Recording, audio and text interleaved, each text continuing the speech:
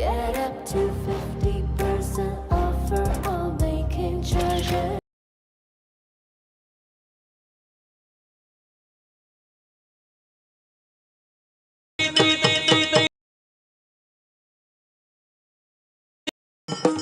ಒಂದೇ ದೇವರ ದೇವ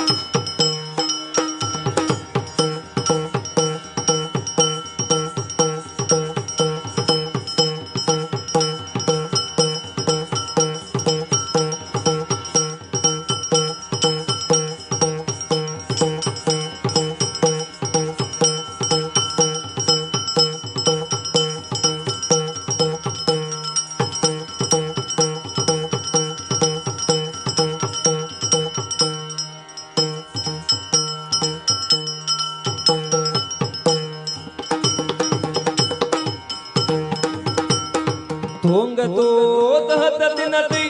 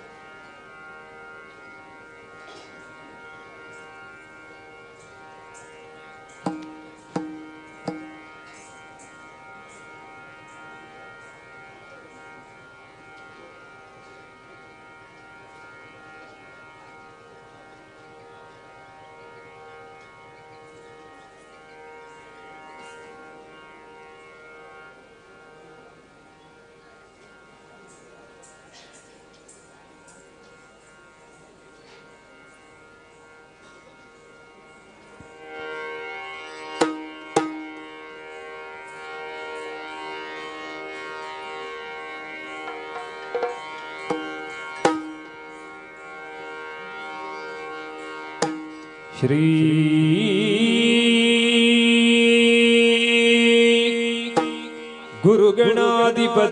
ಗುರುಗಣಾಧಿಪತಿಭ್ಯಾಂ ನಮಃ. ಕರಮುಗಿದು ಶರವಣಗೆ ಗಣಪನ ಚರಣ ಸಾರಸ ಕೆರಗಿ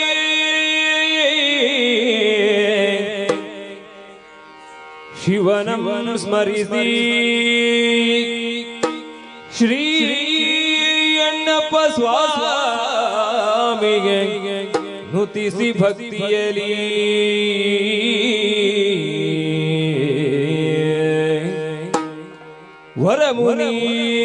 ವರಮುನೀಶ್ವರ ಜಾತು ಕರುಣರು ಪರಮ ಸನ್ನಿಧಿಗಭಿನಮಿಸಿ ಘನ ಗುರುಗಳ ಅಗ್ರಿಗೆ ಮಣಿದು ಬೇಡುವೆ ನೀ ಕಥಾಮೃತವ.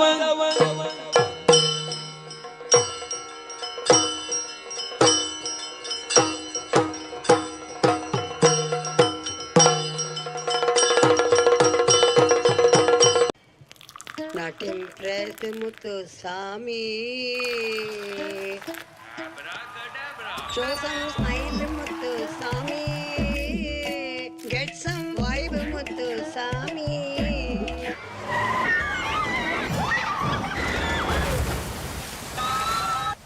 Mind is blowing Muthuswami. 20% off. Book now at mandala.com. Shankara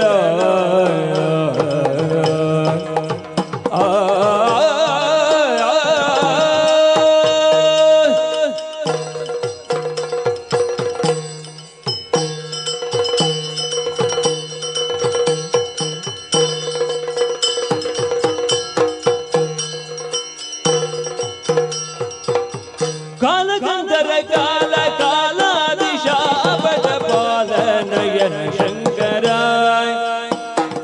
ನೀಲ ಲೋಹಿತ ರುಂಡ ಮಾಲ ಸದಾ ಶಿವ ಶೂಲಿ ಗಿರೀಶ ಮೃಡ ಶಂಕರ ಶಂಕರ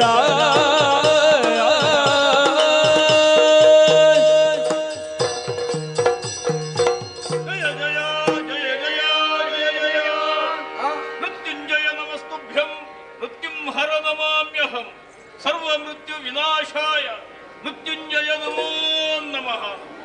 ಓ ಜಗದ ದೇವನೇ ದೇವೇಂದ್ರ, ಸಮಸ್ತ ದೇವಾದಿ ದೇವತೆಗಳ ಜೊತೆ ಸೇರಿಕೊಂಡು ನಿನ್ನ ಪಾದ ಪೂಜೆಯನ್ನು ಮಾಡಿದ್ದೇವೆ. ಅನುಗ್ರಹಿಸು ತಂದೆಯೇ, ಅನುಗ್ರಹಿಸು. ಸುಮನಸರೇ ಬಂದಿರಿ ಸುಮನದರು ಸಕಲರು ಒಂದು ಗೂಡುದ ಸತ್ರಯಾಗಕ್ಕೆ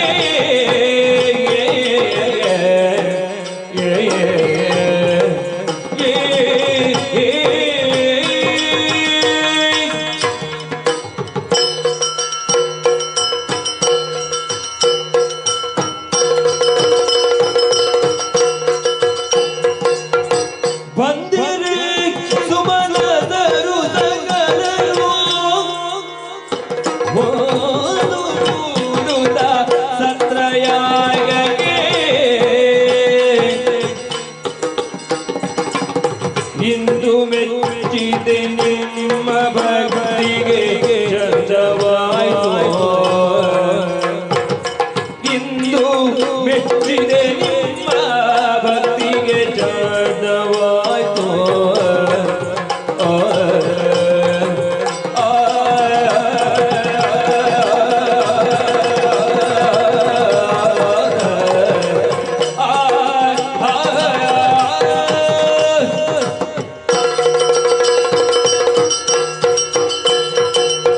ಅನಿಮಿಷರೇ, ಪ್ರಭೋ, ನೀವೆಲ್ಲವರೂ ಸೇರಿಕೊಂಡು ಇನ್ನು ಬಂದು ಸೇರಿದ ಜಾಗ ಇದುವೇ ವರಪ್ರಭಾಸ ಕ್ಷೇತ್ರ. ಗಂಗಾ ಯಮುನಾ ಸರಸ್ವತಿಯರ ಸಂಗಮ ಕ್ಷೇತ್ರವಿದು. ಈ ಪರಮ ಪವಿತ್ರವಾದಂತಹ ತೀರ್ಥಕ್ಷೇತ್ರಕ್ಕೆ ನೀವು ಋಷಿಮನೀಷಿಗಳ ಹೇಳಿಕೆಯನ್ನು ಮಾನಿಸಿ ಮಾನ್ಯರಾಗಿ ಆಗಮಿಸಿದವರಿದ್ದೀರಿ. ಹೌದು ಪ್ರಭು. ಮರೀಚಿ ಬ್ರಹ್ಮರು ಬ್ರಹ್ಮಮಾನಸ ಪುತ್ರರು ಋಷಿಸ್ತೋಮವನ್ನೆರಹಿಕೊಂಡು ನಡೆಸುತ್ತಾ ಇರುವಂತಹ ಜ್ಞಾನ ಸತ್ರವಿದು. ಪ್ರತಿಯೊಬ್ಬ ಜೀವನಿಗೂ ಬದುಕಿನಲ್ಲಿ ಆಹಾರ, ವಿದ್ಯೆ, ಅದುವೇ ಜ್ಞಾನ ಇದೆಲ್ಲ ಪ್ರಾಪ್ತಿಯಾದಾಗ ಮಾತ್ರ ಅವನು ಜೀವನವನ್ನು ಸುಗಮಗೊಳಿಸಿ ಪರಮಧಾರ್ಮಿಕನಾಗಿ ಬದುಕು ಕಟ್ಟಿಕೊಳ್ಳುವುದಕ್ಕೆ ಸಾಧ್ಯ. ಇದುವೇ ಋಷಿಮೂಲ ನಮಗೆ ಕೊಡುವ ಸಂದೇಶ. ಅದನ್ನು ಪ್ರಪಂಚ ವ್ಯಾಪ್ತಗೊಳಿಸಬೇಕು. ಆ ಮುಖಾಂತರವಾಗಿ ಜ್ಞಾನ ಸತ್ರದಲ್ಲಿ ಲೋಕ ಕಲ್ಯಾಣವಾಗಬೇಕು ಎನ್ನುವ ಇಚ್ಛೆಯನ್ನಿರಿಸಿಕೊಂಡು ನಡೆಸುತ್ತಾ ಇರುವಂತಹ ಸತ್ರವಿದು. ಇಲ್ಲಿ ಸರ್ವತ್ರ ಸೇರಿರುವವರೆಲ್ಲರೂ ಜ್ಞಾನಿಗಳೇ ಇದ್ದಾರೆ. ಹಾಗಿದ್ರೆ ಜ್ಞಾನಿಗಳೇ ನೆರೆದಿರುವ ಸಭೆಯಲ್ಲಿ ಯಾಕೆ ಜ್ಞಾನ ಸತ್ರ?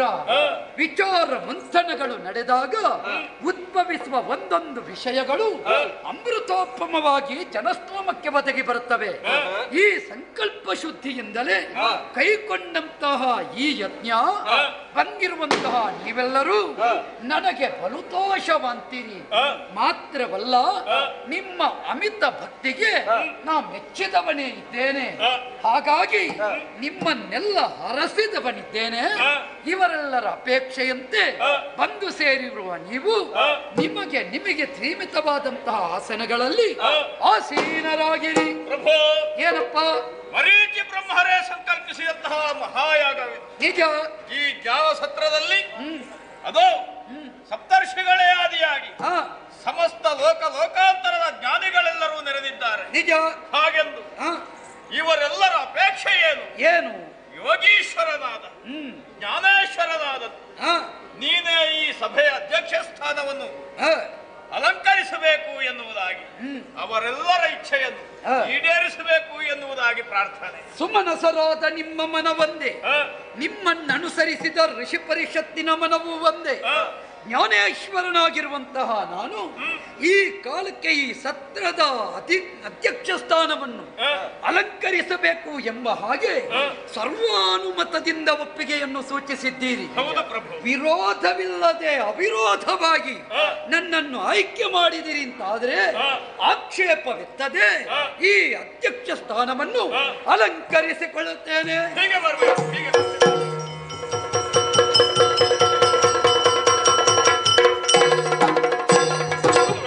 ಒಂದು ದಿನ ಸತ್ರದಲ್ಲಿ ನೆರೆದುದು ಬಂದು ನಿತ್ವನಾನಿಸು ಮನಸ ಸಂದನಿಗಳೊಪ್ಪಿರುವ ಸಭೆಗಾದಕ್ಷನೈತನ್ನ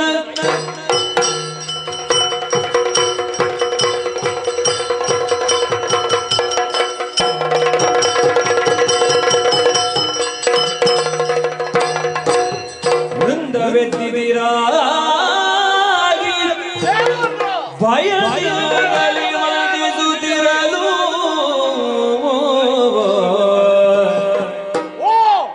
ವಂದಿಸುತ್ತಿರಲು ಭಯದಲ್ಲಿ ವಂದಿಸುತ್ತಿರಲು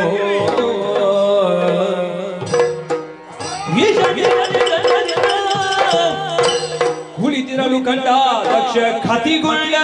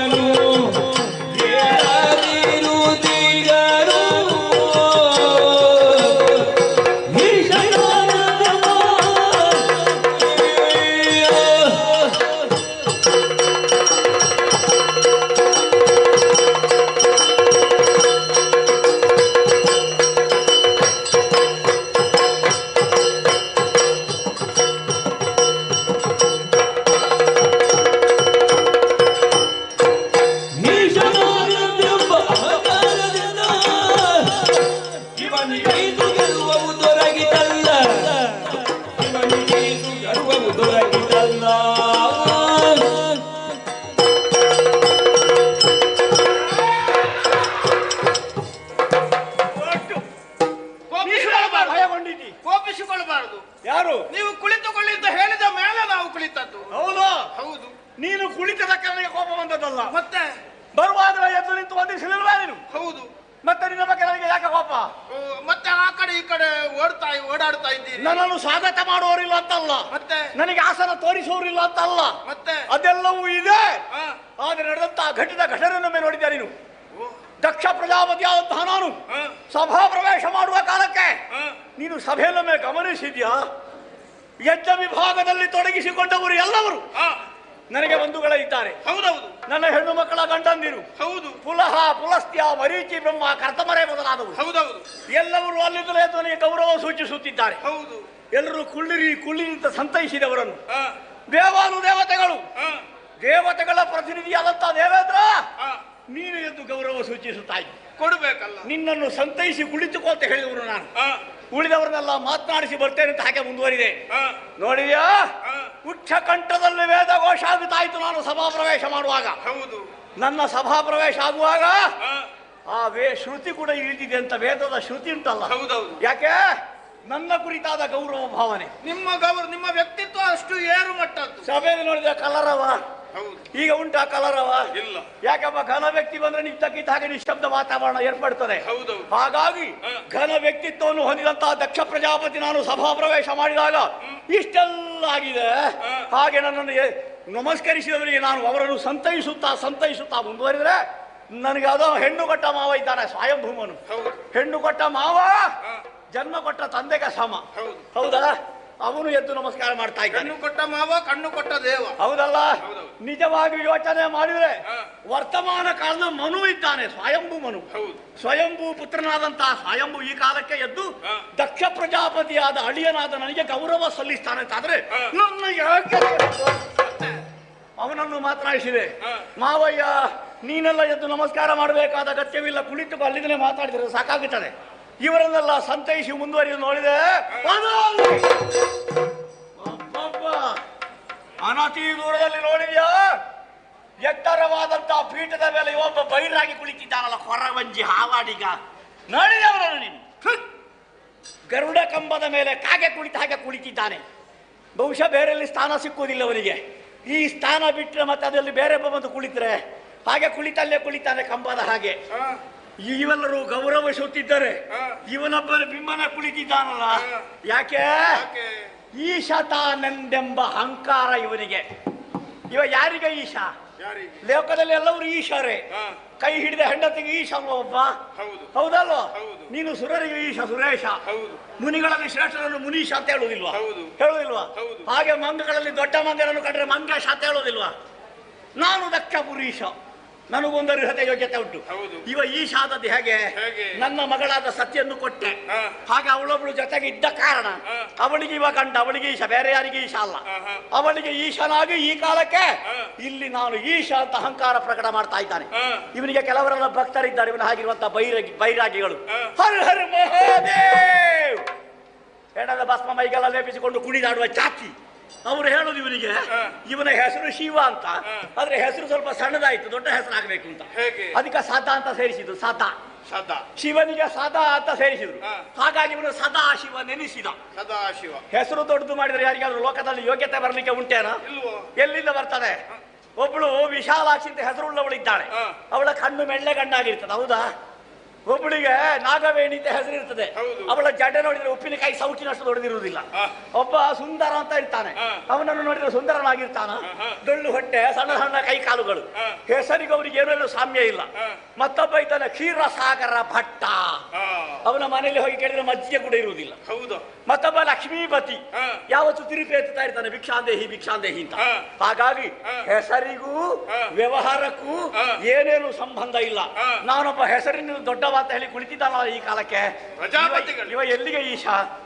ಮಂಜಿನ ಗುಡ್ಡಗೆ ಈಶ ಅಲ್ವಾ? ಏನು ಕುಳಿತಲ್ಲ ಹೇಳಲಿಕ್ಕೆ ಆಗುದಿಲ್ಲ ಇವನಿಗೆ. ಮಂಜಿನ ಮಧ್ಯೆ ಕುಳಿತು ಮರ ಕಟ್ಟಿದ್ದಾನೆ ಇವನು. ಇವನಿಗೆ ಏನೋ ಆಗಿದೆ ಹೇಳಲಿಕ್ಕೆ. ಹಾಗಲ್ಲ ಪ್ರಜಾಪತಿಗಳೇ, ಸಭೆಯ ಅಧ್ಯಕ್ಷ ಅಲ್ವೋ? ಯಾರು ಅಧ್ಯಕ್ಷ? ಈಗ ಅಧ್ಯಕ್ಷನಾದವರು ಹೇಳಬಾರ್ದ? ಹೇಳುವುದಕ್ಕಾಗುತ್ತದ? ಹೇಳ್ಬೇಕಾ? ಏನಾದರೂ ಮಾತಿನಿಂದು ನಮ್ಮ ಜನಗಳ ಬೇಡಿದನ್ನು ಮನ್ನಿಸಲು ನಾಲಿಗೆಗೆ ಬಂದ ಕುಂದೇನು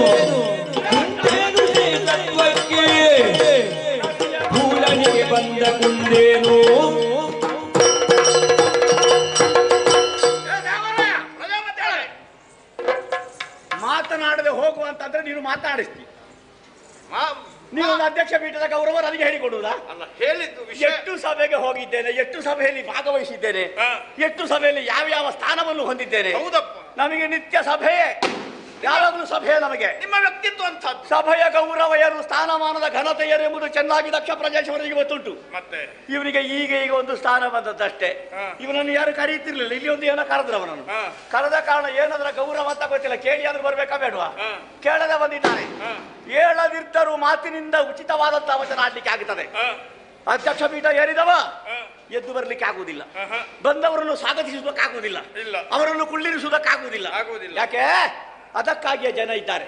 ಸ್ವಾಗತಕಾರರು, ಆಸರ ತೋರಿಸೋರು, ಬಾಯಾರಿಕೆ ಕೊಡುವವರು ಎಲ್ಲ ಸಭೆಯಲ್ಲಿದ್ದಾರೆ, ನನಗೆ ಗೊತ್ತುಂಟು.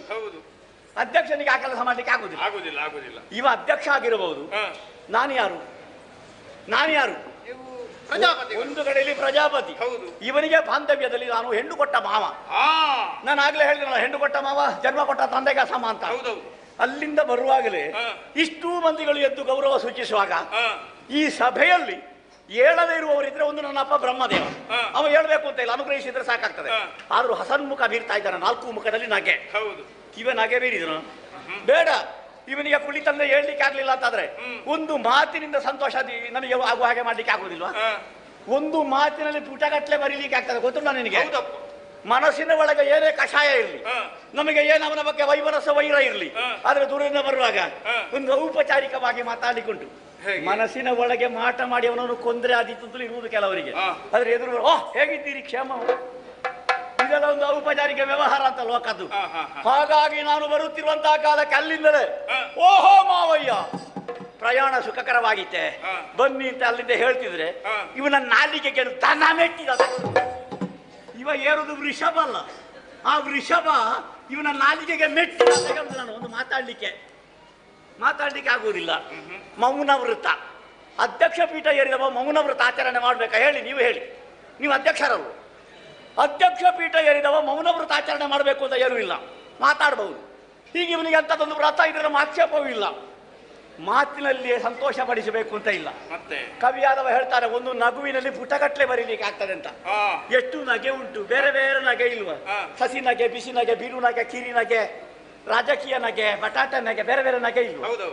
ನಾನಲ್ಲಿಂದ ಬರುವಾಗ ಇವನಿಗೆ ಒಂದು ನಗೆ ಬೀರಿದ್ರೆ ಏನಾಗುತ್ತಿತ್ತು?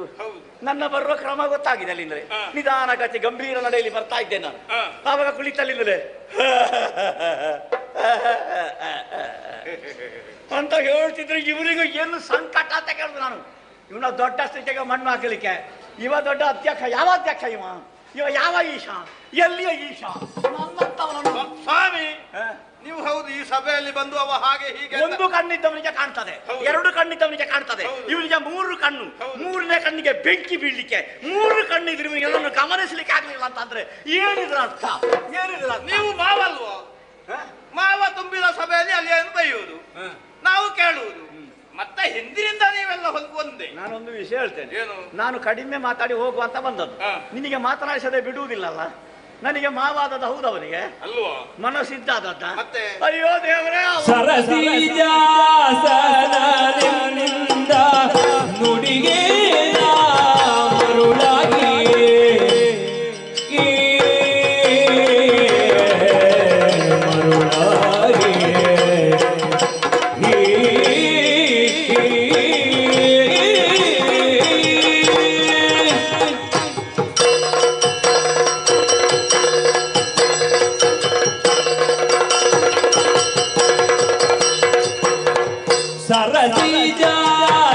ಸರಸೀಜಾಸನದಿಂದ ನುಡಿಗೆ ಮರುಳಾಗಿ ಮರುಳಾಗಿ ಮರುಳಾಗಿ ತರಳೆಯನು ಕೊಟ್ಟೇನು ನಿರರ್ಥ, ತರಳೆಯನು ಕೊಟ್ಟೇನು ನಿರರ್ಥ, ಪರಿಕಿಸಲು ಕೋಟಗನ ಕೈಯ ಮಾಲೆಯ ಕೊಟ್ಟು, ಪರಿಕಿಸಲು ಕೋಟಗನ, ಪರಿಕಿಸಲು ಕೋಟಗನ, ಪರಿಕಿಸಲು ಕೋಟಗನ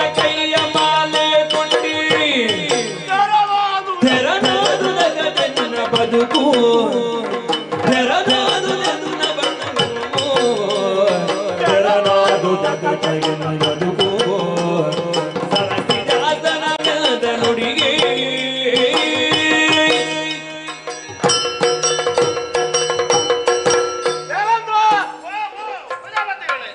ಮದುವೆ ಆಗುದು ಹೇಗೆ? ಮದುವೆ ಆಗುವುದು ಹೆಣ್ಣು ಗಂಡು ನೋಡುದು, ಗಂಡು ಹೆಣ್ಣು ನೋಡು. ಹೌದು. ಆಮೇಲೆ ಆ ಹಿರಿಯರೆಲ್ಲ ಒಪ್ಪಿಗೆ ಕೊಡುವಂಥದ್ದು. ಹೆಣ್ಣಿನ ತಂದೆ ಗಂಡಿಗೆ ದಾರ ಎಳೆದು ಕೊಡುವುದು.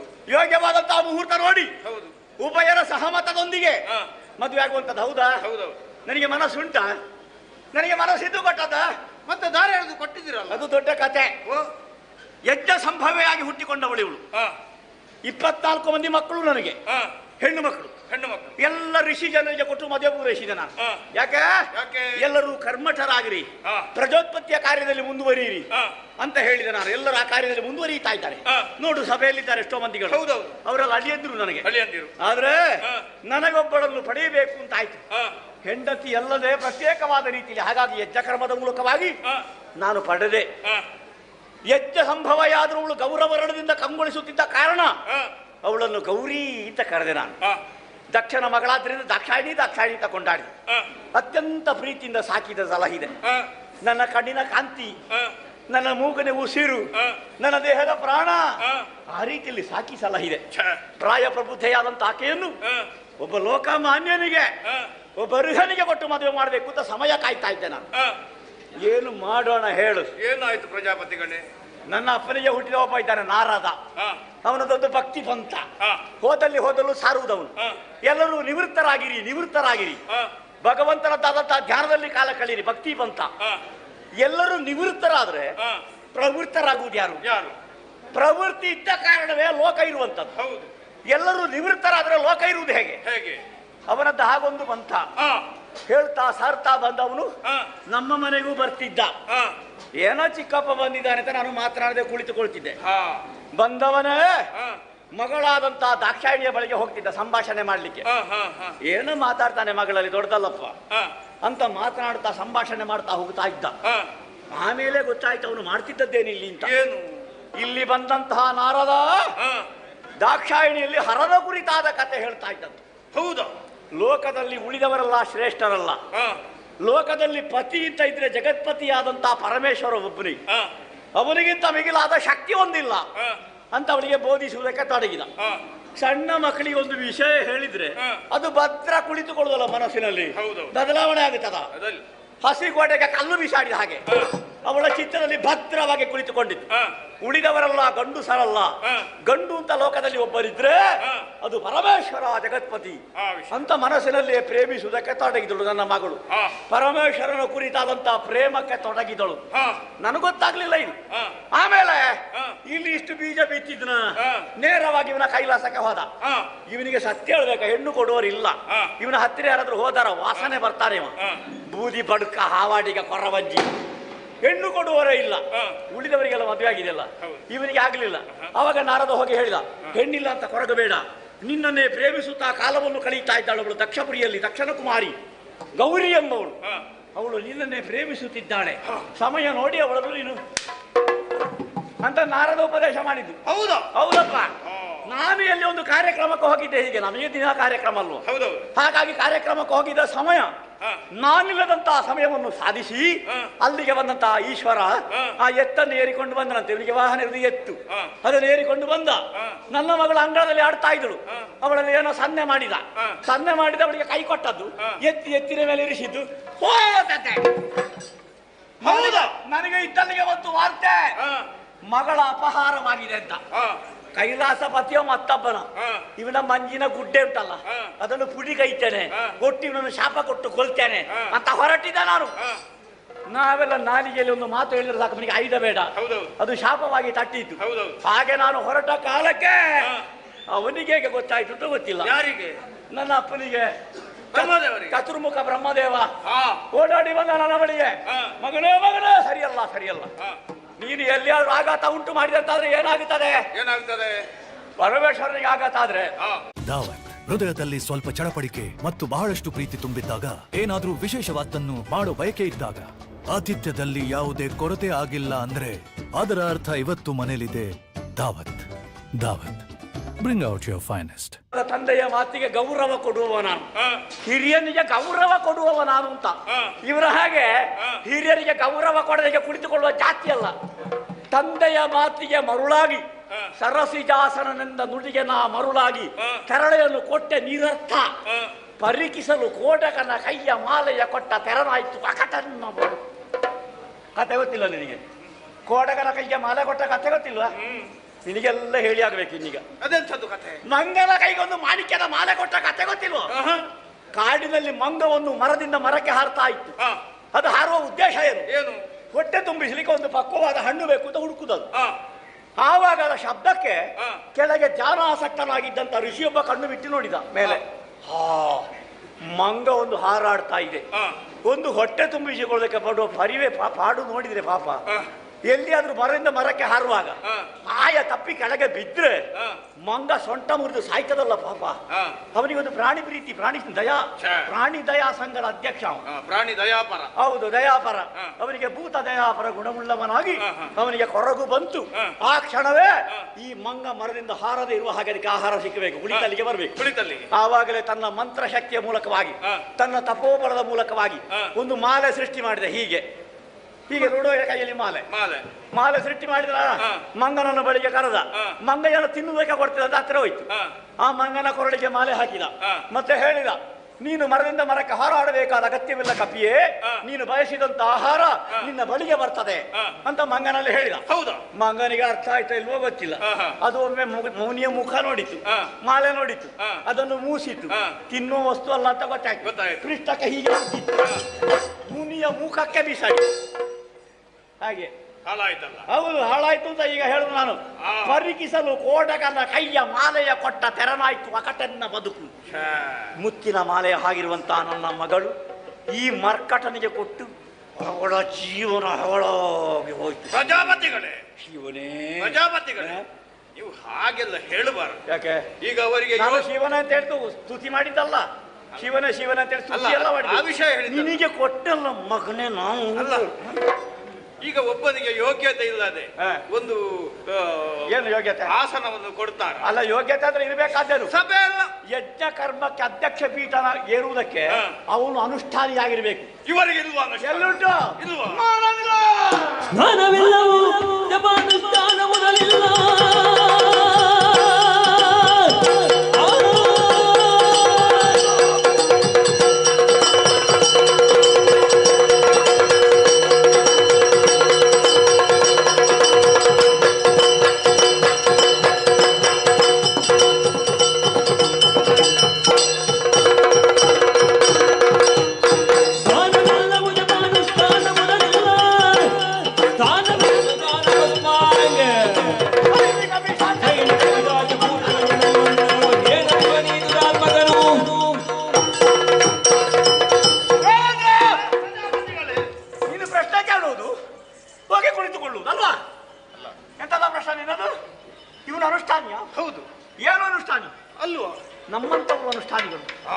ನಾವು ಶುದ್ಧ ಕರ್ಮಠರು.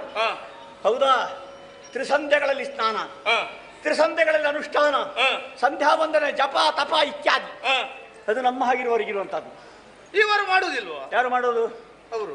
ಎಲ್ಲಿಂದ ಸ್ನಾನ ಮಾಡ್ತಾರೆ? ಇವ ತಲೆಯ ಮೇಲೆ ಗಂಗೆ ಇದ್ದಾಳೆ. ಹೌದು. ಆದ್ರೆ ಗಂಗೆ ನೀರು ಹೋಗಿ ಬೀಳುವುದೆಲ್ಲಿ? ಹಿಮಾತ್ ಪ್ರಾಂತದ ಕೆಳಗೆ. ಇವನ ಮೈಗೆ ಬೀಳುವುದಿಲ್ಲ. ಕೆಳಗೆ ಇದ್ದವರಿಗೆ ನೀರುಂಟು, ಇವರಿಗೆ ನೀರಿಲ್ಲ. ಮೇಲೆ ಇದ್ದವನಿಗೆ ನೀರಿಲ್ಲ.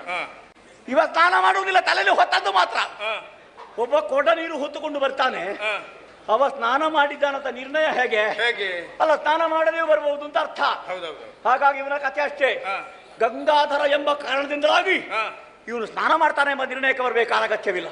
ಸ್ನಾನವಿಲ್ಲವು. ಹಾಗಂತ ಸ್ನಾನ ಇಲ್ವಾ? ನಮಗೆ ನೋಡು, ಸ್ನಾನ ಜಪ ತಪ. ಹೌದು. ಇವನಿಗೆ ಸ್ನಾನ ಉಂಟಾ ಇಲ್ವ ಅಂತ ಹೇಳಿದ್ರೆ ಉಂಟು. ಸ್ಮಶಾನಕ್ಕೆ ಹೋಗ್ತಾನೆ, ಭೂಲೋಕದಲ್ಲಿರುವ ಸ್ಮಶಾನ ಸೇರ್ತಾನೆ. ಹೆಣ್ಣ ಸುಟ್ಟ ವಾಸನೆ ಬರುವ ಭಸ್ಮ ತೆಗೆಯುವುದು, ಮೈಗೆಲ್ಲ ಲೇಪಿಸಿಕೊಳ್ಳುವುದು. ಮತ್ತೆ ಇವನ ಜೊತೆಗೆ ಕೆಲವು ಗಣಗಳುಂಟು. ದೊಡ್ಡ ದೊಡ್ಡ ಗಣ, ಹರಗಣ, ಪ್ರಮಥರು. ಒಂದಕ್ಕೂ ಸ್ವರೂಪ ಇಲ್ಲ, ಎಲ್ಲ ವಿಕೃತಿಗಳೇ. ಹೌದಪ್ಪ. ಅವರು ಕುಣಿಯುವುದು, ಕುಣಿಯುವಾಗ ಹಾಡ್ಲಿಕ್ಕೆ ಬೇರೆ, ಅಪಶ್ರುತಿಯಲ್ಲಿ ಹಾಡುವಂತದ್ದು. ಒಂದಕ್ಕೂ ಶ್ರುತಿ ಇಲ್ಲ. ಹೇಗೆ? ಕಟ ಕಟ ಸಂಭ್ರಮಂ ಭ್ರಮಂ ನಿಲಿಂಪ ನಿರ್ಜರಿ ವಿಲೋಲ ವೀಕಿ ವಲ್ಲರಿ ಕಪಾಲ ಮಾಲ ಮುದ್ದನಿ ಟಕಟ್ ಟಕಟ್ ಟಕಟ್ ಅಂತ ಹೇಳುವ ಇವ ತಕ ತಕ ತಕ ತಕ ತಕ ಅಂತ ಖಂಡ ನಡೆಯಲ್ಲಿ ಕುಣಿಯುವುದು.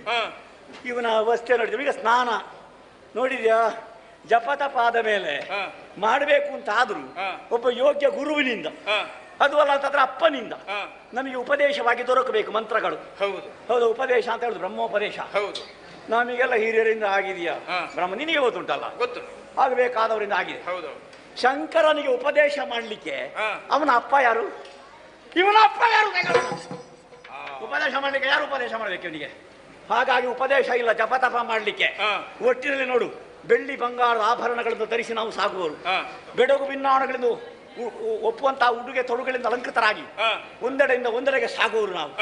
ಇವನ ಆಭರಣ ನೋಡಿದ್ಯಾ?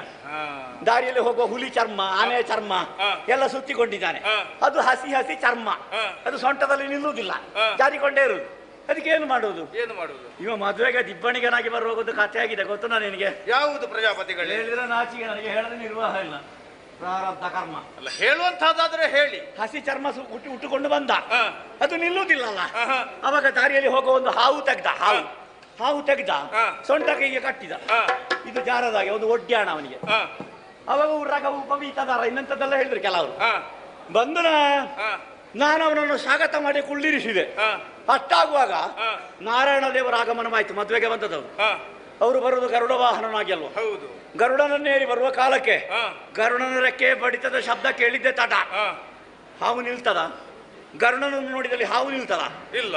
ಇವನ ಸೊಂಟದಲ್ಲಿದ್ದಂತ ಹಾವು ಹಿಡಿದು ಹೋದಂತೆ ಇವನ ಸೊಂಟಕ್ಕೆ ಕಟ್ಟಿದ ಚರ್ಮನ ಲೆಕ್ಕ ಬಿತ್ತು. ಇವ ಶುದ್ಧ ದಿಗಂಬರ. ಎಲ್ಲರೂ ಕೈ ಮುಗಿದ್ರು, ಮಾಲಿಂಗೇಶ್ವರಾಯ ನಮ, ಮಾಲಿಂಗೇಶ್ವರಾಯ ನಮ ಅಂತ. ಇವನ ಅವಸ್ಥೆ ನೋಡ್ಬೇಕಿತ್ತು. ಮತ್ತೆ ನಾವು ಬಟ್ಟೆ ಎಲ್ಲ ಈಗ ಅಡ್ಡ ಹಿಡಿದು ಇವನಿಗೆ ಬೇರೆ ಬಟ್ಟೆ ಎಲ್ಲ ಕೊಟ್ಟು ಇವನನ್ನು ವ್ಯವಸ್ಥೆ ಮಾಡಿದೆವು. ಹಾಗಾಗಿ ಇವ ಉರಗ ಉಪವೀತದರ, ಇವ ವ್ಯಾಘ್ರ ಚರ್ಮಾಂಬರದರ, ಇವ ಗಜ ಚರ್ಮಾಂಬರದರ, ಇವ ಬೂದಿ ಬಡುಕ, ಹಾವಾಡಿಗ. ಇಂಥ ಒಬ್ಬ ಶಿವನಿಗೆ ಇಲ್ಲಿ ಪೀಠ ಕೊಟ್ಟಿದ್ದಾರೆ ಅಂತಂದ್ರೆ ಪ್ರಜಾಪತಿಗಳು ಆದ್ರೂ ಒಂದು ಲೋಕದ ದೇವರು ಎನ್ನುವುದಾಗಿ ಇವನನ್ನು ಪೂಜಿಸ್ತಾರಲ್ಲ. ಲೋಕದ ದೇವರು ಅಂತ ಹೇಳುವುದಿಲ್ಲ, ಮತ್ತೆ ಒಂದು ವರ್ಗ ಮಾತ್ರ ಹೇಳುದು ದೇವರು ಅಂತ. ಯಾರು ಗೊತ್ತುಂಟ? ಮಾಂಸಾಹಾರಿಗಳು.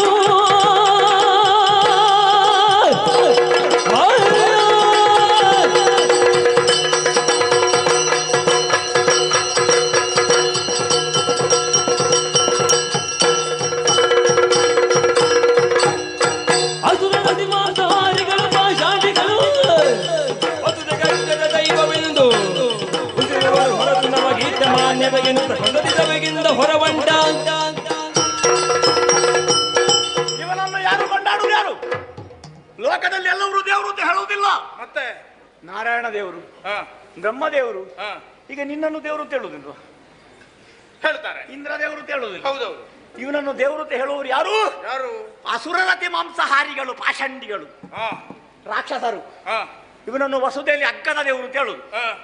ನಿನಗೆ ಗೊತ್ತಿಲ್ಲ ಕಾಣ್ತದೆ. ಸಂತೆಗೆಲ್ಲ ವ್ಯಾಪಾರ ಮಾಡಿ ಗೊತ್ತುಂಟ ನಿನಗೆ? ನಾವೆಲ್ಲ ಹೋಗುದಿಲ್ಲ, ಸಂತೆಗೆಲ್ಲ ಹೋಗುದಿಲ್ಲ. ವ್ಯಾಪಾರ ಮಾಡ್ಲಿಕ್ಕೆ ಹೋದ್ರೆ ಅಲ್ಲಿ ಒಂದು ವಸ್ತುವಿಗೆ ಇಷ್ಟು ಕ್ರಯ ಅಂತ ಇದ್ರೆ ಸ್ವಲ್ಪ ಗೊತ್ತಿದ್ದವ ಹೇಳ್ತಾನೆ, ಅದಲ್ಲಿ ಅಲ್ಲ, ಅದಲ್ಲಿ ಅಗ್ಗದಲ್ಲಿ ಸಿಗುತ್ತದೆ, ಇನ್ನೊಂದು ಕಡೆಯಲ್ಲಿ ಅಗ್ಗದಲ್ಲಿ ಸಿಗುತ್ತದೆ. ಅಗ್ಗದಲ್ಲಿ ಹೌದು, ಕಡಿಮೆಯಲ್ಲಿ ಸಿಗ್ತದೆ ಅಂತ. ಇವನು ಹಾಗೆ ಅಗ್ಗದ ದೈವ. ಹಾಗಿದ್ರೆ ಒಳ್ಳೇದಾಯ್ತಲ್ಲ. ಉಳಿದವರ ಎತ್ತದ್ದು ಒಳ್ಳೇದಾಯ್ತು ಅಲ್ಲ. ಉಳಿದ ದೇವರುಗಳು ಹಾಗಲ್ಲ. ಬ್ರಹ್ಮನನ್ನಾಗ್ಲಿ ಹರಿಯನ್ನಾಗ್ಲಿ ಉಳಿಸಿಕೊಳ್ಬೇಕು ಅಂತಾದ್ರೆ ಸಾವಿರ ವರ್ಷಗಳ ತಪಸ್ಸು ಬೇಕು, ಭಕ್ತಿ ಪಕ್ವವಾಗಬೇಕು, ಆಮೇಲೆ ಭಗವಂತ ಒಲಿಯುವುದು. ಇವ ಹಾಗಲ್ಲ. ತಪಸ್ಸಿಗೆ ಹೋಗಿ ಕುಳಿತು ಓಂ ನಮಃ ಶಿವಾಯ, ಓಂ ನಮಃ ಶಿವಾಯ 3 ಸಲ ಹೇಳಿದ್ರೆ ಸಾಕು. ಹೌದಾ? ಭಕ್ತರೇ ಏನು ಬೇಕು ನಿನಗೆ ಅಂತ ಕೇಳಿ ಬರ್ತಾನೆ. ನೀವು ಅಗ್ಗದ ದೇವರಲ್ಲ, ಅದು ಒಳ್ಳೇದಲ್ವ?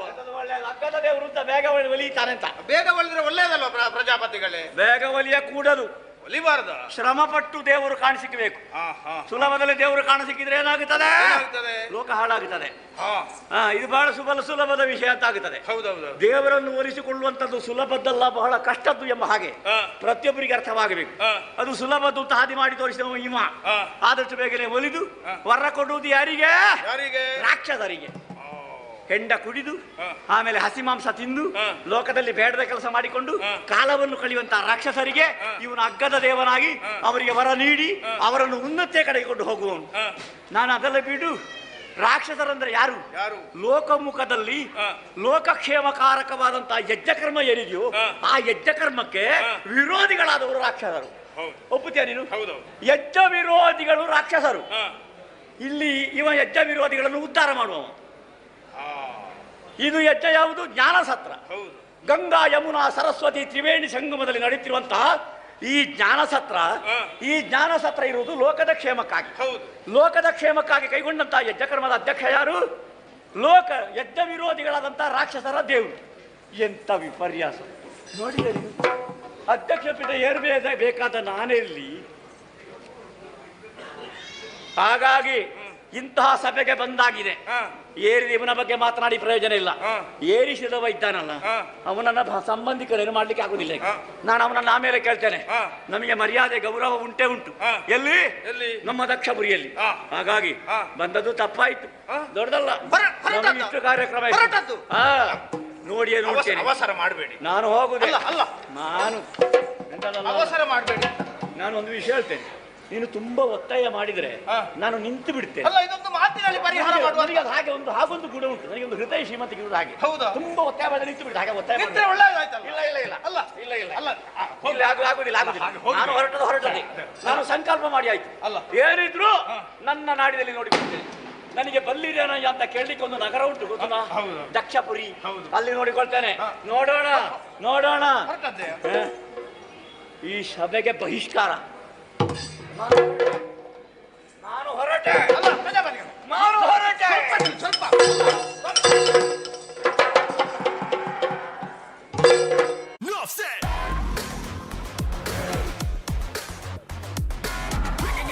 What you're feeling is the vibe. About to make a treatment, wanna raise it to the tribe. Enough said, I said, so I joined the tribe. Enough said. Never see me cause I'm racing against the time. Wanna hear you scream. ದೇವಸಭೆಯ ಬಿಟ್ಟು ತೆರಳಿದ ದಕ್ಷನು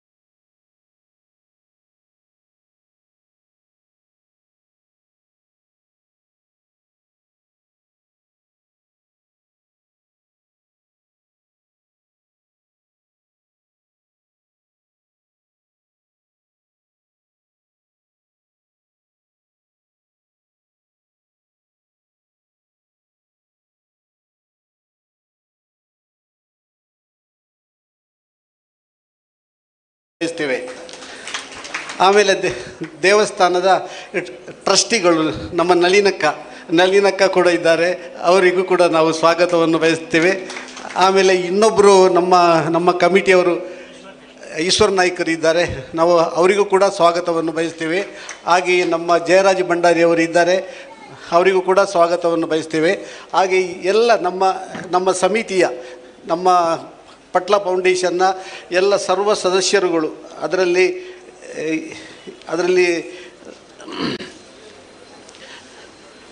ಟ್ರಸ್ಟಿಗಳಿರ್ಬೋದು, ಆಮೇಲೆ ಈ ಸದಸ್ಯರುಗಳಿರ್ಬೋದು, ಪ್ರತಿಯೊಬ್ಬರು ಕೂಡ ನಮಗೆ ಹೆಚ್ಚಿನ ರೀತಿಯಲ್ಲಿ ನಮಗೆ ಸಹಾಯವನ್ನು ಮಾಡ್ತಾ ಇದ್ದಾರೆ. ಈ ಫೌಂಡೇಶನ್ಗೆ ದಿನದಿಂದ ದಿನದಕ್ಕೆ ಈ ನಮ್ಮ ಸದಸ್ಯರುಗಳು ಜಾಸ್ತಿ ಆಗ್ತಾ ಇದ್ದಾರೆ, ಅದು ನಮ್ಮ ಭಾಳ ಸಂತೋಷದ ವಿಷಯ. ಆಮೇಲೆ ನಾಡ್ದು ಜೂನಲ್ಲಿ ಇದು ಮಂಗಳೂರಿನಲ್ಲಿ ಭಾಳ ದೊಡ್ಡ ಕಾರ್ಯಕ್ರಮ ಇದೆ, ಅದಕ್ಕೂ ಕೂಡ ಎಲ್ಲರನ್ನೂ ಕೂಡ ಕರೀಲಿಕ್ಕಿದೆ. ಹಾಗೆಯೇ ನಮ್ಮ ಈ ಸ್ವಾಗತ ಕಾರ್ಯಕ್ರಮವನ್ನು ನಾನು ಇಲ್ಲಿಗೆ ನಿಲ್ಲಿಸ್ತೇನೆ. ನಮ್ಮ ಮಾಲಿಂಗೇಶ್ವರ ದೇವರಿಗೆ ಸಾಷ್ಟಾಂಗ ಅಡ್ಡ ಬಿದ್ದು ನಾನು ಈ ಕಾರ್ಯಕ್ರಮವನ್ನು ನಿಲ್ಲಿಸ್ತೇನೆ. ಜೈ ಹಿಂದ್, ನಮಸ್ಕಾರ.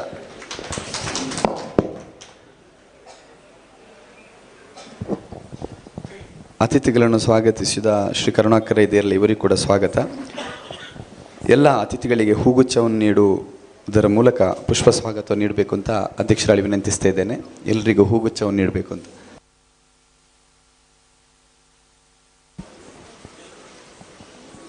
ಶ್ರೀ ಈಶ್ವರ ಭಟ್ಟಿ ಅವರಿಗೆ ಪುಷ್ಪಗುಚ್ಛ ನೀಡಿ ಸ್ವಾಗತಿಸ್ತಾ ಇದ್ದಾರೆ.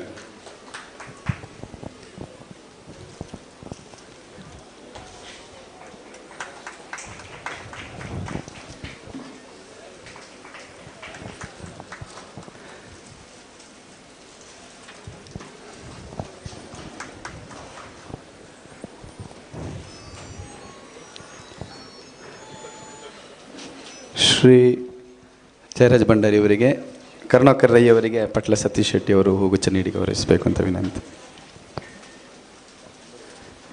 ಶ್ರೀ ಜಯರಾಜ್ ಭಂಡಾರಿ ಅವರಿಗೆ ಪುಷ್ಪಗುಚ್ಛ ನೀಡಿ. ಆತ್ಮೀಯರೇ, ಇವತ್ತು ಉದ್ಘಾಟನೆಯನ್ನು ಶ್ರೀ ಅಶೋಕ್ ಕುಮಾರ್ ರೈ ಮಾನ್ಯ ಶಾಸಕರು ನಡೆಸಬೇಕಿತ್ತು. ಅನಿವಾರ್ಯ ಕಾರಣದಿಂದ ಅವರು ಇವತ್ತು ಉಪಸ್ಥಿತರಿಲ್ಲ. ನಮ್ಮ ವ್ಯವಸ್ಥಾಪನಾ ಸಮಿತಿ ಅಧ್ಯಕ್ಷರಾದ ಶ್ರೀ ಈಶ್ವರ ಭಟ್ ಪಂಜಗುಡ್ಡೆ ಇವರು ತಮ್ಮ ಅಮೃತ ಹಸ್ತದಿಂದ ಚೆಂಡೆಯನ್ನು ನುಡಿಸುವ ಮೂಲಕ ಈ ಕಾರ್ಯಕ್ರಮವನ್ನು ಉದ್ಘಾಟಿಸ್ತಾರೆ. ಮತ್ತು 8ನೇ ವರ್ಷದಿಂದ ಪಟ್ಲ ಸಂಭ್ರಮ ನಡೀತಾ ಇದೆ. ಅದಕ್ಕಿಂತ ಮೊದಲೇ ಇಲ್ಲಿ ಸಾಂಸ್ಕೃತಿಕ ಕಾರ್ಯಕ್ರಮ ದೇವಸ್ಥಾನದ ವತಿಯಿಂದ ವರ್ಷವೂ ನಡೀತಾ ಇದೆ. ದೇವಸ್ಥಾನದ ಸಾಂಸ್ಕೃತಿಕ ಕಾರ್ಯಕ್ರಮ ಮತ್ತು ಪಟ್ಲ ಫೌಂಡೇಶನ್ ವಾರ್ಷಿಕ ಸಮಾರಂಭವನ್ನು ಜೊತೆಯಾಗಿ ಇವತ್ತು ಉದ್ಘಾಟನೆ ಮಾಡ್ತಾ ಇದ್ದಾರೆ ಶ್ರೀ ಪಂಜಗುಡ್ಡೆ ಈಶ್ವರ ಭಟ್ಟಿ ಅವರು.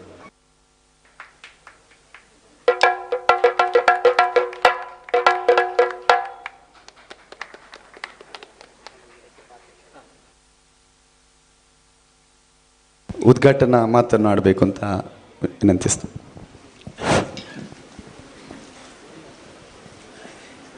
ಶ್ರೀ ಮಹಾಲಿಂಗೇಶ್ವರ ದೇವರಿಗೆ ಸಾಷ್ಟಾಂಗ ನಮಸ್ಕರಿಸುತ್ತಾ, ಸೇರಿದ ಭಕ್ತವೃಂದಕ್ಕೆ ನಮನಗಳನ್ನು ಸಲ್ಲಿಸುತ್ತಾ, ಈ ಒಂದು ಸಾಂಸ್ಕೃತಿಕ ಕಾರ್ಯಕ್ರಮದ ವೇದಿಕೆಯಲ್ಲಿರುವ ಎಲ್ಲ ಗಣ್ಯರೇ, ಇಲ್ಲಿ ಸೇರಿದ ಎಲ್ಲ ಬಂಧು ಮಿತ್ರರುಗಳೇ, ಇವತ್ತು ಇಲ್ಲಿ ಈ ಒಂದು ನಟರಾಜ ವೇದಿಕೆಯಲ್ಲಿ ಜಾತ್ರೆಯೋತ್ಸವದ ಪ್ರಯುಕ್ತ ಸಾಂಸ್ಕೃತಿಕ ಕಾರ್ಯಕ್ರಮ ನಡೆಯುವುದು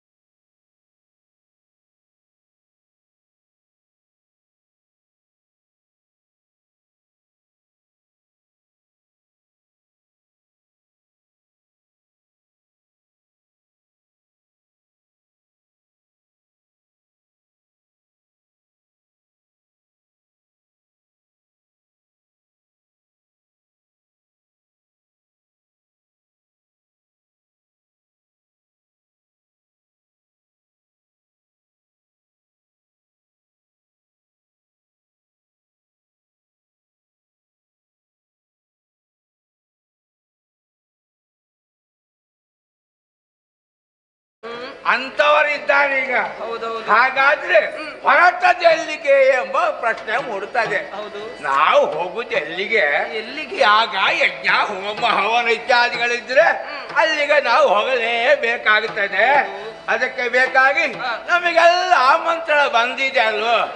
ನಮಗೆಲ್ಲ ಆಮಂತ್ರಣ ಇಲ್ಲದಿದ್ರು ನಾವು ಹೋಗಬಹುದು.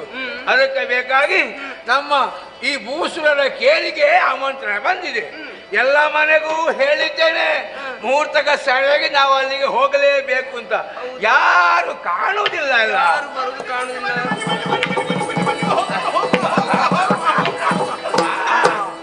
ಇವರು ತಯಾರಾಗಿದ್ದಾರೆ, ನಾವೇ ಬರುವಾಗ ತಡ ಆದದ್ದು. ನಾರಾಯಣ ಭಟ್ರೆ ನಮಸ್ಕಾರ. ನೀನು ಕೃಷ್ಣ ಭಟ್ರ ಮಗ ಅಲ್ವೋ? ನೀನು ಊರಲ್ಲೇ ಇಲ್ಲ ಅಂತ ಮಾರ ಕಾಶಿಗೆ ಹೋಗಿದ್ಯಾ ಅಂತ? ಹೋಗಿ ಬಂದಾಗಿದೆ. ಅಲ್ಲೆಲ್ಲ ಮುಗಿಸಿ ಬಂದಾಗ? ಮುಗಿಸಿ ಅಲ್ಲ, ಒಂದು ಸುತ್ತಾಕಿ ಬಂದದ್ದು. ಹಾಗಲ್ಲ, ಕಾಶಿಗೆ ಹೋಗಿ ಏನಾದ್ರು 4 ಕಲ್ತಿದ್ಯಾ? ಕಲ್ತಿದ್ದೇನೆ, ಎಲ್ಲ ಕಲ್ತಿದ್ದೇನೆ. ಹೌದಲ್ಲ, ಅಲ್ಲಿಗೆ ಹೋದ ಬೇರೆ ಅದು ಕಲಿಬೇಕಪ್ಪ. ಮತ್ತೆ ಹೇಗಿದ್ದಪ್ಪ? ತೊಂದ್ರೆ ಇಲ್ಲ. ನೀನ್ ಹೇಗಿದ್ದಿ? ನೋಡು, ಇವತ್ತು ನಾವು ವಿಪ್ರ ಸಮಾಜವರು ಎಲ್ಲ ಒಂದಾಗಿದ್ದೇವೆ. ವಿಶ್ವಾಸ ಭಟ್ರೆ, ವಿಶ್ವಾಸ ಅದ ನಮ್ಮದು. ಇವಾಗ ಉದ್ದಾಗುದಿಲ್ಲ, ತೋರವೇ ಆಗುದು. ಅದನ್ನೆಲ್ಲ ಊಟಕ್ಕೆ ಹೋದ್ರೆ ಮತ್ತೆ ಹಾಗಲ್ಲಪ್ಪ, ನಮಗೆಲ್ಲ ಇವತ್ತೊಂದು ಯೋಗ. ಹೌದಪ್ಪ, ಅಪರೂಪಕ ಸಿಕ್ಕುದಲ್ವ, ಅದನ್ನು ಬಿಡ್ಲಿಕ್ಕೆ ಆಗುದಿಲ್ಲ. ಯಾಕಂದ್ರೆ ನಾವು ಯಾವತ್ತು ಹೀಗೆ ಅಲ್ಲ, ಹೀಗೆ ಕೊಟ್ಟದನ್ನು ಪಡ್ಕೊಳ್ಳುವುದು. ಹಾಗಿರುವಾಗ ಇದ್ಯಾರು? ಅದು ಯಾರು ಅಂತಾರೆ? ನಿಮ್ಮ ಮೊಮ್ಮಗಳ? ಮಗನೇ, ಮೊಮ್ಮಗಳಲ್ವೇ, ನನ್ನ ಮಡದಿ ಮಣಿ ಹೆಂಡತಿ. ಎಷ್ಟನೇದು? ಎಷ್ಟನೇದು? ಓ ದೇವ್ರೆ, ನಿನಗೆ ಯಾಕ ತಲೆಬಿಸಿ? ನಿಮ್ಮ ಹೆಂಡತಿ? ನನ್ನ ಹೆಂಡತಿ. ಯಾರ್ಯಾರ ಹೆಂಡತಿ ಅಲ್ಲ. ಅವರು ಹಾಗೆ ಇದ್ದಾರೆ, ನೀವು ಹೀಗೆ ಇದ್ದೀರಿ. ಅದು ಯೋಗ ಮಗ. ಅದು ನನ್ನ ಈ ರೂಪ ನೋಡಿ ಮದುವೆ ಆದದ್ದಲ್ಲ. ಮತ್ತೆ ಒಳ್ಳೆ ಸಂಪಾದನೆ ಮಾಡಿ ಕರ್ಕೊಂಡು ಹೋಗುದಲ್ಲ. ಬೇಗ ಹೋಗಿ ಭಾಗವಹಿಸಿ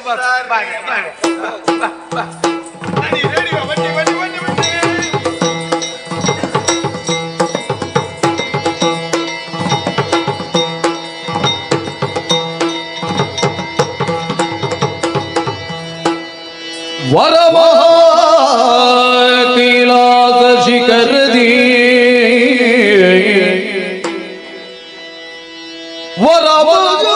कैलास शिखर दी हर भरती कंड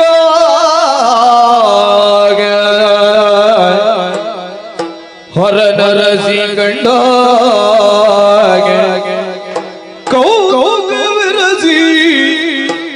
ಭೂಸುರನೋರ್ವನೋ ಬೆಸಗಡೆಳು ಮೇ ಕರೆದಿ ಭೂಸುರನೋರ್ವನೋ ಬೆಸಗಡೆಳು ಮೇ ಕರೆಸಿ ಹರ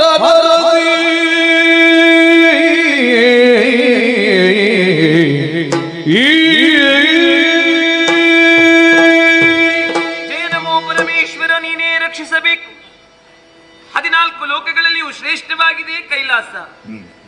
ಪ್ರಮಥಾದಿ ಗಣಗಳೊಂದಿಗೆ ವಾಸವಾಗಿರುವವರು ಲಯಾಧಿಕಾರಿಯಾದಂತಹ ಪ್ರಭು ಪರಮೇಶ್ವರ ದೇವರು. ಇವರ ಕರಗ್ರಹಣವನ್ನು ಮಾಡಿದಂತಹ ನಾನೇ ಧನ್ಯಳು. ಲೋಕ ನನ್ನನ್ನು ಗೌರೀದೇವಿ ಎಂದು, ಸತೀದೇವಿ ಎಂದು ಹೀಗೆ ಕೊಂಡಾಡುತ್ತದೆ. ದಕ್ಷನ ಮಗಳಾದುದರಿಂದ ನನ್ನನ್ನು ದಾಕ್ಷಾಯಿಣಿ ಎನ್ನುವ ಹಾಗೆ ಕರೆಯುತ್ತಾರೆ. ನೋಡಿದಿರಾ, ಎತ್ತ ನೋಡಿದರೂ ಕೂಡ ಶ್ವೇತವರ್ಣ ಕಂಗೊಳಿಸುತ್ತಾ ಇದೆ. ಶ್ವೇತವರ್ಣ ಎನ್ನುವುದು ಶಾಂತಿಯ ಸಂಕೇತ. ಎಲ್ಲಿ ಶಾಂತಿ ಇದೆಯೋ ಅಲ್ಲಿ ಪರಮಾತ್ಮನ ಸಾನ್ನಿಧ್ಯ ಇದೆ ಎನ್ನುವುದು ಅರ್ಥ. ಪತಿ ದೇವರನ್ನು ಕೈ ಹಿಡಿದ ನಂತರ ನನ್ನ ಜೀವನವೂ ಪಾವನವಾಗಿದೆ. ಆದರೆ ಯಾಕೋ ಏನು ಕೆಲವು ದಿವಸಗಳಿಂದ ಮನಸ್ಸಿಗೆ ಏನೋ ಔದಾಸೀನ್ಯತೆ. ಈ ಔದಾಸೀನ್ಯತೆಯನ್ನು ಕಳೆಯಬೇಕೆನ್ನುವಂತಹ ಉದ್ದೇಶದಿಂದ ಕೈಲಾಸದ ತಪ್ಪಲ ಭಾಗವನ್ನು ಬಂದು ಸೇರಿಕೊಂಡೆ. ಇಲ್ಲೇ ಕುಳಿತಿರುವಂತಹ ಸಂದರ್ಭದಲ್ಲಿ ಏನದು ಏನು ಕಾಡುತ್ತಾ ಇದೆ? ಒಬ್ಬರಲ್ಲ ಇಬ್ಬರಲ್ಲ, ಲಕ್ಷ ಲಕ್ಷ ಸಂಖ್ಯೆಯಲ್ಲಿ ಬ್ರಾಹ್ಮಣರು ಒಂದೇ ದಾರಿಯನ್ನು ಹಿಡಿದುಕೊಂಡು ಮುಂದೆ ಮುಂದೆ ಸಾಗುತ್ತಾ ಇದ್ದಾರೆ. ಇವರೆಲ್ಲ ಎಲ್ಲಿಗೆ ಹೋಗುತ್ತಿರಬಹುದು?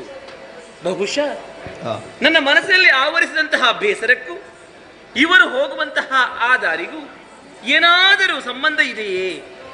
ಏನೇ ಇರಲಿ, ಕೌತುಕ ಅಧಿಕವಾಗಿದೆ. ನನ್ನಲ್ಲಿಯೇ ನಾನು ಮಾತಾಡಿಕೊಳ್ಳುವುದಲ್ಲ, ಆ ಬ್ರಾಹ್ಮಣರನ್ನು ನಿಲ್ಲಿಸಿ ಒಂದೆರಡು ಮಾತನ್ನಾಡಬೇಕಾಗಿದೆ. ಹೊರಡುತ್ತೇನಂತೆ ಅತ್ರಿ.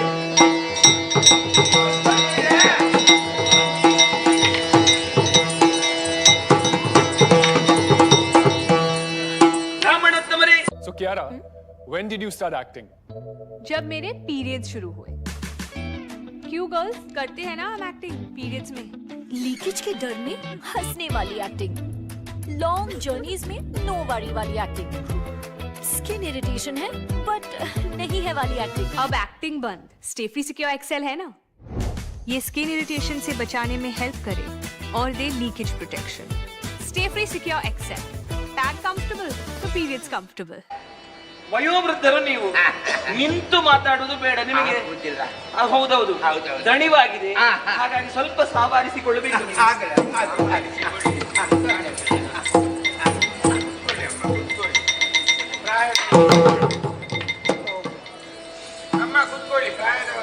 ತೊಂದರೆ ಇಲ್ಲಪ್ಪ, ನೀನು ಅಲ್ಲಿದೆ ಮಾತಾಡಬಹುದಲ್ವೇ? ಆವಲಿಂದ ಬಂದಿರೇನಿಯ ಭೂಮಿ ದೇವ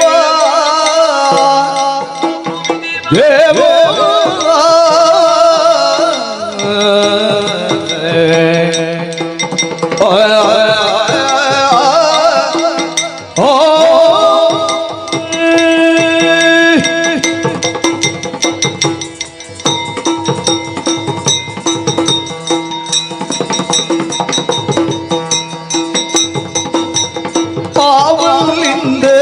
ಬಂದಿರೇಯ ಭೂಮಿ ದೇವ ಶತಸಾವಿರವು ಪೋಪುದಲ್ಲಿ ಭೂಮಿ ದೇವ ಶತಸಾವಿರವು ಪೋಪುದಲ್ಲಿ ಭೂಮಿ ದೇವ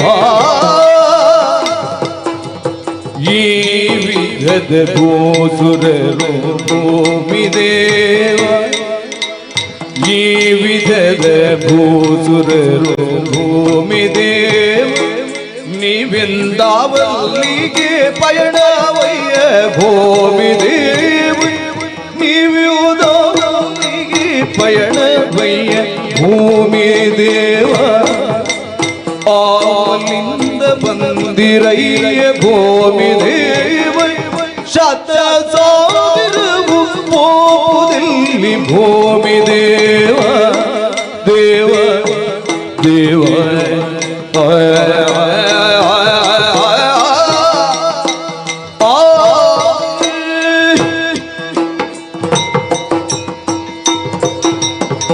ಬ್ರಾಹ್ಮಣೋತ್ತಮರೇ, ಮತ್ತೊಮ್ಮೆ ನಿಮ್ಮ ಪದದ್ವಯಗಳಿಗೆ ಬಂಧಿಸಿಕೊಳ್ಳುತ್ತಾ ಇದ್ದೇನೆ. ಬಾಬಾ ಆಗಲಿ ಮಗ ಎಷ್ಟು ಸಲ ಅಡ್ಡ ಬೀಳುವುದು. ನಿಮ್ಮಂತಹ ಹಿರಿಯರ, ವಯೋವೃದ್ಧರ, ಬ್ರಾಹ್ಮಣರ ಆಶೀರ್ವಾದವನ್ನು ನಾವು ಸದಾ ಪಡೆಯಬೇಕೆನ್ನುವಾಗಿ ಹಂಬಲಿಸುವವರು. ಒಳ್ಳೆದು, ಹೌದಲ್ವೇ?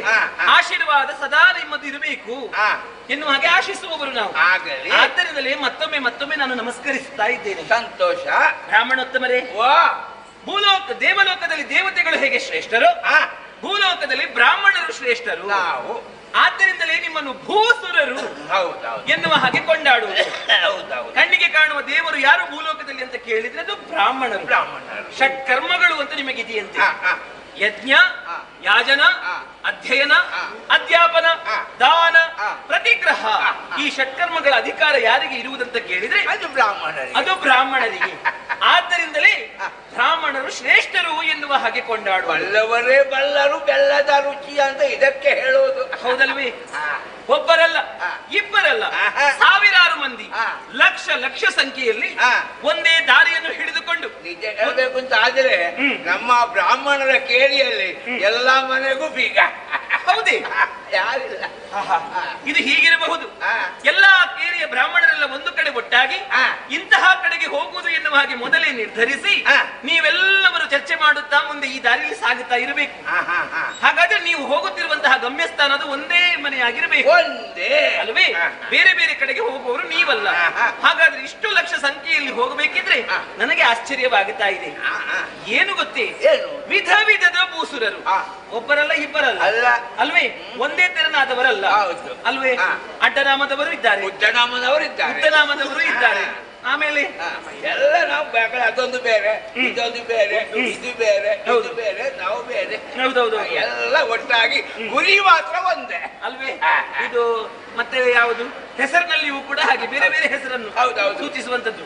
ಯಾರು ನಾವುಡರು ಇದ್ದಾರೆ, ಆಮೇಲೆ ಅಮ್ಮಣ್ಣಾರಿದ್ದಾರೆ, ಅಡ್ಕರ್ತಾರಿದ್ದಾರೆ, ಹೌದು, ವೆಂಕಟತಾರಿದ್ದಾರೆ, ಇದ್ದಾರೆ, ಯಾರಿದ್ದಾರೆ, ಹೌದು, ಎಲ್ಲ ನಗರಿತಾಯರು ಇದ್ದಾರೆ, ಹೌದು, ಹೊಳ್ಳರು ಇದ್ದಾರೆ, ಹೌದು. ವಿಧ ವಿಧದ ಭೂಸುರರು ಇದ್ದೀರಿ ನೀವು. ಆದ್ದರಿಂದಲೇ ಕೇಳುದು, ಅವಲ್ಲಿಂದ ಬಂದಿರಯ್ಯ ಭೂಮಿ ದೇವ. ಸಾವಿರಾರು ಮಂದಿ ಸಂಖ್ಯೆಯಲ್ಲಿ ಬ್ರಾಹ್ಮಣರು ಮಾತ್ರ ಇರುವುದಲ್ಲ, ಓ ಬ್ರಾಹ್ಮಣತಿಯರಿದ್ದಾರೆ. ಹೆಂಡಿರು ಮಕ್ಕಳುದಗ ಭೂಮಿ ದೇವ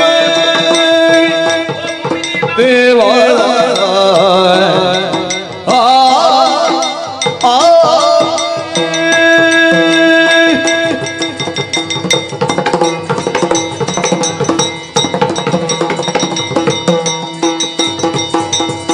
ಹೆಂಡಿರು ಮಕ್ಕಳು ಸಗ ಭೂಮಿ ದೇವ ಕೂಟಿಕೊಂಡು ಪಾಪ ಕಾರ್ಯವೇನು ಭೂಮಿ ದೇವ ಕೂಟಿಕೊಂಡು ಪಾಪ ಕಾರ್ಯವೇನು ಭೂಮಿ ದೇವ ಕಂಡರಿಗೋ ತುಕವಿಂದು ಭೂಮಿ ದೇವ ಬೆಸಗೊಂಡರಿ ಪೀಡಿತರನ್ನು ಭೂಮಿ ದೇವ ಅವಲಿಂದ ಬಂದಿರಯ್ಯ ಭೂಮಿ ದೇವ ಶತಸಾವಿರವು ಪೋದಲ್ಲಿ ಭೂಮಿ ದೇವ ದೇವ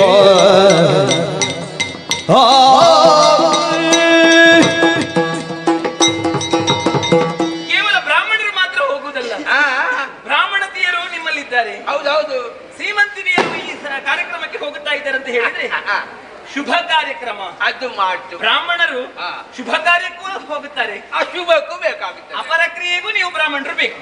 ಆದರೆ ಸೀಮಂತಿನಿಯರು ಹೊರಟಿದ್ದಾರೆ ಅಂದ್ರೆ ಅದರ ಅರ್ಥ ಏನು? ಅದು ಮಂಗಲ ಕಾರ್ಯ, ಮಂಗಲ ಕಾರ್ಯಕ್ಕೆ ಹೊರಟಿದ್ದಾರೆ ಎನ್ನುವುದು ಅರ್ಥ. ಇದು ನಿಮ್ಮ ಮೊಮ್ಮಗಳು, ಮೊಮ್ಮಗಳಲ್ವಾ? ನಾವು ಭಾವಿಸಿದಾಗೆ ಹೆಂಡತಿ. ಓ ದೇವ್ರಿ, ನಿಮ್ಮ ಹೆಂಡತಿಯ? ಮೊದಲ ಹೆಂಡತಿಯ ಅಲ್ಲ, ಮತ್ತೆ ತೃತೀಯ, ಮೂರನೇ ಹೆಂಡತಿಯ?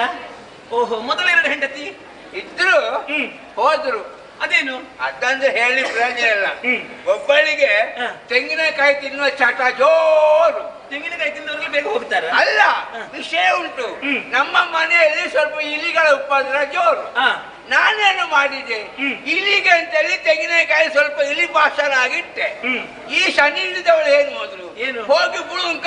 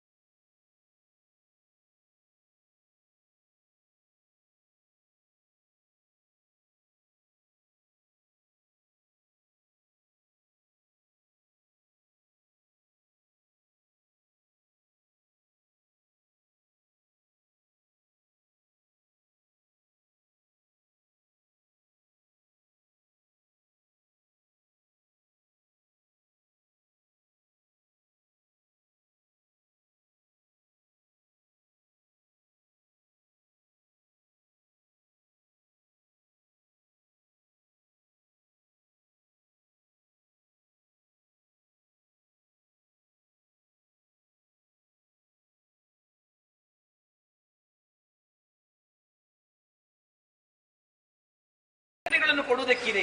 ಇಷ್ಟು ದಾನ ದಕ್ಷಿಣೆಯನ್ನು ಕೊಡಬೇಕಾದ್ರೆ ಇಷ್ಟು ದೊಡ್ಡ ಕಾರ್ಯಕ್ರಮ ಆಗಬೇಕಿದ್ರೆ ನೀವು ಹೋಗುವಂತಹ ಸ್ಥಳ ಯಾವುದು, ಮಾಡುವಂತಹ ವ್ಯಕ್ತಿ ಯಾರು, ಇದೆಲ್ಲ ನನಗೆ ಕುತೂಹಲ ಹುಟ್ಟಿದೆ. ಕೇಳಬೇಕು ಎನ್ನುವ ಹಾಗೆ ನನ್ನ ಪ್ರಶ್ನೆಗೆ ಉತ್ತರಿಸಬಹುದಲ್ವೇ? ಕೊಡ್ಬಹುದು, ಆದ್ರೆ ಸಂಕ್ಷಿಪ್ತವಾಗಿ ಹೇಳುತ್ತೇನೆ ಆಯ್ತಾ?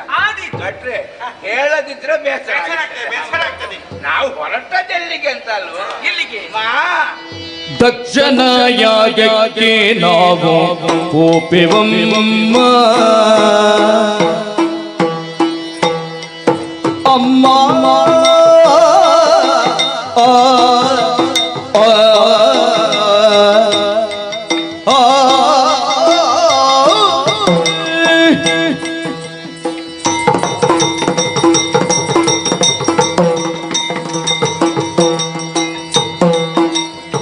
ದಕ್ಷನ ಯಾಗಕ್ಕೆ ನಾವು ಹೋಪೆವಮ್ಮ ಬಹು ದಕ್ಷಿಣೆಗಳ ನೀವರಂತೆ ಕೇಳಿರಮಿರಮ್ಮ ಬಹು ದಕ್ಷಿಣೆಗಳ ನೀವರಂತೆ ಕೇಳಿರಮಿರಮ್ಮ ನಾವು ಹೋಪೆವಮ್ಮ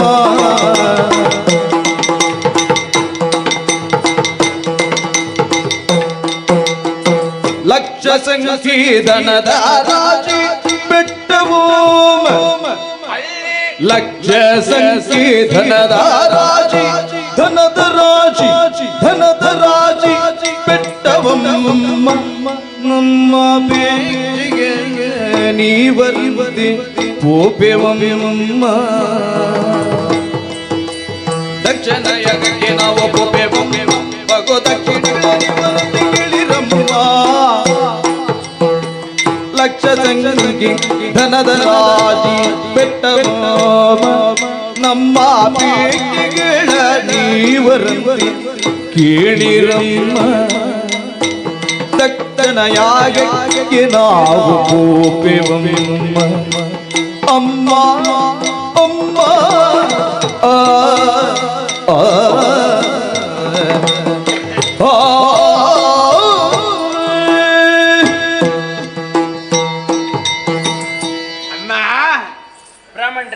ಹಣೆಯಲ್ಲಿ ಬೊಟ್ಟು, ತಲೆಯಲ್ಲಿ ಜುಟ್ಟು, ಕಂಕುಳಲ್ಲಿ ದರ್ಬೆಯ ಕಟ್ಟು, ಇದು ಬ್ರಾಹ್ಮಣರ ಗುಟ್ಟು.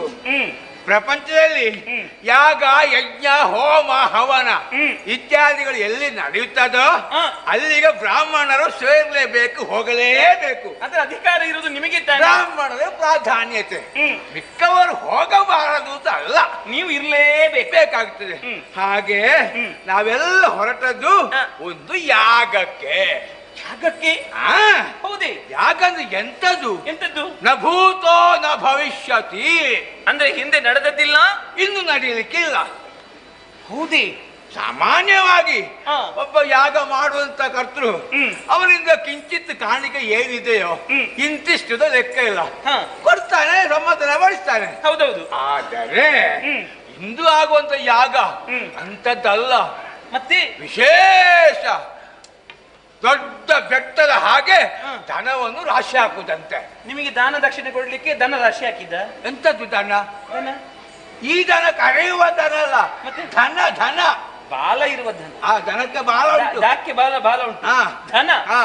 ಗೋದಾನ, ಭೂದಾನ, ಕನಕದಾನ, ಅನ್ನದಾನ, ವಸ್ತ್ರದಾನ, ರಜತ ಬೇರೆ ಉಂಟಂತೆ.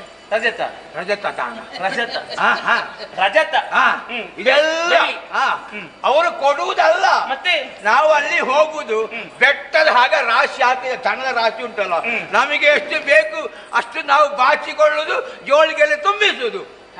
ತುಂಬಿಸುವ ಸಂದರ್ಭದಲ್ಲಿ ಭಟ್ರೆ ಇನ್ನು ಜನ ಬರ್ಲಿಕ್ಕಿದ್ದಾರೆ, ಒಬ್ಬರೇ ಕೊಂಡೋಗಬೇಡಿ ಅಂತ ಹೇಳುವ ಪ್ರಶ್ನೆ ಇಲ್ಲ. ಮತ್ತೆ ನಾವು ತಕೊಂಡ ಮೇಲೆ ನಿಮಗೆ ಸಾಕ ಬೇಕಾ? ಸಾಕ ಭಟ್ರೆ? ಇನ್ನು ಬೇಕು ಭಟ್ರೆ, ಬೇಕು ಅಲ್ಲ ಬೇಕೋ ಭಟ್ರೆ? ಬೇಕೋ ಭಟ್ರೆ. ಯಾಕೆ ಅಷ್ಟು ಪಡ್ಕೊಂಡು ಯಾಕೆ ತೆಕ್ಕೊಂಡು ಕೇಳುವ ಪ್ರಶ್ನೆ ಇಲ್ಲ. ಹೌದೌದು, ಹಿಡ್ಕೊಂಡು ಹೋಗುದಿ. ಹೌದು, ನಮಗೆ ಸಮಾಧಾನ ಆಗುವಷ್ಟು ಅಲ್ಲಿ ಕೊಡ್ತಾರೆ.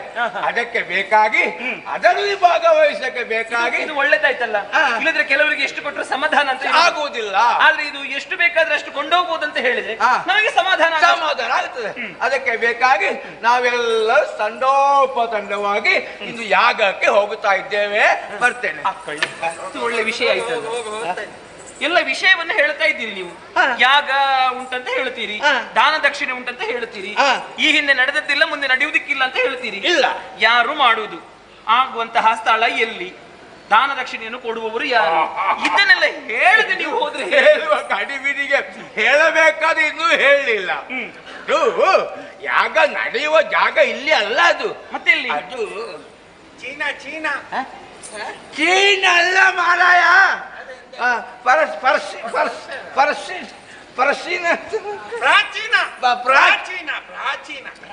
ಪ್ರಾಚೀನ ಬರಿಹಿ ಅಂತ ಅಲ್ಲಿಗೆ ಹೆಸರು. ಪ್ರಾಚೀನ ಬರಹಿಯಲ್ಲಿ ಇಷ್ಟು ದೊಡ್ಡ ಯಾಗ ಮಾಡುವಂತಹ ವ್ಯಕ್ತಿ ಯಾರು ಭಟ್ರೆ? ಅದು ವಿವೇಕ.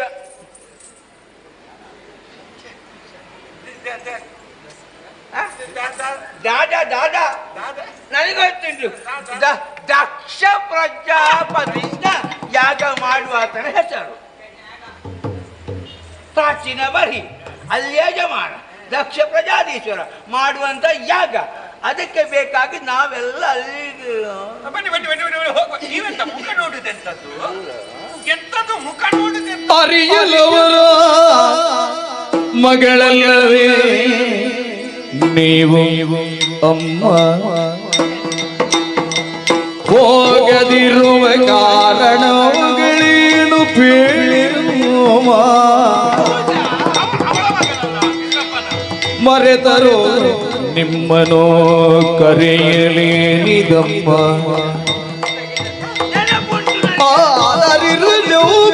ಸಂಗಡ ಬನ್ನಿ ಎಮ್ಮ, ಸಂಗಡ ಬನ್ನಿ ಹೋಗುವಮ್ಮ. ಅರಿ ಅವರ ಮಗಳಲ್ಲವೇ ನೀವು ಅಮ್ಮ ಅಮ್ಮ.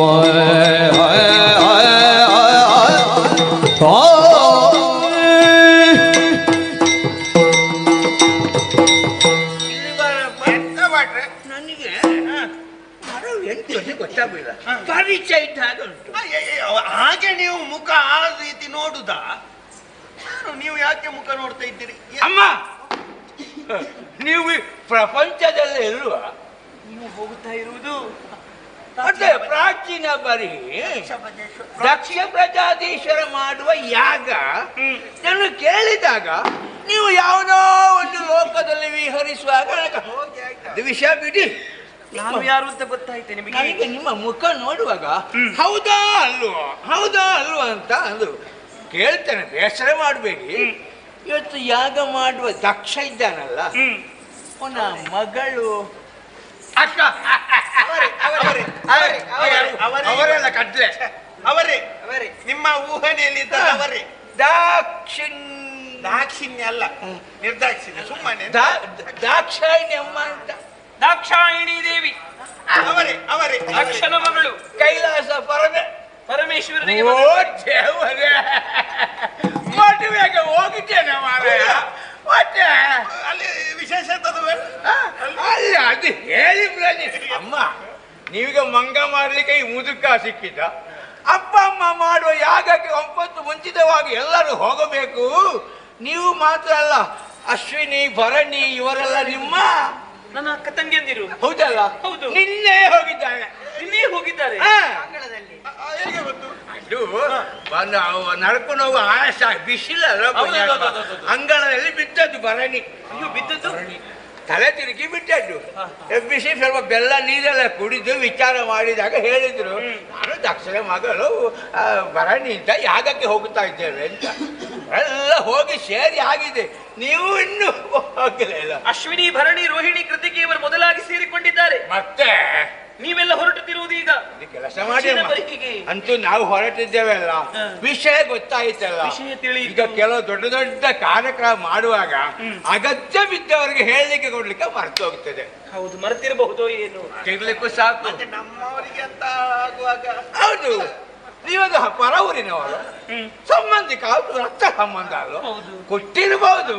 ಅಪ್ಪ ಮರ್ತಪ್ಪ ಆದ್ರೆ ಮರ್ತಪ್ಪ ಅಲ್ಲ, ದಕ್ಷ ಅಲ್ಲ, ಮರೆತು ಬಿಟ್ರೆ ಕೆಲಸ ಮಾಡುವ ಅಂತೂ ವಿಚಾರ ತಿಳಿಯುತ್ತಲ್ಲ. ಅಪ್ಪನ ಮನೆಯಲ್ಲಿ ನಡೆಯುವಂತಹ ಯಾಗ ನಾವು ಅಲ್ಲಿ ಮಗಳಾದಂತಹ ದಾಕ್ಷಾಯಣಿಗೆ ತಿಳಿದಿಲ್ಲ, ಈಗ ತಿಳಿಯುತ್ತಲ್ಲ. ಅದು ಮುಖ್ಯವಾಗಿ ನಾನು ತಿಳಿದಿದ್ದೇನೆ. ನಾವು ಅಲ್ಲಿಗೆ ಹೊರಟದ್ದಮ್ಮ, ಒಟ್ಟಿಗೆ ಹೋಗುವ. ಹಾಗಾಗುದಿಲ್ಲವಲ್ಲ. ನೀವು ಹೇಳಬಹುದು, ದಾಕ್ಷಾಯಿಣಿ ನೀನು ಬಾ ಎನ್ನುವ ಹಾಗೆ. ಹೌದು, ನಾನು ಹಾಗೆ ಬರ್ಲಿಕ್ಕಾಗುತ್ತದೆ. ಸತಿಪತಿಯರು ಒಂದಾಗಿ ಅಲ್ಲಿಗೆ ಬಂದ್ರೆ ಚಂದ ತಾನೆ. ನೀವು ಪ್ರಪಂಚಕ್ಕೆ ಆದರ್ಶ ದಂಪತಿಗಳು. ಹೌದು, ಪತಿ ಇಲ್ಲದ್ರೆ ದಮ್ಮಿಲ್ಲ, ದಮ್ಮಿಲ್ಲದ್ರೆ ಪತಿ ಇಲ್ಲ, ದಂಪತಿಗಳು. ಹಾಗಾಗಿ ನಾವು ಒಂದು ವೇಳೆ ನಾನೀಗ ಬಂದ್ರೆ ನಿಮ್ಮೊಂದಿಗೆ ಮೊದಲಾಗಿ ಕೇಳುತ್ತಾರೆ, ದಾಕ್ಷಾಯಿಣಿ ಬಂದೆಯ, ಎಲ್ಲಿ ನಿನ್ನ ಗಂಡ ಎನ್ನುವ ಹಾಗೆ. ಉತ್ತರ ಇಲ್ಲ. ಇಲ್ಲ.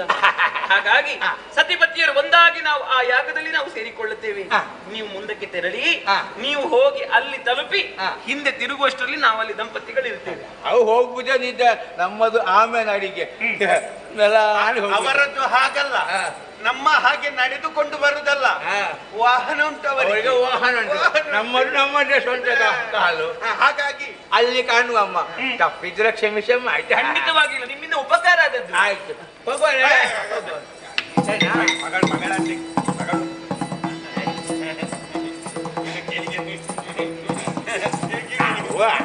ಏನು ಹೋಗ್ಲಿಕ್ಕೆ ದಾರಿ ಗೊತ್ತಿಲ್ಲ. ದಾರಿ ಗೊತ್ತುಂಟು, ಮತ್ತೆ ದಾಕ್ಷಿಣ್ಯದ ಮನುಷ್ಯ ಅವ. ಹೌದಾ? ಅವನಿಗೆ ಹಣ ಕೇಳಲಿಕ್ಕೆ ಉಂಟಂತ. ಎಂತದ ಸೀರೆ ನನಗೆ ಯಾಕೆ ಸೀರೆ? ದಕ್ಷಿಣೆ ದಕ್ಷಿಣೆ ದಕ್ಷಿಣೆ. ನಿಮ್ಮ ಲೆಕ್ಕದಲ್ಲಿ, ನನ್ನ ಲೆಕ್ಕದಲ್ಲಿ ದಕ್ಷಿಣೆ ಅಲ್ಲಿ ಕೊಡ್ತಾರೆ, ನಿಮ್ಮ ಲೆಕ್ಕದಲ್ಲಿ ಬೇರೆ ಬೇರೆ ಅಂತ ಆದೀತು. ಬೇಕಾದಷ್ಟು ಕೊಡ್ತೇನೆ. ಕೊಡ್ತಾರಪ್ಪ. ಅಲ್ಲಿಲ್ವಾ? ಅಲ್ಲಿಲ್ವಾ? ನಿನ್ನದಂತದ ಬೇಡುವೆ. ನನಗೆ ಸೀರೆ. ಯಾವ ಸೀರೆ? ಪಟ್ಟೆ ಸೀರೆ. ಪಟ್ಟೆ ಸೀರೆಯನ್ನೇ ಒದಗಿಸಿ ಕೊಡುತ್ತೇನೆ. ಇಷ್ಟು ಒಳ್ಳೆ ಉಪಕಾರ ಮಾಡಿದವರಿಗೆ ಮನೆಯಲ್ಲಿ ಇಲ್ಲ ಅಂತ ಅಲ್ಲ, ಕೇಳುವಾಗ ಇಲ್ಲ ಅಂತ ಹೇಳಿಕ್ಕಾಗುತ್ತೆ. ನಿಮ್ಮಲ್ಲಿ ಉಂಟಲ್ಲ ಹಾಗೆ ಕೇಳುವುದು. ಹಾಗೆ ನಿಮಗೇನು ಬೇಡ ಭಟ್ರೆ? ನನಗೊಂದು ಬಿಳಿ ಬಟ್ಟೆ ಇನ್ನು ಕೊನೆಗೆ. ಎಂತದಕ್ಕೆ? ನನಗೆಲ್ಲ ಯಾಕೆ ಇನ್ನು? ನಿಮಗೊಂದು ಬಟ್ಟೆ ಬೇಡವಾ? ಬಟ್ಟೆ ಅಲ್ಲ, ಕೊಡುವಾಗ ಬೇಡ ಅಂತ ಹೇಳಿ. ಆಯ್ತು, ಹಾಗಾದ್ರೆ ಅಲ್ಲಿ ಕಾಣುವ. ಆಯ್ತು. ಯೋದು ಭೂಸುರನು ತಾಂ ತೆರಳಲಿದ್ದ ಗುಣವತಿ ಪಾರ್ವತಿ ಮನದಿ ಚಿಂತಿಸುತ್ತಲಂದು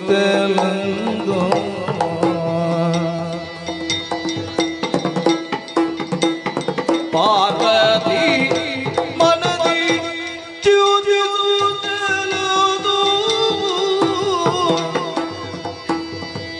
ಮರೆತರೋ ಮನು ಪೇಳಲಿರಲಾರದೆ,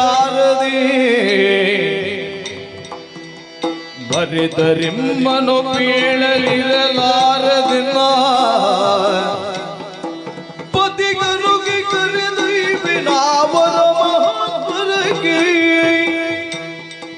ಪತಿಗರುಗಿ ಕರೆದೊಯ್ವಿನಾವರ ಮಹಾತ್ವರಗೆ ತೆರಳರು ಗೌರಿ.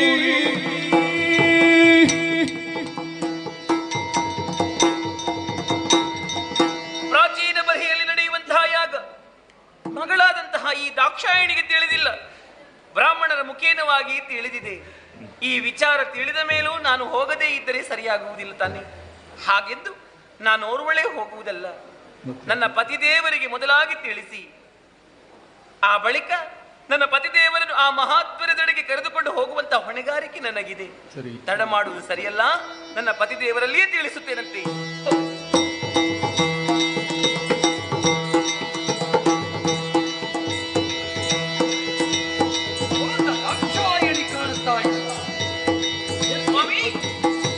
ಅವರೊಡನೆ ಮಾತಾಡಲು ಅವಕಾಶವಿದೇನೊತ ಶಿವಗೆರಗಿ ಮನದಿ ಪಿತವನೊರೆದಳಾಗ. ಸ್ವಾಮಿ ನಮಸ್ಕಾರ. ಎದ್ದೇಳು ಸ್ವಾಮಿ, ಮತ್ತೊಮ್ಮೆ ನಮಸ್ಕಾರ. ಎದ್ದೇಳು ಸ್ವಾಮಿ, ಮತ್ತೊಮ್ಮೆ ನಮಸ್ಕಾರ. ಈ ಹಲವು ಬಾರಿ ನಮಸ್ಕಾರ ಮಾಡ್ತಾರೆ ಅಂತ ಆದ್ರೆ ಏನಾದ್ರೂ ಚಮತ್ಕಾರ ಉಂಟು ಅಂತಲೇ ಅರ್ಥ. ಅದು ಹೌದು. ಆದರೆ ಈ ದಾಕ್ಷಾಯಿಣಿಯ ಅದರಲ್ಲಿಯೂ ಹೆಂಡತಿ ಹಲವು ಬಾರಿ ನಮಸ್ಕಾರ ಮಾಡಿದ್ರೆ ಗಂಡನಿಗೆ ಏನಾದ್ರೂ ಉಂಟು ಅಂತಲೇ ಅರ್ಥ.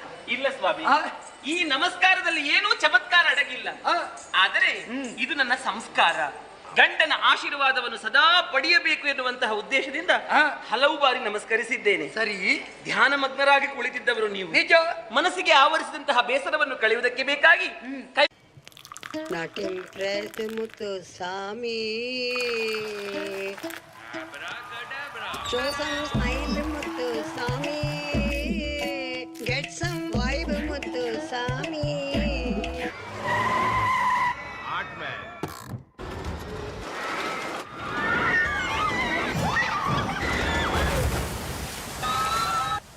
Mind is blowing muttu Swami. 20% off. Book now at mandala.com. ನೋಡಿರಿ ದ್ವಿಜರುಪುದೇನೋ ನೋಡಿ ಸ್ವಾಮಿ, ದ್ವಿಜರು ಪೋಪುದೇನೋ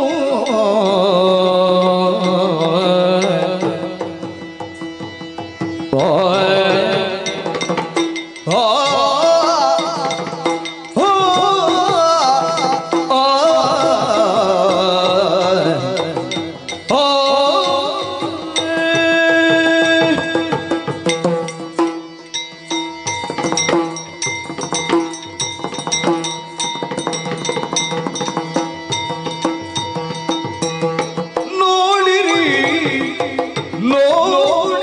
ದ್ವಿಜರು ಪೋಪುದನು ನಿಮ್ಮಯ ಮಾವ ಮಾಡುವ ಯಜ್ಞವಂತಿ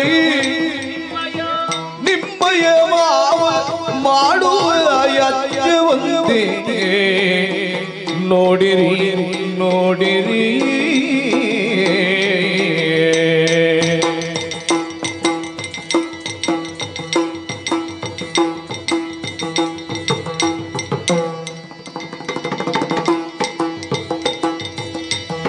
ಆಡಲೇನಧಿಕ ಸಂಭ್ರಮವೂದಿ ಆಡಲೇನಧಿಕ ಸಂಭ್ರಮವಂತಿ ಬಂಧುಗಳು ಕೂಡಿ ರಂಗಿಸುವರಂತೆ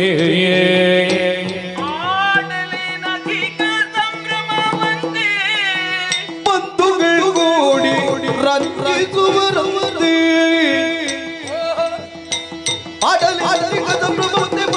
ಕೂಡಿ ರಂಗಿಸುವರಂತೆ ಬಂಧುಗಳು ಕೂಡಿ ರಂಗಿದು ಬರಂತೆ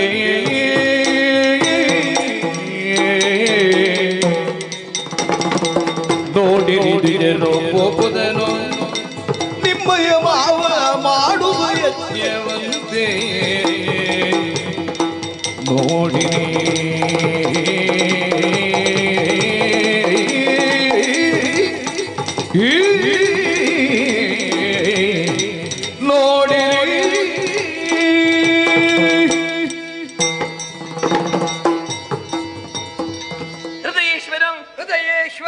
ವಿಶೇಷವಾದಂತಹ ದೃಶ್ಯವನ್ನು ನಾನು ಕಂಡೆ. ಆ ದೃಶ್ಯವನ್ನು ನಾನು ಕಂಡ ಮೇಲೆ ನಿಮಗೂ ತೋರಿಸಬೇಕಾದುದು ನನ್ನ ಕರ್ತವ್ಯ ತಾನೆ. ಸತ್ಯ. ಹೀಗೆ ಬನ್ನಿ, ಹೀಗೆ ಬನ್ನಿ.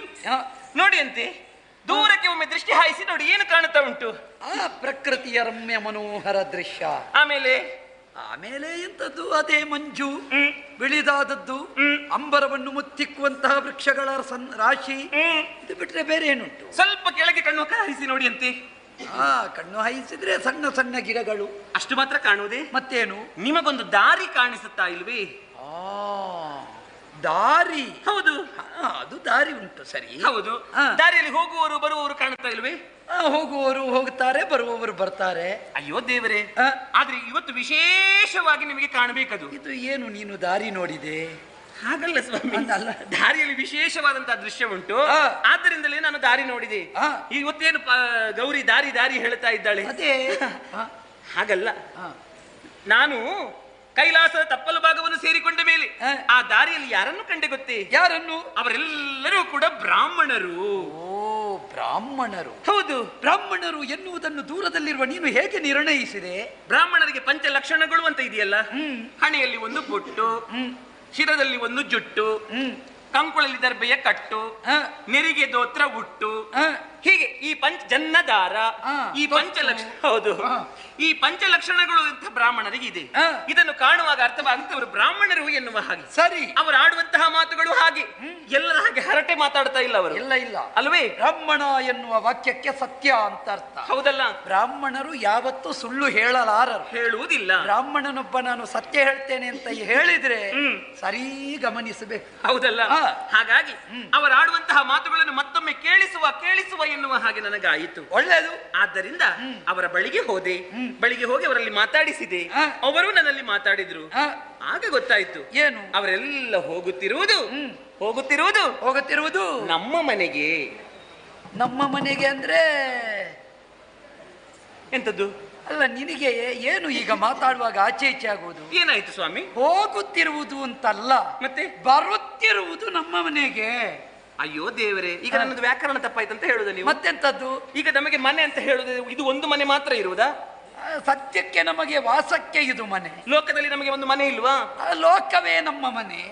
ಭಕ್ತರ ದೃಷ್ಟಿಯಿಂದ ಲೋಕವೇ ನಮ್ಮ ಮನೆ. ಸರಿ. ಸಾಂಸಾರಿಕವಾದಂತಹ ದೃಷ್ಟಿಯಿಂದ ಭೂಲೋಕದಲ್ಲಿ ನಮಗೆ ಒಂದು ಮನೆ ಇಲ್ವೇ? ಯಾವುದು?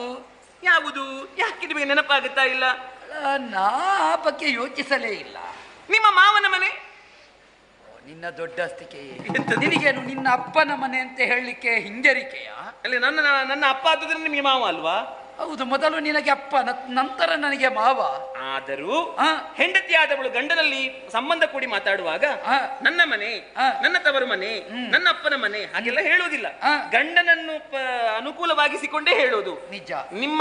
ನಿಮ್ಮ ಮಾವನ ಮನೆ ಹೀಗೆ ಹೇಳಬೇಕಾದದ್ದು ಅವಳ ಧರ್ಮ. ಸತ್ಯ. ಹೆಣ್ಣು ಕೊಟ್ಟ ಮಾವ, ಕಣ್ಣು ಕೊಟ್ಟ ದೇವರು ಅಲ್ವಾ? ನಿಜ. ಅದು ಹಾಗೆ ಹೆಂಡತಿ ಕೆಲಸ ಆಗಬೇಕಿದ್ರೆ ನಿಮ್ಮದ್ದು ನಿಮ್ಮದ್ದು ನಿಮ್ಮದ್ದು ಅಂತ ಹೇಳಿಯೇ ಹಿಂಡುವುದು. ಕೆಲಸ ಆಗಬೇಕೆನ್ನುವಂತ ದೃಷ್ಟಿ ಇದಲ್ಲ ಸ್ವಾಮಿ. ಸತ್ಯ. ಮಾತನಾಡುವಂತಹ ಕ್ರಮ ಹಾಗೆ. ಸ್ವಾಮಿ, ಅವರೆಲ್ಲ ಹೋಗುತ್ತಿರುವುದು ಯಾಕೆ? ಕಾರಣ ಉಂಟು. ಅಲ್ಲಿ ವಿಶೇಷವಾದಂತಹ ಒಂದು ಯಾಗ ನಡೆಯುತ್ತಾ ಇದೆಯಂತೆ. ಯಾಗವೇ? ಏನು ವಿಶೇಷ? ನ ಭೂತೋ ನ ಭವಿಷ್ಯತಿ. ಹಿಂದೆ ನಡೆದಿದ್ದಿಲ್ಲ, ಮುಂದೆ ನಡೆಯುವುದಕ್ಕೂ ಸಾಧ್ಯವಿಲ್ಲ. ಆ ಯಾಗಕ್ಕೆ ಒಂದು ಹೆಸರೇ ಉಂಟಂತೆ, ದಕ್ಷಾಧ್ವರ ಎನ್ನುವ ಹಾಗೆ. ಏನು ನಿನ್ನ ಅಪ್ಪನ ತಲೆ ಹೋಗ್ಲಿಕ್ಕೆ ಉಂಟಾ?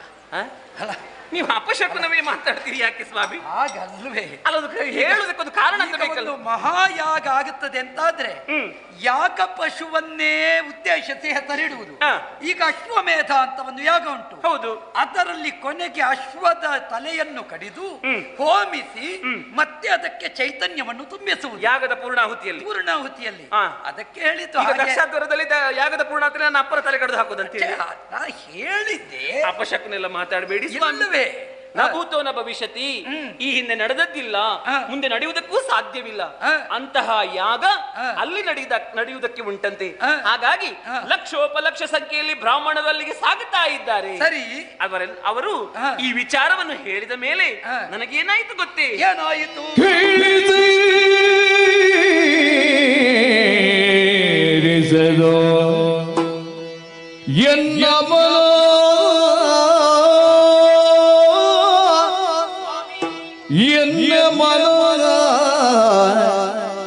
ಅಲ್ಲಿ ಹೋಗದೆ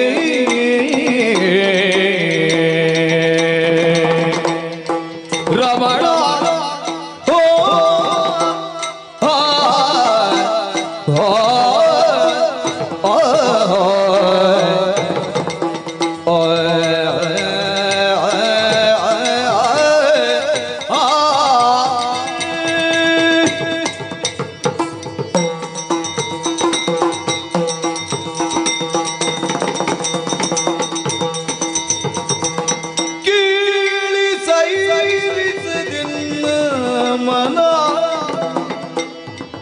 ಎನ್ನ ಮನ ಅಲ್ಲಿ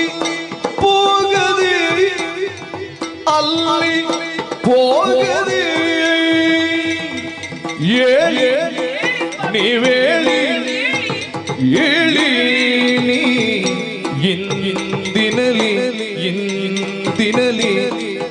ಇಂದಿನಲಿ ಕೇಳಿ ಸೈರಿಸಗೋ.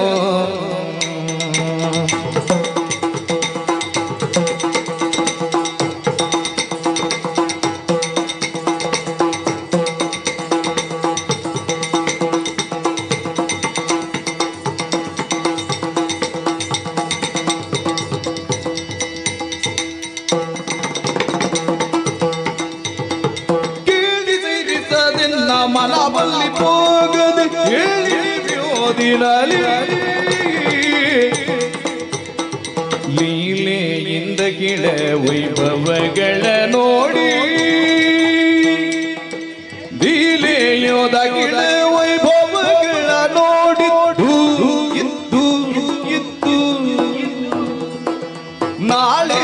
ಬರುವುದಿಲ್ಲಿಗೆ ಇದು ನಾಳೆ ಬರುವುದಿಲ್ಲಿಗೆ ನೋಡಿ ಇದು ನಾಳೆ ಬರುವುದಿಲ್ಲಿಗೆ ರಮಣ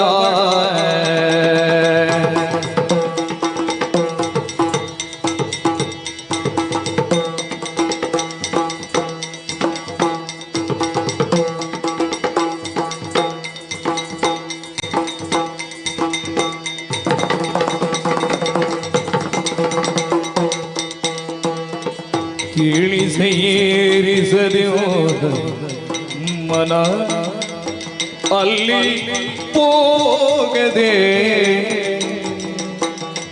ಏಳಿ ಓದಿನಲ್ಲಿ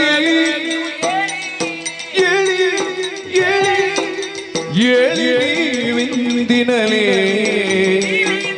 ಲೀಲೆಯಿಂದ ಗಿಳ ವೈಭವಗಳ ನೋಡಿದ್ದು ನಾಳೆ ಬರುವುದಿಲ್ಲಿಗೆ ಲೀಲೆಯಿಂದ ಗಿಳ ವೈಭವಗಳ ನೋಡಿದ್ದು ನಾಳೆ ಬರುವುದಿಲ್ಲಿಗೆ ನಾಳೆ ಬರುವುದಿಲ್ಲಿಗೆ ಏಳಿ ನೀವ್ಯೋದಿನಲಿ ರಮಣ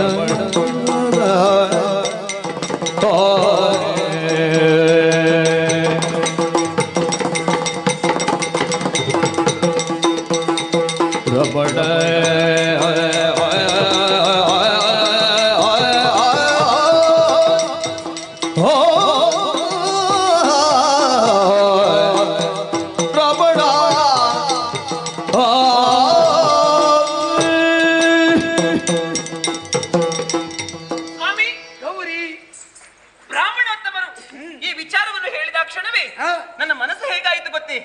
ಕ್ಷೀಣ ವಸನ ಒಂದು ಗಾಳಿಗೆ ದೂರಕ್ಕೆ ಹಾರಿ ಹಾರಿ ಹಾರಿ ಮತ್ತೆ ದೂರ ಸರಿದು ಹೋಗುತ್ತದೆ ಅಲ್ವೇ? ನಿಜ. ಹಾಗೆಯೇ ನನ್ನ ಮನಸ್ಸು ಎನ್ನುವುದು ಈಗ ಬ್ರಾಹ್ಮಣರು ಹೇಳಿದ ಕ್ಷಣವೇ ಇಲ್ಲಿಲ್ಲ ಸ್ವಾಮಿ, ಮತ್ತೆ ಕೈಲಾಸದಲ್ಲಿ ಇಲ್ಲ, ಮತ್ತೆ ಪ್ರಾಚೀನ ಬರಿಹಿಯನ್ನು ಸೇರಿಕೊಂಡಿದೆ. ದಕ್ಷಪುರಿ. ಹೌದು, ಅಲ್ಲಿಗೆ ಸೇರಿಕೊಂಡಿದೆ. ಕೇಳಿ ಸೈರಿಸದೆನ್ನ ಮನವು. ಸ್ವಾಮಿ, ಯಾಕೆ ಸ್ವಾಮಿ? ಆಗದಿಂದ ನಿಮ್ಮಲ್ಲಿ ಹೇಳುತ್ತಾ ಇದ್ದೇನೆ, ನೀವು ಮಾತ್ರ ಔದಾಸೀನ್ಯವನ್ನೇ ತಾಳುತ್ತಾ ಇದ್ದೀರಿ. ಹೋಗೋಣ ಹೋಗೋಣ ಎನ್ನುವ ಹಾಗೆ ನಾನು ಹೇಳ್ತಾ ಇದ್ದೇನೆ. ನಾನು ಎಷ್ಟು ಹೇಳಿದ್ರು ನೀವು ಕೇಳುವಂತಹ ಕುತೂಹಲದಲ್ಲಿ ಇಲ್ಲ. ಹೇಳಿ ಸ್ವಾಮಿ, ಹೇಳಿ ನೀವು ಇಂದಿನಲ್ಲಿ ಯಾಕೆ ಹೋಗಬೇಕು ನಾವು? ಆ ದಕ್ಷಾಧ್ವರವನ್ನು ಕಾಣೋದಕ್ಕೆ ಬೇಕಾಗಿ ಪ್ರಾಚೀನ ಬರಹಿಗೆ ಹೋಗೋಣ. ಅಲ್ಲಿ ಯಾಗದ ಸೊಬಗನ್ನು ಕಂಡು ಇವತ್ತು ಇದ್ದು ನಾಳೆ ಬರುವ ಇಲ್ಲಿಗೆ. ನಿರ್ಣಯ ಎಲ್ಲ ನಿನ್ನದು.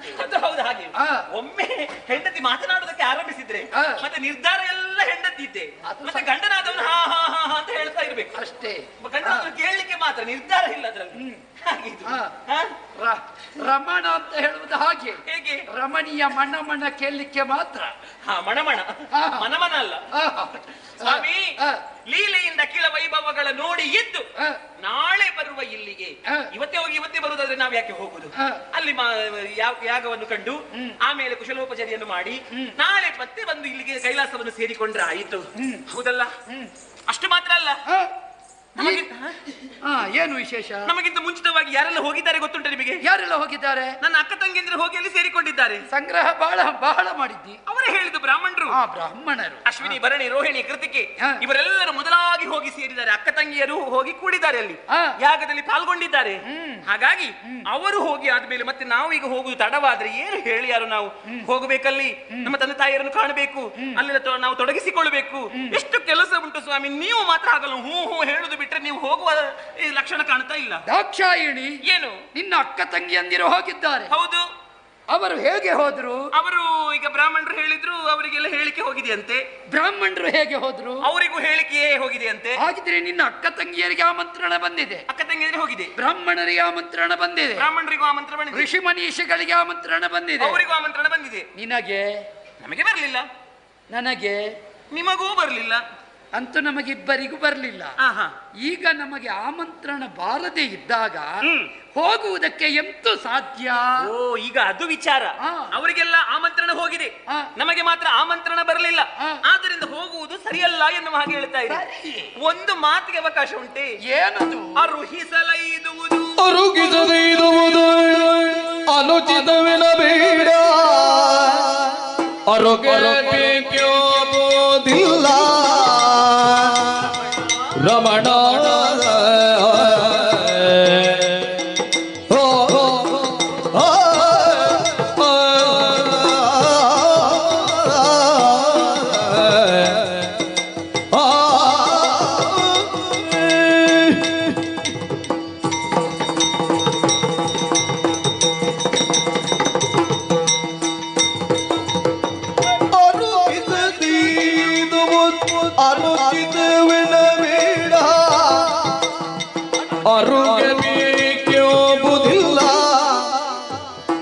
ರಮಣ ಅರಗಬಿಗೋದಿಲ್ಲ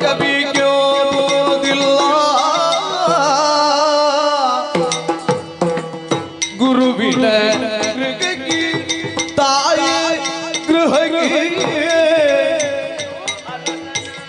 ಕಾಂತನ ಗೃಹ ಕರಸನ ಗೃಹಗಿ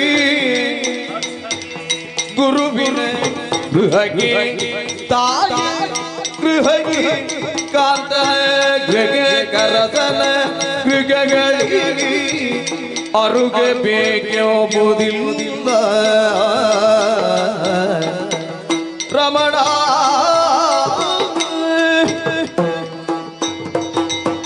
ರಮಣ ಕಾಂತೆ, ಆಮಂತ್ರಣ ಇಲ್ಲದೆ ನಾವು ಹೇಗೆ ಹೋಗುವುದು? ಸರಿಯೇ? ಸರಿಯಲ್ಲ. ನೀವು ಹೇಳಿದಂತಹ ಮಾತು ಸತ್ಯ. ನಮ್ಮ ಹತ್ತಿರದ ಮನೆಯಲ್ಲಿ ಏನೋ ಒಂದು ಶುಭ ಕಾರ್ಯಕ್ರಮ ಇದೆ, ನಾವು ಹತ್ತಿರದಲ್ಲೇ ಇದ್ದೇವೆ, ನಮಗೆ ಹೇಳಿಕೆ ಇಲ್ಲ.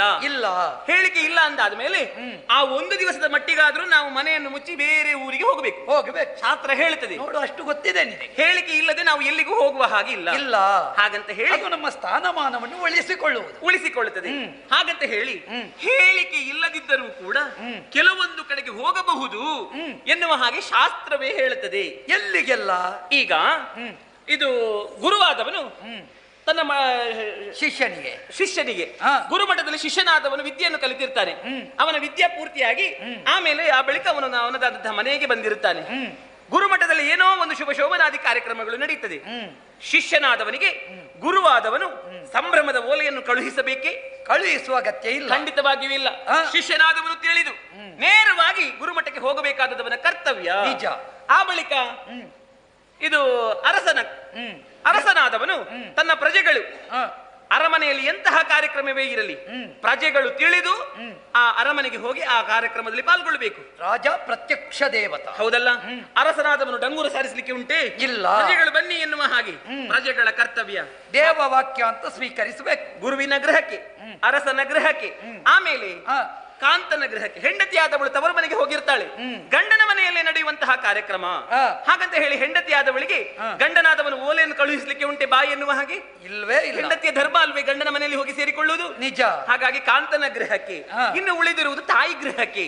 ಮಗನಾದವನು ದೂರದ ಊರಿಗೆ ಹೋಗಿರುತ್ತಾನೆ, ತನ್ನ ಮನೆಯಲ್ಲಿ ನಡೆಯುವಂತಹ ಕಾರ್ಯಕ್ರಮ, ಶುಭ ಶೋಭನಾದಿ ಕಾರ್ಯಕ್ರಮಕ್ಕೆ ತಂದೆ ತಾಯಿಗಳು ಅವನಿಗೆ ಸಂಭ್ರಮದ ಓಲೆಯನ್ನು ಕಳುಹಿಸಲಿಕ್ಕೆ ಉಂಟೆ? ಅಗತ್ಯವಿಲ್ಲ. ಮಗನಾದವನಿಗೆ ಕಳುಹಿಸಲಿಕ್ಕಿಲ್ಲ.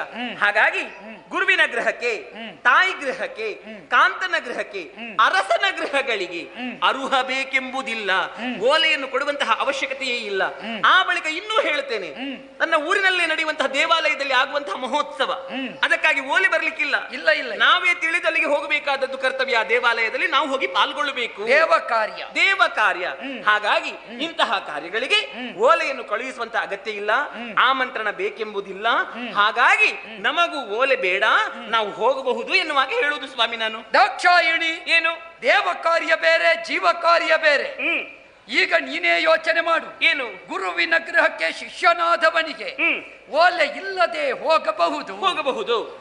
ನಾನು ಗುರು, ಅವನು ಗುರುವೂ ಅಲ್ಲ, ನಾನು ಶಿಷ್ಯನೂ ಅಲ್ಲ. ಇಲ್ಲ. ಆದ್ದರಿಂದ ಇಲ್ಲಿ ನಮಗೆ ಆ ಸಂಬಂಧ ಒಪ್ಪುವುದಿಲ್ಲ. ನೀವು ಲೋಕಕ್ಕೆ ಗುರು ಸ್ವಾಮಿ, ನಾನು ಜಗದ್ಗುರು. ಅವ ಯೋಗಿಯಾದರೆ ನಾನು ಯೋಗೀಶ್ವರ ಅಲ್ವಾ? ಹೌದು. ಆದ್ದರಿಂದ ಇಲ್ಲಿ ಸಂಬಂಧ ಒಡಂಬಡುವುದಿಲ್ಲ. ಇನ್ನು ಅರಸ, ಅವನು ಎಲ್ಲಿಗೆ ಅರಸ? ಯಾವ ದೇಶದ ದೊರೆ ಅಲ್ವಾ? ಹೌದು. ಆದ್ದರಿಂದ ಕೇವಲ ದಕ್ಷಪುರಿ ಪ್ರಾಚೀನ ಪರಿಷಿಗೆ ಧಾರ್ಮಿಕ ವ್ಯವಸ್ಥೆಗೆ ಸೀಮಿತವಾದವನ ಆಳ್ವಿಕೆ. ಆದ್ದರಿಂದ ಅವನು ಅರಸನೂ ಅಲ್ಲ, ನಾನು ಪ್ರಜೆಯೂ ಅಲ್ಲ. ನೀವು ಲೋಕಕ್ಕೆ ಅರಸ ಅಲ್ವೇ?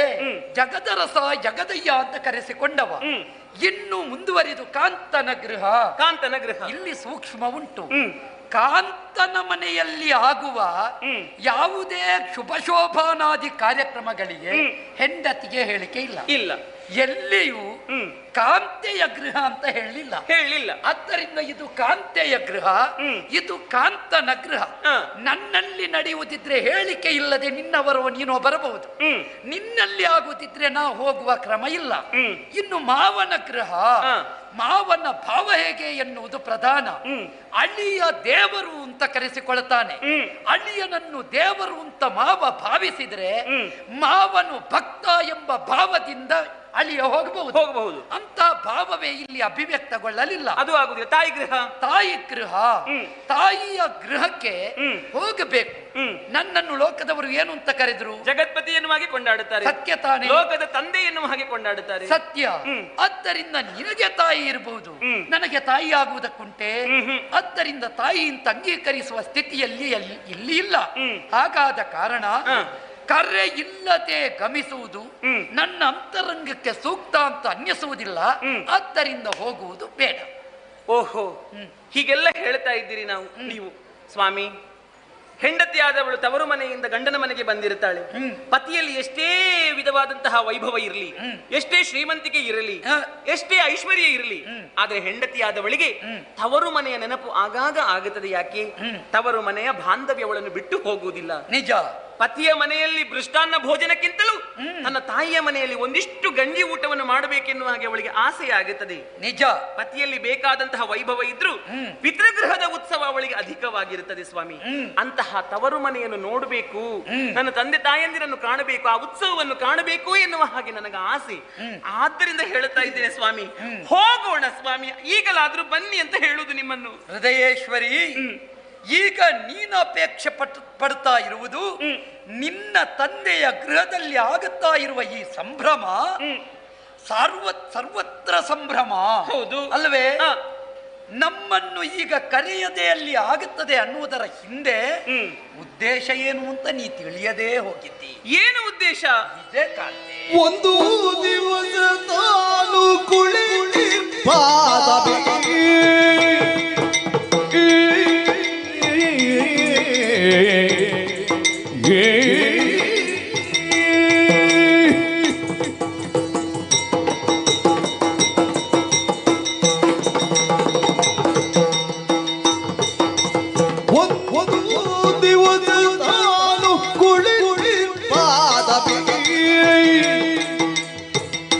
ವಂದನೋದ ಬಗೆಗೆ ನಿಂದಿಸಿದರೆ ನುಡಿ ನುಡಿ ನುಡಿಯ ಎಂದಿಗದನು ಮರೆವರೆ ಪರಿಯ ಒಂದು ದಿವಸ ಕುಳಿ ಕುಳಿ ಸಭೆಗೆ ಬಂದರು ದಕ್ಷ ನೀಳದ ಬಗೆಗೆ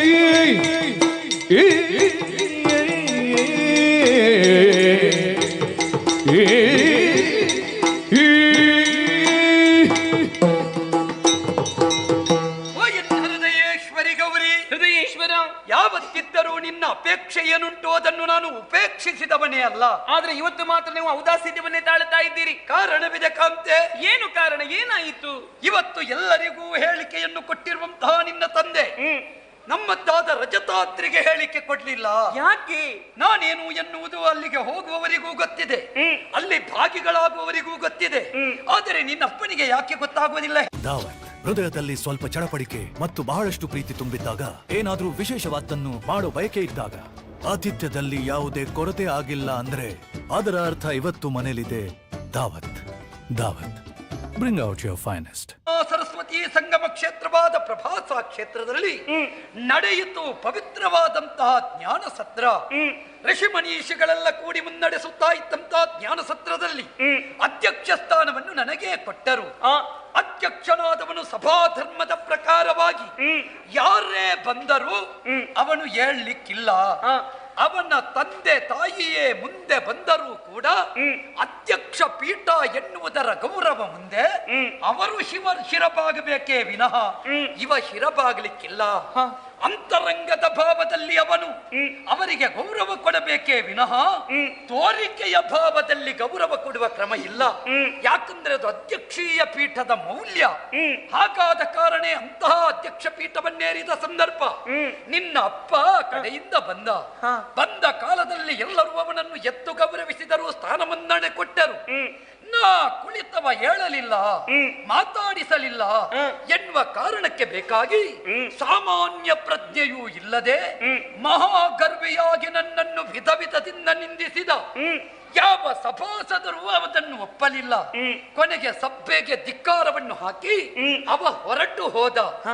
ಆ ವೇಳೆಯಲ್ಲಿ ಅವನಿಗಾದ ಅವಮಾನ ಈಶನಿಗಾದ ಅವಮಾನ ಅಲ್ಲ, ಮತ್ತೆ ಅವನಿಗೆ ಅವನೇ ಮಾಡಿಕೊಂಡ ಅವಮಾನ. ಆ ಉದ್ದೇಶದಿಂದ ಆ ದ್ವೇಷದಿಂದ ಇವತ್ತು ಅವನು ಈ ಸತ್ರವನ್ನು ಕೈಕೊಂಡಿದ್ದಾನೆ ಎನ್ನುವುದು ಸ್ಪಷ್ಟ. ಹಾಗಾಗಿ ಹೇಳ್ತಾ ಇದ್ದೇನೆ, ಅವನ ಉದ್ದೇಶವೇ ಈಶನಿಗೆ ಅವಮಾನ ಬಿಟ್ರೆ ಬೇರೆ ಯಾವುದೂ ಅಲ್ಲ. ಸ್ವಾಮಿ, ಶ್ರೇಯಾಂಸಿ ಬಹುವಿಜ್ಞಾನಿ ಅಂತ ಹೇಳ್ತಾರೆ. ಕೆಲವೊಮ್ಮೆ ಒಳ್ಳೆ ಕಾರ್ಯವನ್ನು ಮಾಡುವಾಗ ಕೆಲವೊಂದು ವಿಘ್ನಗಳು ಅಡೆತಡೆಗಳು ಬರುವುದು ಸಹಜ. ನನ್ನಪ್ಪ ಈಗ ಉತ್ತಮರ ಕೋಪ ಅಂತ ಇದೆ, ಮಧ್ಯಮರ ಕೋಪ ಅಂತ ಇದೆ. ಉತ್ತಮರ ಕೋಪದ ಯಾವತ್ತಿದ್ದರೂ ಕೂಡ ಕ್ಷಣಿಕ ಮಾತ್ರ ಇರುತ್ತದೆ. ನನ್ನಪ್ಪ ಶೀಘ್ರ ಕೋಪಿಯಾದರೂ ಕೂಡ ದೀರ್ಘ ದ್ವೇಷಿ ಅಲ್ಲ ಸ್ವಾಮಿ. ನನಗೆ ಬೈದಿರಬಹುದು, ನಿಂದಿಸಿರಬಹುದು, ಆದ್ರೆ ಮತ್ತೆ ಎಷ್ಟು ನೊಂದಿರಬಹುದು ಏನು ನನ್ನ ಅಳಿಯನಿಗೆ ನಾನು ಬೈದೆನಲ್ಲ ಎನ್ನುವ ಹಾಗೆ. ಸ್ವಾಮಿ, ಆ ದ್ವೇಷವನ್ನು ನನ್ನಪ್ಪ ಯಾವತ್ತೂ ನಿಮ್ಮ ಮುಂದೆ ಕಟ್ಟಿಕೊಳ್ಳಲಾರ ಸ್ವಾಮಿ, ಕಟ್ಟಿಕೊಳ್ಳಲಾರ. ನೀ ಹೇಳಬಹುದು, ಆದರೆ ಇಂದು ಆ ದ್ವೇಷದಲ್ಲಿ ನಮ್ಮ ಕರೆಯಲಿ ನಿಂತು ಅದು ನೇತೃತ್ವವಿಗೆ ಪೋಪೆಲಾದು ಸಾಧಿಸುವರು.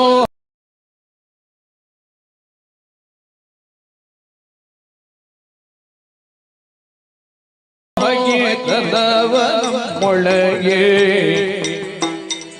ಹೋದ ಅವಮಾನ ತಪ್ಪದು ಬಿಡಿಗೆ.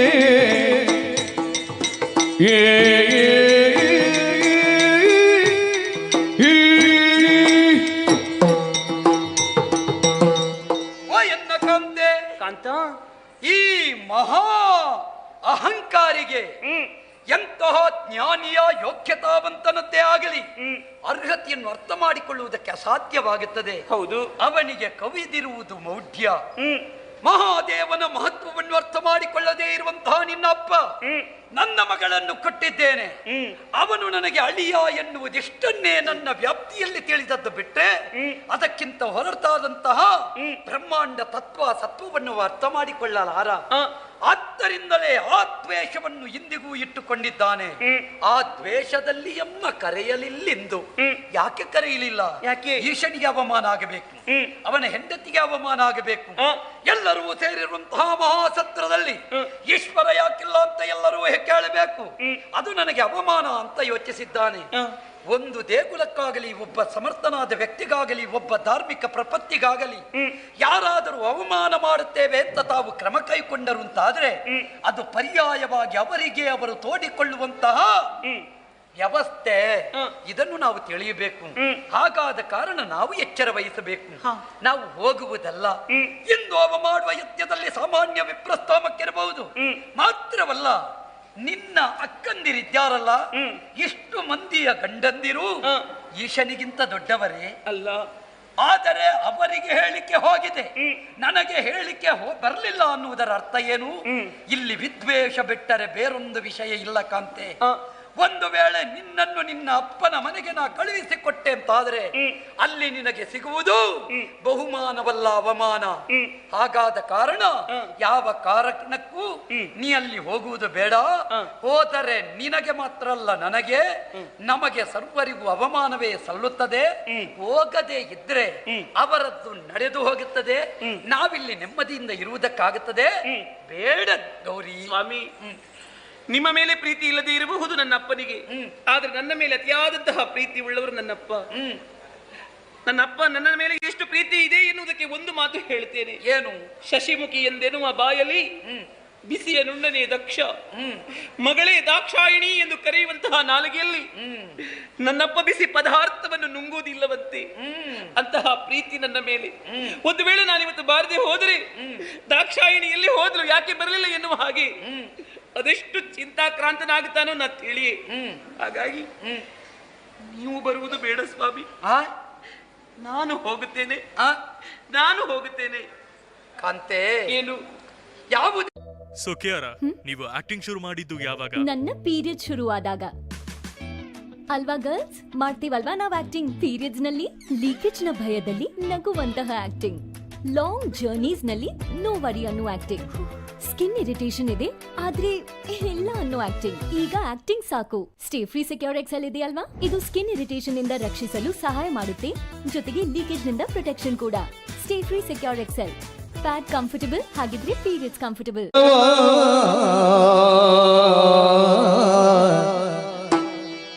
ಓಡಿ ಕಿಡಿಸದಿರಿ ಬೇಡ ಹೋಗದಿರೋ ವಚನವೋ ಆಡಿ ಕೆಡಿಸದಿರಿ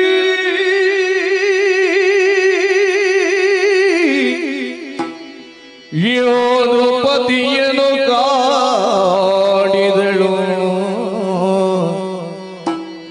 ಪತಿಯನು ಕಾಡಿದಳು ಕಮಲಾಕ್ಷಿ ಕಂಬನಿದು ಬಿಗೋಳಿಡುತ್ತ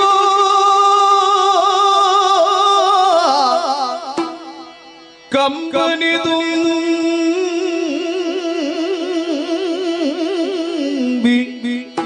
ಗೋಳಿಡುತ್ತ ಗೋಳಿಡುತ್ತ ಗೋಳಿಡುತ್ತ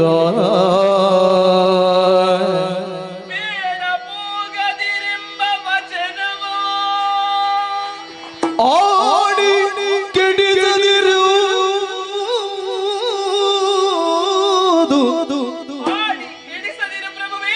ಪತಿಯನು ಕಾಡಿದಳು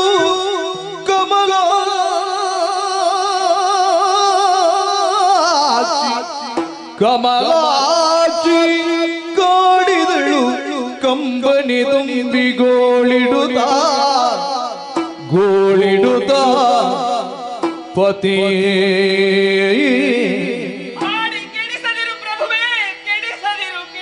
ಪತಿ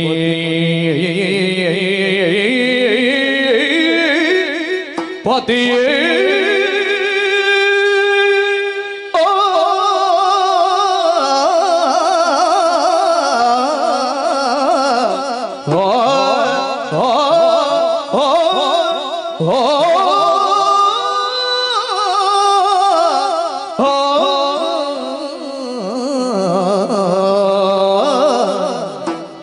ಪತಿಯನು ಕಾಡಿದಳು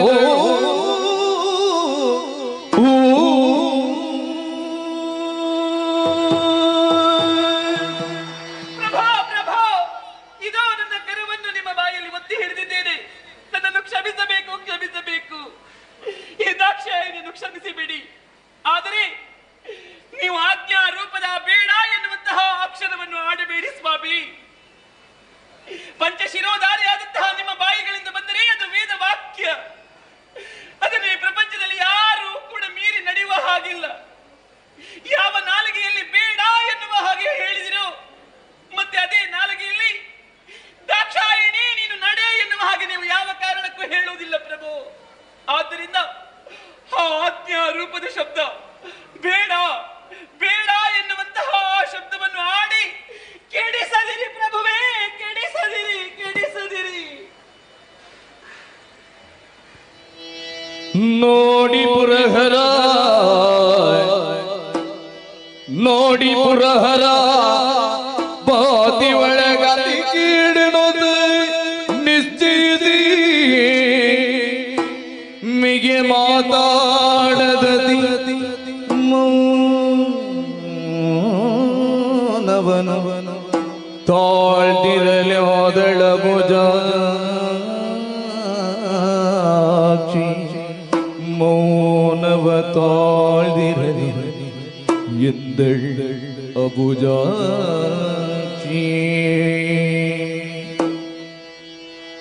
ಸರಿ ಸರಿ ನಿಲ್ಲದು ಮನ ಅಲ್ಲಿ ಹೋಗದೆ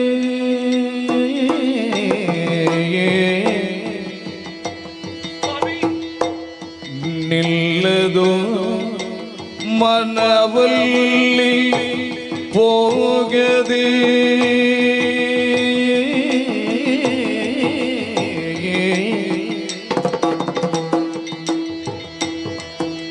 ಪ್ರಾಣ ದುರ್ಲಭ ಕಳುಹಿಸಲಾಗದೆಯೇ ಪ್ರಾಣ ದುರ್ಲಭ ಕಳುಹಿಸಲಾಗದೆ ನಿಲ್ಲದು ಮನವಲ್ಲಿ ಹೋಗದೆ ಪ್ರಾಣ ಕಳುಹಿಸಲಾಗದೆ ನಿಲ್ಲದೆ ಬಹಿನಾಳೆಯೋದಳು ನಾಳೆ ಬರ್ತೇನೆ ಸ್ವಾಮಿ ನಾನು. ನಿಲ್ಲದೆ ಬಹಿನಾಳೆಯೋದಳು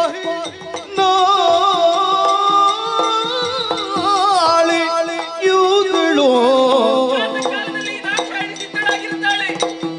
ಪತಿಗಲ್ಲವ ಪಿಡಿದು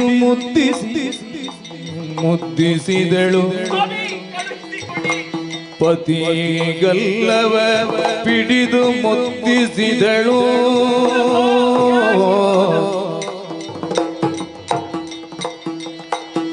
ನಿಲ್ಲದು ಮನ ಅಲ್ಲಿ ಹೋಗದೆ ರಮಣ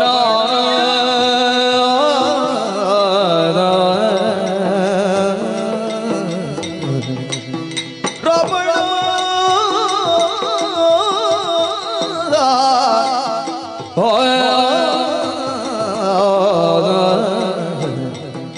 ರಮಣ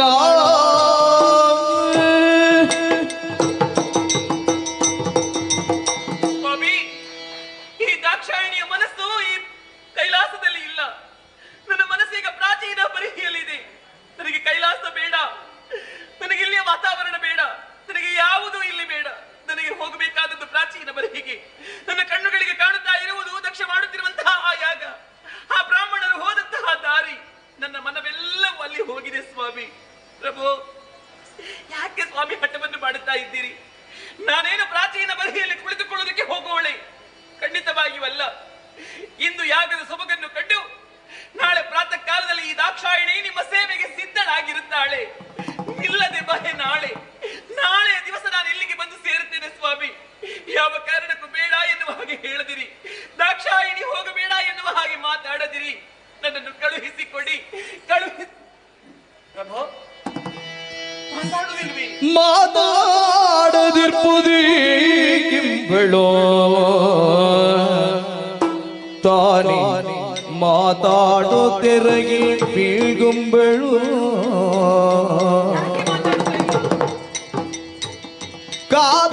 ಕಾದೂದೆಂದು ನಡೆವಳು ನಾನು ಹೋಗುತ್ತೇನೆ, ಪ್ರಾಚೀನ ಬರಿಹಿಗೆ ತೆರಳುತ್ತೇನೆ. ಯಾಕಂದ್ರೆ ಕಾತುರದ್ಯೂದೆಂದು ನಡೆವಳು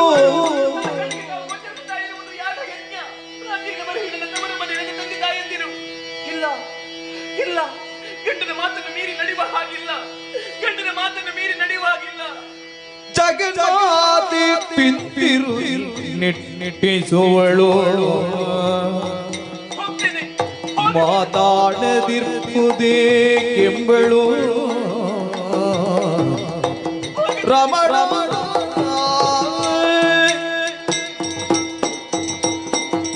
ಸ್ವಾಮಿ, ಮಾತಾಡಿ ಪ್ರಭು.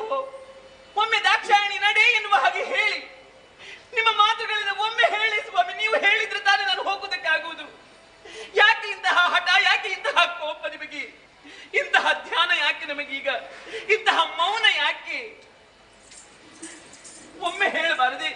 ದಾಕ್ಷಾಯಣಿ ಹೋಗು ಎನ್ನುವ ಹಾಗೆ ಹೇಳಿದ್ರೆ ನಿಮಗೇನಾಗುತ್ತದೆ ಈಗ? ನೋಡಿ, ಈ ಕಡೆ ನೋಡಿ. ಅಯ್ಯೋ ದೇವರೇ, ನಾನು ಈ ಕಡೆ ನೋಡಿ ಅಂತ ಹೇಳಿದ್ರೆ ಆ ಕಡೆ ನೋಡುತ್ತಾರೆ. ನಾ ಆ ಕಡೆ ಹೋದ್ರೆ ಈ ಕಡೆ ತಿರುಗಿಸ್ತೀರಿ ಮುಖ. ಯಾಕೆ ದಾಕ್ಷಾಯಣಿ ನಮಗೆ ಕುಣಿಸಬೇಕೆನ್ನುವ ಹಾಗೆ ನಿಮಗೆ ಹಠವೇ? ಪ್ರಭು, ನಾನೇನು ಅಲ್ಲಿಯೇ ಇರುವುದಕ್ಕೆ ಹೋಗುವಳಲ್ಲವಲ್ಲ. ನಾಳೆ ದಿವಸ ನಿಮ್ಮ ಸೇವೆಗೆ ಬರುವುದಿಲ್ಲವೇ? ಮತ್ತೆ ಯಾಕೆ ಕೋಪ ನಿಮಗೆ? ಹೇಳಿ. ನೀವು ಬರುವುದು ಬೇಡ ಸ್ವಾಮಿ, ನನ್ನನ್ನು ಕಳುಹಿಸಿ.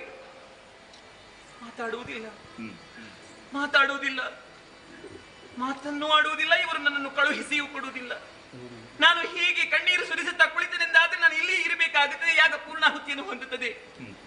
ಪ್ರಾಚೀನ ಬರೀ ಹೀಗೆ ಹೋಗುವುದು ಯಾವಾಗ, ಆ ಸೊಬಗನ್ನು ಕಾಣುವುದು ಯಾವಾಗ, ತಂದೆ ತಾಯಿಯರನ್ನು ನೋಡುವುದು ಯಾವಾಗ, ಅವರಲ್ಲಿ ಮಾತಾಡುವುದು ಯಾವಾಗ? ಇವರಲ್ಲಿ ಹೇಳಿ ಹೇಳಿ ಅಂತ ಹೇಳ್ತಾ ಇದ್ರೆ ಸಮಯವೇ ವ್ಯರ್ಥ ಹೊರತು ಇವರು ಹೇಳುವುದಿಲ್ಲ. ಕಡೆಯ ಬಾರಿ ಹೇಳ್ತಾ ಇದ್ದೇನೆ, ಒಮ್ಮೆ ಕಳುಹಿಸಿ ಕೊಡಿ ಸ್ವಾಮಿ ನನ್ನನ್ನು, ಹೇಳಿ. ಅಯ್ಯೋ ದೇವರೇ, ಇಲ್ಲ, ಇವರಂತೂ ಹೇಳುವುದೇ ಇಲ್ಲ. ನನ್ನ ಮನಸ್ಸಿನಲ್ಲಿ ನಾನು ಗಟ್ಟಿ ನಿರ್ಧಾರವನ್ನು ಮಾಡಿದ್ದೇನೆ, ಇನ್ನು ಹಿಂದೆ ಮುಂದೆ ನೋಡುವುದಕ್ಕಿಲ್ಲ. ಆತುರದಿಂದ ಎದ್ದು ನಡೀತೇನೆ, ಹೋಗುತ್ತೇನೆ. ಪರಮೇಶ್ವರನ ಮಡದಿ ಪಾರ್ವತಿ, ಪರಮೇಶ್ವರನ ಮಡದಿ ಗೌರಿ ಸತೀದೇವಿ ಗಂಡನ ಆಜ್ಞೆಯನ್ನು ಮೀರಿ ನಡೆಯುವುದೇ ಇಲ್ಲವಲ್ಲ? ಲೋಕಕ್ಕೆ ಆದರ್ಶ ದಂಪತಿಗಳು ನಾವಲ್ಲವೇ? ಗಂಡನ ಮಾತನ್ನು ಮೀರಿ ನಡೆದಳು ಎನ್ನುವಂತಹ ಒಂದು ಕಪ್ಪು ಚುಕ್ಕಿ ನನಗಾದೀತು.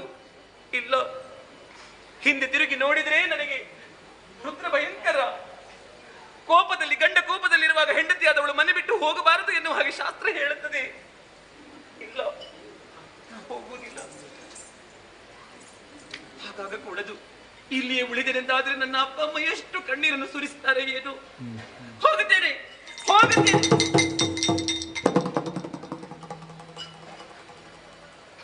ಅರ್ಧ ಮನಸ್ಸು ನನಗೆ, ಒಂದು ಕಾಲು ಹೊರಗಿದೆ, ಇನ್ನೊಂದು ಕಾಲು ಒಳಗಿದೆ. ಒಂದು ಕಡೆಯಲ್ಲಿ ತವರು ಮನೆ, ಮತ್ತೊಂದು ಕಡೆಯಲ್ಲಿ ಗಂಡನ ಮನೆ.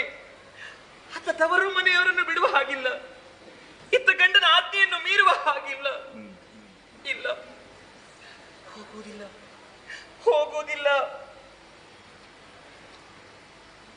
ಓಯ್, ಪರಮೇಶ್ವರ ದೇವರಿಗೆ ಕೋಪ ಬಂದಿದೆ, ಕೋಪದಲ್ಲಿದ್ದಾರೆ. ಕೋಪ ಬಂದ ಈಶ್ವರ ಹೀಗ, ಕೋಪ ಬಂದ ಈಶ್ವರನಿಗೆ ಕೈಕಾಲಲ್ಲಿ ನಡುಕ್ತದ? ಮುಖದಲ್ಲಿ ಒಂದು ಸೌಮ್ಯ ನಗು ಉಂಟು. ಇದು ಕೋಪ ಅಲ್ಲ, ಇದು ಕೋಪ ಬಂದ ಹಾಗೆ ನಟಿಸ್ತಾ ಇದ್ದಾರೆ. ನನ್ನ ಗಂಡನ ಕೋಪ ಯಾವುದು, ನಟನೆಯ ಕೋಪ ಯಾವುದು ಎನ್ನುವ ಹಾಗೆ ಹೆಂಡತಿಯಾದಂತಹ ನನಗೆ ಗೊತ್ತಿಲ್ವೇ? ಇವರನ್ನು ಸಮಾಧಾನ ಪಡಿಸಬೇಕು. ಇವರನ್ನು ಹೇಗೆ ಸಮಾಧಾನ ಪಡಿಸಬೇಕಂತ ನನಗೆ ಮಾತ್ರ ಗೊತ್ತು, ಬಿಟ್ಟರೆ ಬೇರೆ ಯಾರಿಗೂ ಗೊತ್ತಿಲ್ಲ. ಇವರು ನಾಟಕ ಮಾಡಿದ್ರೆ ಇವರ ನಾಟಕಕ್ಕೊಂದು ನನ್ನದೊಂದು ಅಭಿನಯ. ಸ್ವಾಮಿ, ದಾಕ್ಷಾಯಿಣಿ ಪ್ರಾಚೀನ ಬರಿಹಿಗೆ ಹೋಗುವುದಿಲ್ಲ.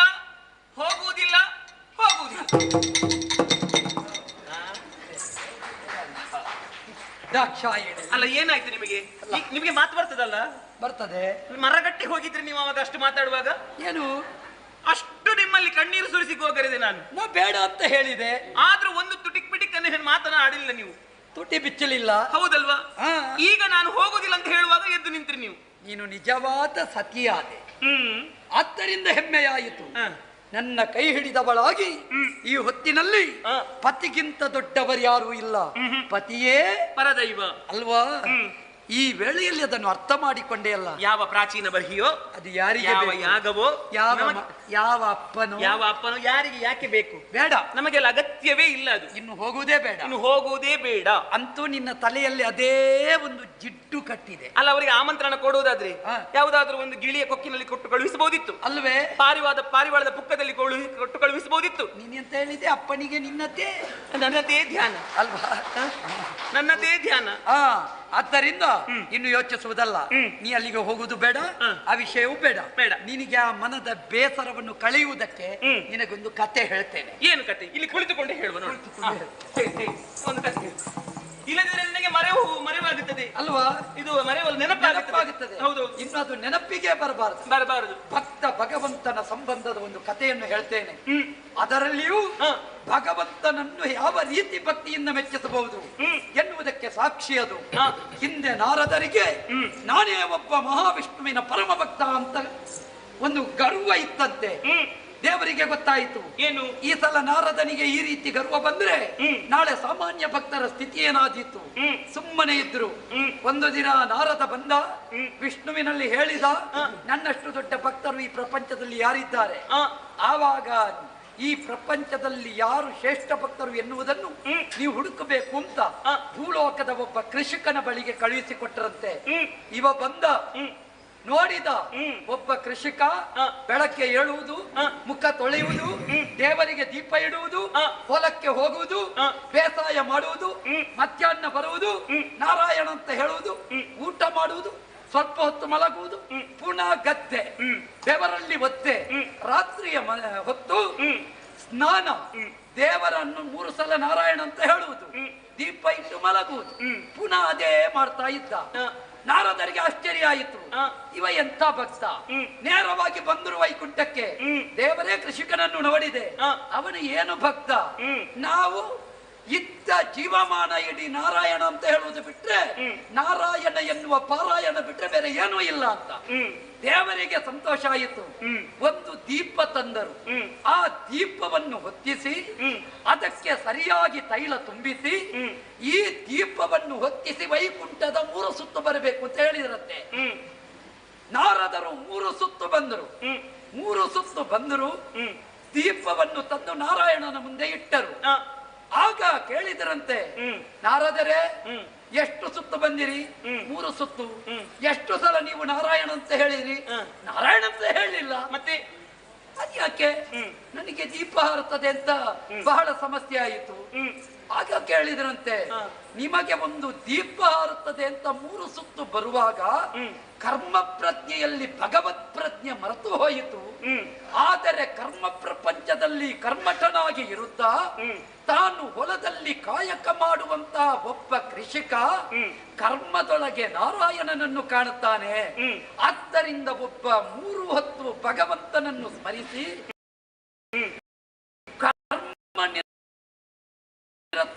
ಕರ್ಮಠನಾದಂತ ಒಬ್ಬ ಕೃಷಿಕನೇ ಶ್ರೇಷ್ಠ ಭಕ್ತನಲ್ಲದೆ ನೀವು ಏನು ಭಕ್ತರು ಅಲ್ವೋ? ಎಷ್ಟು ಹೊತ್ತು ದೇವಸ್ಥಾನಕ್ಕೆ ಹೋದ, ಎಷ್ಟು ಹೊತ್ತು ದೇವಸ್ಥಾನದಲ್ಲಿ ಪಾರಾಯಣ ಮಾಡಿದ ಅನ್ನುವುದು ಪ್ರಧಾನ ಅಲ್ಲ.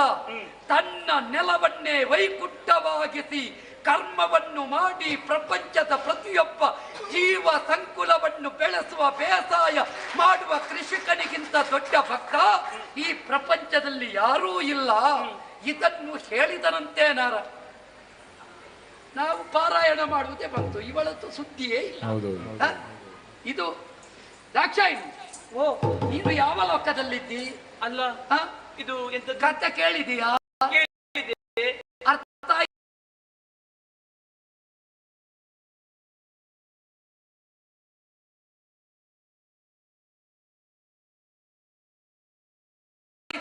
ಆಯ್ತು.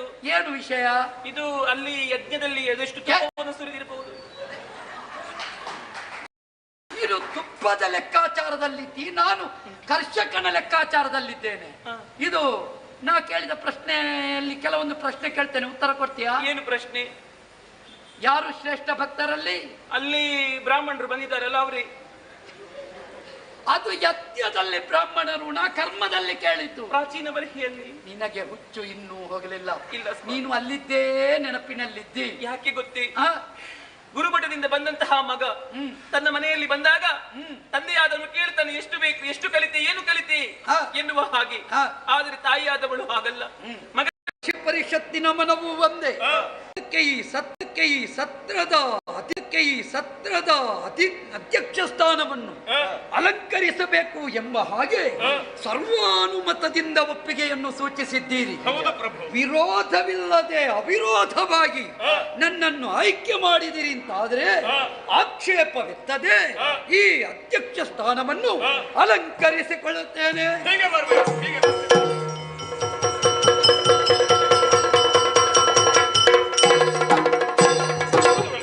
ಒಂದು ದಿನ ಸತ್ರದಲ್ಲಿ ನೆರೆದುದು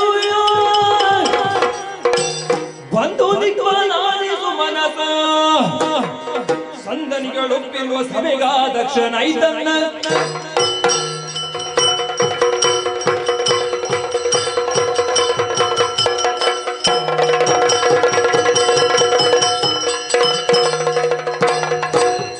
ವೃಂದವೆತ್ತಿದಿರಾ ಭಯದಲ್ಲಿ ವಂದಿಸುತ್ತಿರಲು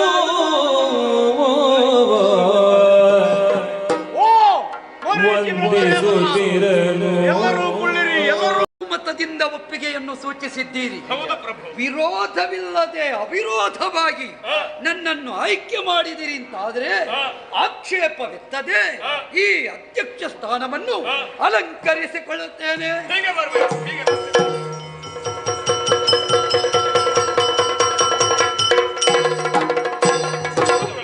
ಒಂದು ದಿನ ಸತ್ತದಲ್ಲಿ ನೆರೆದುದು ಬಂದು ನಿತ್ವ ನಾನಿಸು ಮನಸ ಸಂದನಿಗಳೊಪ್ಪಿರುವ ಸಭೆಗಾದಕ್ಷನೈತನ್ನ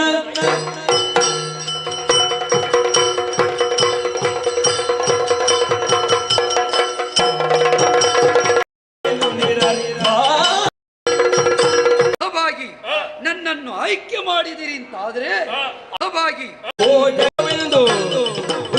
ಹೊರತು ನಮಗೀತ ಮಾನ್ಯವೆಂತ ಹೊರದಿದವೆಗಿಂದ ಹೊರವಂಟ. ಇವನನ್ನು ಯಾರು ಕೊಂಡಾಡುವುದು ಯಾರು? ಲೋಕದಲ್ಲಿ ಎಲ್ಲರೂ ದೇವರು ಅಂತ ಹೇಳುವುದಿಲ್ಲ. ಮತ್ತೆ ನಾರಾಯಣ ದೇವರು, ಬ್ರಹ್ಮದೇವರು, ಈಗ ನಿನ್ನನ್ನು ದೇವರು ಅಂತ ಹೇಳುವುದಿಲ್ಲ, ಹೇಳ್ತಾರೆ. ಇಂದ್ರ ದೇವರು ಅಂತ ಹೇಳುವುದಿಲ್ಲ. ಹೌದೌದು. ಇವನನ್ನು ದೇವರು ಅಂತ ಹೇಳುವವರು ಯಾರು? ಯಾರು? ಅಸುರರತಿ ಮಾಂಸಾಹಾರಿಗಳು, ಪಾಷಂಡಿಗಳು, ರಾಕ್ಷಸರು. ಇವನನ್ನು ವಸುದೆಯಲ್ಲಿ ಅಗ್ಗದ ದೇವರು ಅಂತ ಹೇಳುದು. ನಿನಗೆ ಗೊತ್ತಿಲ್ಲ ಕಾಣ್ತದೆ. ಸಂತೆಗೆಲ್ಲ ವ್ಯಾಪಾರ ಮಾಡಿ ಗೊತ್ತುಂಟ ನಿನಗೆ? ನಾವೆಲ್ಲ ಹೋಗುದಿಲ್ಲ, ಸಂತೆಗೆಲ್ಲ ಹೋಗುದಿಲ್ಲ. ಆಕ್ಷೇಪ ಹೇಳುವುದಿಲ್ಲ.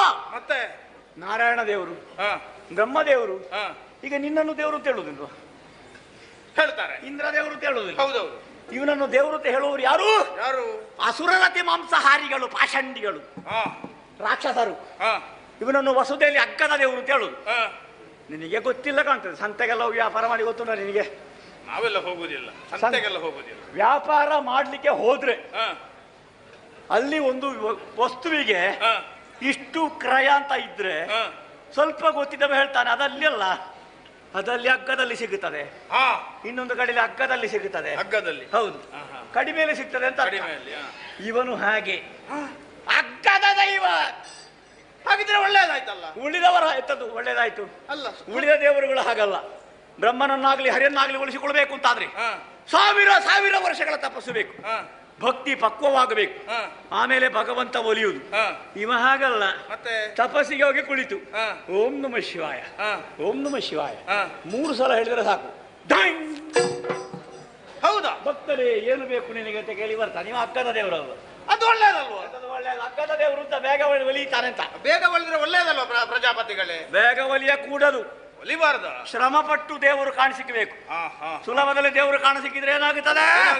ಲೋಕ ಹಾಳಾಗುತ್ತದೆ. ಇದು ಬಹಳ ಸುಲಭದ ವಿಷಯ ಅಂತ ಆಗುತ್ತದೆ. ಹೌದೌದು. ದೇವರನ್ನು ಒಲಿಸಿಕೊಳ್ಳುವಂಥದ್ದು ಸುಲಭದ್ದಲ್ಲ, ಬಹಳ ಕಷ್ಟದ್ದು ಎಂಬ ಹಾಗೆ ಪ್ರತಿಯೊಬ್ಬರಿಗೆ ಅರ್ಥವಾಗಬೇಕು. ಅದು ಸುಲಭದ್ದು ಅಂತ ಹಾದಿ ಮಾಡಿ ತೋರಿಸಿದವ ಇವ. ಆದಷ್ಟು ಬೇಗನೆ ಒಲಿದು ವರ ಕೊಡುವುದು ಯಾರಿಗೆ? ರಾಕ್ಷಸರಿಗೆ. ಹೆಂಡ ಕುಡಿದು ಆಮೇಲೆ ಹಸಿ ಮಾಂಸ ತಿಂದು ಲೋಕದಲ್ಲಿ ಬೇಡದ ಕೆಲಸ ಮಾಡಿಕೊಂಡು ಕಾಲವನ್ನು ಕಳೆಯುವಂತಹ ರಾಕ್ಷಸರಿಗೆ ಇವನು ಅಗ್ಗದ ದೇವನಾಗಿ ಅವರಿಗೆ ವರ ನೀಡಿ ಅವರನ್ನು ಉನ್ನತೆ ಕಡೆಗೆ ಕೊಂಡು ಹೋಗುವವನು. ನಾನು ಅದೆಲ್ಲ ಬಿಡು. ರಾಕ್ಷಸರಂದ್ರೆ ಯಾರು? ಲೋಕಮುಖದಲ್ಲಿ ಲೋಕಕ್ಷೇಮಕಾರಕವಾದಂತಹ ಯಜ್ಞಕರ್ಮ ಏನಿದೆಯೋ ಆ ಯಜ್ಞಕರ್ಮಕ್ಕೆ ವಿರೋಧಿಗಳಾದವರು ರಾಕ್ಷಸರು. ಒಪ್ಪುತ್ತೀಯ ನೀನು? ಯಜ್ಞ ವಿರೋಧಿಗಳು ರಾಕ್ಷಸರು. ಇಲ್ಲಿ ಇವ ಯಜ್ಞ ವಿರೋಧಿಗಳನ್ನು ಉದ್ಧಾರ ಮಾಡುವವ. ಇದು ಯಜ್ಞ ಯಾವುದು? ಜ್ಞಾನಸತ್ರ. ಗಂಗಾ ಯಮುನಾ ಸರಸ್ವತಿ ತ್ರಿವೇಣಿ ಸಂಗಮದಲ್ಲಿ ನಡೆಯುತ್ತಿರುವಂತಹ ಈ ಜ್ಞಾನಸತ್ರ ಇರುವುದು ಲೋಕದ ಕ್ಷೇಮಕ್ಕಾಗಿ. ಲೋಕದ ಕ್ಷೇಮಕ್ಕಾಗಿ ಕೈಗೊಂಡಂತಹ ಯಜ್ಞಕರ್ಮದ ಅಧ್ಯಕ್ಷ ಯಾರು? ಯಜ್ಞ ವಿರೋಧಿಗಳಾದಂತಹ ರಾಕ್ಷಸರ ದೇವರು. ಎಂತ ವಿಪರ್ಯಾಸ ನೋಡಿದೆ.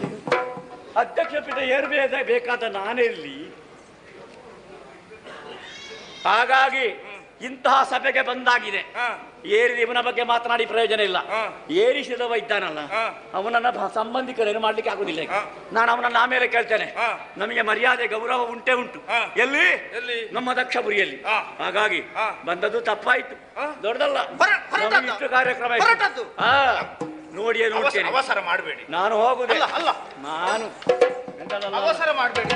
ನಾನು ಒಂದು ವಿಷಯ ಹೇಳ್ತೇನೆ.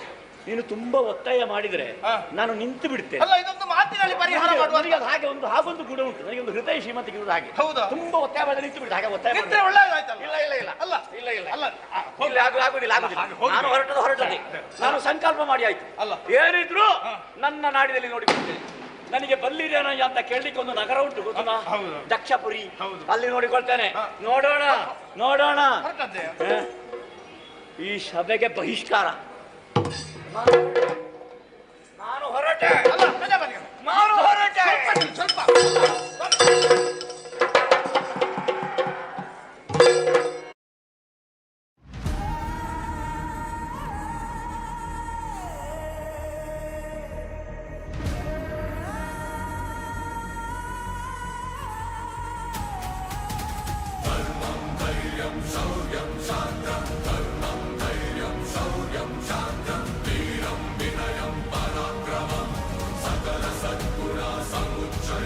ವ್ಯವಸ್ಥಾಪನಾ ಸಮಿತಿಯ ನಳಿನಿ ಪಿ ಶೆಟ್ಟಿ ಅವರು ದಯವಿಟ್ಟು ವೇದಿಕೆಗೆ ಆಗಮಿಸಬೇಕಾಗಿ ವಿನಂತಿ. ನಳಿನಿ ಪಿ ಶೆಟ್ಟಿ ಆಗಮಿಸಿದಂತೆ ಎಲ್ಲರನ್ನು ಸ್ವಾಗತಿಸಬೇಕು ಅಂತ ಯಕ್ಷಧ್ರುವ ಪಟ್ಲ ಫೌಂಡೇಶನ್ ಪುತ್ತೂರು ಘಟಕದ ಅಧ್ಯಕ್ಷರಾದ ಕರುಣಾಕರ್ ರೈ ದೇರ್ಲ ಇವರಲ್ಲಿ ವಿನಂತಿಸ್ತಾ ಇದ್ದೇನೆ.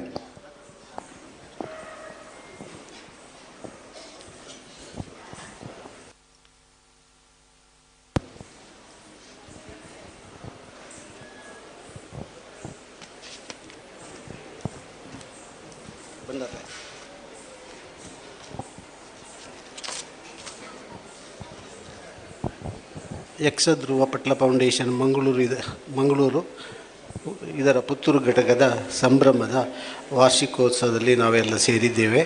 ನಿಮಗೆಲ್ಲ ತಿಳಿದಿರುವ ಹಾಗೆ ಪುತ್ತೂರು ಘಟಕವು ಮಾತೃ ಘಟಕದ ಜೊತೆ ಸೇರಿ ಕಲಾವಿದರ ಶ್ರೇಯಸ್ಸಿಗೆ ಹಲವು ಕಾರ್ಯಕ್ರಮಗಳನ್ನು ಮಾಡಿದೆ.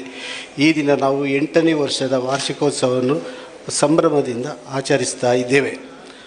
ಪುತ್ತೂರಿನ ಶಾಸಕರು ಇವತ್ತು ಬರಬೇಕಿತ್ತು, ಏನೋ ತುರ್ತು ಕೆಲಸದ ಮೇಲೆ ಬೆಂಗಳೂರು ಹೋಗಿದ್ದಾರೆ.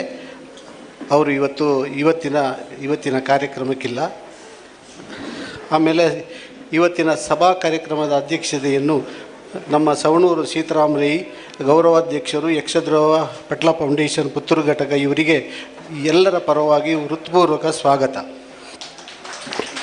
ಆಮೇಲೆ ಸಭಾ ಕಾರ್ಯಕ್ರಮದಲ್ಲಿ ಗೌರವ ಉಪಸ್ಥಿತಿ ಇರುವ ನಮ್ಮ ಪಂಜುಗುಡ್ಡೆ ಈಶ್ವರ ಭಟ್ರು ಅವರು ನಮ್ಮ ದೇವಸ್ಥಾನದ ವ್ಯವಸ್ಥಾಪನಾ ಸಮಿತಿ ಅಧ್ಯಕ್ಷರಾಗಿದ್ದಾರೆ. ಅವರು ದೇವಸ್ಥಾನದ ಎಲ್ಲ ಅಭಿವೃದ್ಧಿ ಕಾರ್ಯಕ್ರಮಗಳಿಗೆ ನಮ್ಮ ಶಾಸಕರ ಜೊತೆ ಸೇರಿ ಭಾಳಷ್ಟು ಅಭಿವೃದ್ಧಿಗಳನ್ನು ಪ್ರಾರಂಭ ಮಾಡಿದ್ದಾರೆ. ಅವರಿಗೆ ನಮ್ಮ ಎಲ್ಲರ ಪರವಾಗಿ ಸ್ವಾಗತ.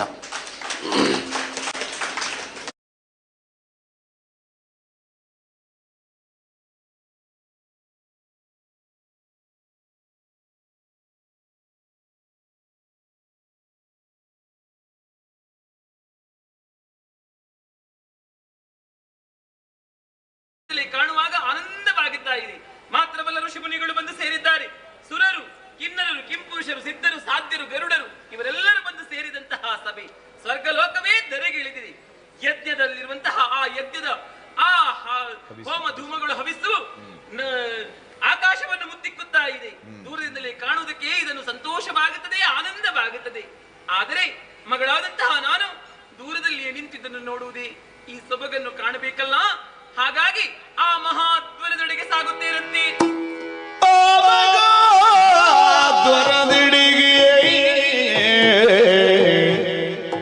ಭುವನ ಬಂದು ಬಂಧುಸ್ತೋ ತಾಯಿ ತಂದೆಯರು ಕಾಣುತ್ತ ಕಾಣದಂದದ ವಂದಿಸಿಕೊಳ್ಳುತ್ತಾ ಇದ್ದೇನೆ. ಎಂದೋ 2 ನೀರು ಬಿಟ್ಟಿದ್ದಾರೆ ನಾನು. ಅಮ್ಮ, ಮಗಳೇ, ನಾನು ದಾಕ್ಷಾಯಿಣಿ. ನನ್ನ ಪ್ರಣಾಮಗಳು. ಅಕ್ಕ ತಂಗಿಯಂದಿರೇ, ಹೀಗೆ ಬನ್ನಿ. ಯಾರು ಸ್ಪಂದಿಸಬಾರದು. ಬಂಧು ಬಾಂಧವರೇ, ಹೀಗೆ ಬನ್ನಿ. ಅಯ್ಯೋ ದೇವರೇ,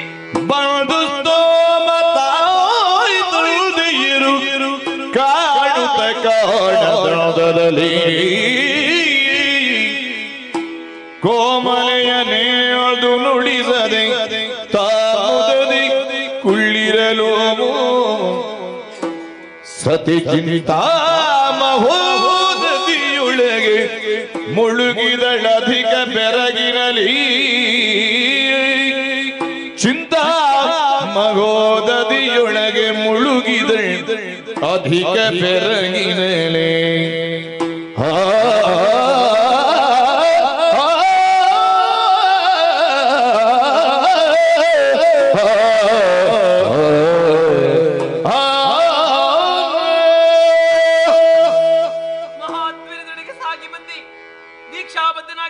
ತಂದೆಯಾದಂತಹ ನನ್ನಪ್ಪನಾದಂತಹ ದಕ್ಷ ಪ್ರಜೇಶ್ವರನಿಗೆ ನಮಸ್ಕರಿಸಿದರೆ ಮಗಳು ಸತ್ತಳು ಎನ್ನುವಂತಹ ಉದ್ಗಾರ, ಅಮ್ಮನಿಗೆ ಹೋಗಿ ನಮಸ್ಕರಿಸಿದರೆ ಅಪ್ಪನ ಕಣ್ಸನ್ನೆಯನ್ನೇ ನೋಡಿ ಅಮ್ಮ ದೂರಕ್ಕೆ ಸರಿದಿದ್ದಾಳೆ. ಅಕ್ಕ ತಂಗಿಯಂದಿರು ಯಾರು ಹತ್ತಿರ ಬರುವುದಿಲ್ಲ. ಬಂಧು ಬಾಂಧವರು ನನ್ನನ್ನು ಬಂದೆಯಾ ಎನ್ನುವ ಹಾಗೆ ಕೇಳುತ್ತಾ ಇಲ್ಲ. ಬಂದೆಯಾ ದಾಕ್ಷಾಯಿಣಿ ಕುಳಿತುಕೋ ಎನ್ನುವ ಹಾಗೆ ಯಾರು ಹೇಳುತ್ತಾ ಇಲ್ಲ. ಎಲ್ಲರೂ ದೂರ ಸರಿಯುತ್ತಾ ಇದ್ದಾರೆ. ಏನೇ ಇರಲಿ, ನಾನು ಬಂದದ್ದು ಯಾಕೆ ಬೇಕಾಗಿ? ಯಾಗದ ಸೊಬಗನ್ನು ಕಾಣುವುದಕ್ಕೆ ಬೇಕಾಗಿ ಅಲ್ವೇ? ಆ ಕರ್ಮವನ್ನು ನೋಡಿಬಿಡುತ್ತೇನಂತೆ, ನೋಡಿಬಿಡುತ್ತೇನೆ.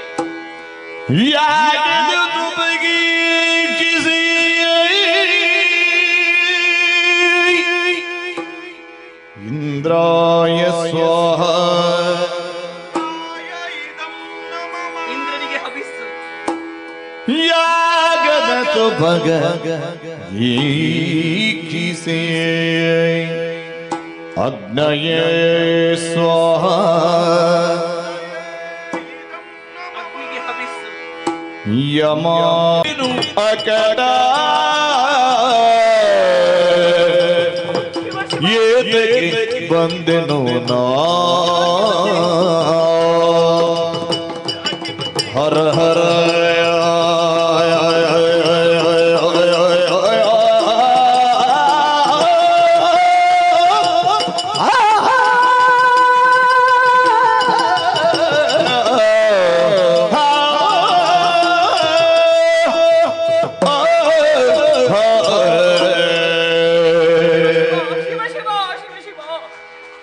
ನಾನು ಕೈಲಾಸವನ್ನು ಬಿಟ್ಟು ಯಾಕೆ ಬಂದೆ? ನಾನು ಈ ಪ್ರಾಚೀನ ಬರೆಹಿಗೆ ಯಾಕೆ ಬಂದೆ? ಈ ತವರ ಮನೆಗೆ ಯಾಕೆ ಬಂದೆ? ಈ ಯಜ್ಞವನ್ನು ಕಾಣುವುದಕ್ಕೆ ನಾನು ಯಾಕೆ ಬಂದೆ? ಯಾಕೆ ಬಂದೆ?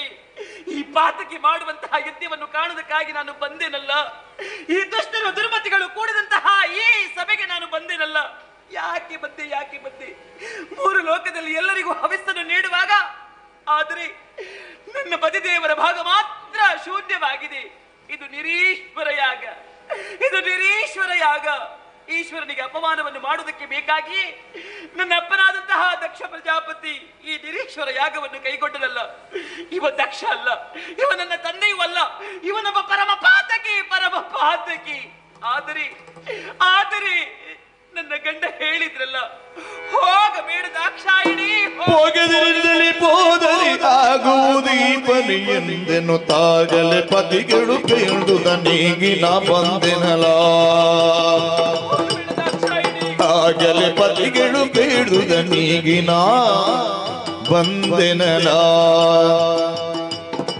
ಹೋಗಿನ ಅರಸಗೆ ಎಳ್ದಿದರ ಉಸುರಲಿ. ಹೋಗಿನ ಅರಸಗೆ ಎಂದಿದರ ಆಗಮ ಉಸುರಲಿ. ದೇಹತ್ಯಾಗ ದೇಹತ್ಯಾಗ ದೇಹತ್ಯಾಗ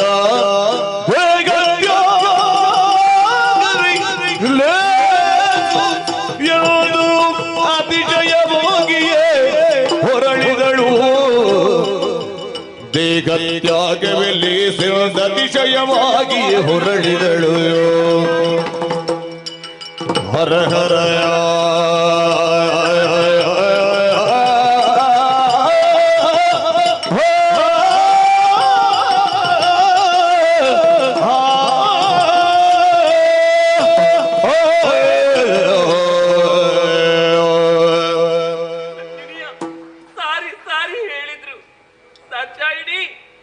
ಪ್ರಾಚೀನ ಬರೆಹಿಗೆ ಹೋಗಬೇಡ ನೀನು.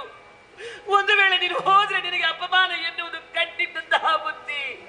ಅದು ನಿರೀಶ್ವರ ಯಾಗ, ಆ ನಿರೀಶ್ವರ ಯಾಗ ಎನ್ನುವ ಹಾಗೆ ಹೇಳಿದ್ರು. ಆದರೂ ಗಂಡನ ಮಾತನ್ನು ಧಿಕ್ಕರಿಸಿ ನಾನು ಈ ತವರು ಮನೆಗೆ ಬಂದೆ. ನೋಡಿದರೆ ಇಲ್ಲಿ ಅಪಮಾನ, ನನ್ನ ಗಂಡನಿಗೆ ಅಪಮಾನ, ನನಗೆ ಅಪಮಾನ. ಅಯ್ಯೋ ವಿಧಿಯೇ, ವಿಧಿಯೇ. ಇಲ್ಲ, ಒಂದು ವೇಳೆ ನಾನೇನಾದರೂ ಕೈಲಾಸಕ್ಕೆ ಹೋದ್ರೆ ನನ್ನ ಪತಿದೇವರು ಕೇಳುತ್ತಾರೆ, ಬಂದೆಯಾ ದಾಕ್ಷಾಯಿಣಿ, ಹೇಗೆ ನಡೆಯಿತು ಯಾಗ ಎನ್ನುವ ಹಾಗೆ ಕೇಳಿದ್ರೆ ನಾನು ಏನು ಉತ್ತರವನ್ನು ಹೇಳಲಿ? ಅಥವಾ ಇಲ್ಲಿ ನಡೆದಂತಹ ನಿರೀಶ್ವರ ಯಾಗದ ಬಗ್ಗೆ ಹೇಳಲಿ? ಒಂದು ವೇಳೆ ಹೇಳಿದ್ರೆ ಅವರ ಕೋಪಕ್ಕೆ ಇವರು ಗುರಿಯಾಗುವುದಿಲ್ಲವೇ? ಅತ್ತ ಗಂಡನ ಮನೆಯನ್ನು ಸೇರುವ ಹಾಗಿಲ್ಲ, ಇತ್ತ ತವರ ಮನೆಯಲ್ಲಿ ಉಳಿದುಕೊಳ್ಳುವ ಹಾಗಿಲ್ಲ. ನನಗೆ ತಕ್ಕ ಪಾಠವಾಯಿತು. ಗಂಡನ ಮೀರಿ ಹೆಂಡತಿಯಾದವಳು ನಡೆಯುತ್ತಾಳೋ ಅವಳಿಗೆ ಇದು ತಕ್ಕದಾದಂತಹ ಪಾಠ. ಹೌದು, ನನಗಿರುವಂತಹ ದಾರಿ ಒಂದೇ, ಅದುವೇ ದೇಹತ್ಯಾಗ. ಭೃಗುಮುನೀಶ್ವರ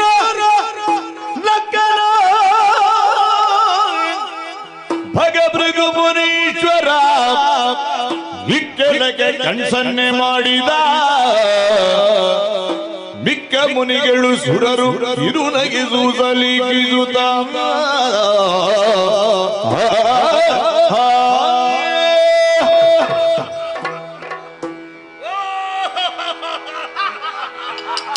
ಉಕ್ಕಿದ ಮಕ್ಕಳಿಗೆ ಹೊಳೆಯೋರ್ಗ ಜೀವನ ಗಳಿಸಿ ನೋಡಿ ಸುರರಿಗಳ ರೋಳಿದಂತೆಗೆ ನುಡಿದಳ ಅಂಬುಜೋಗಿ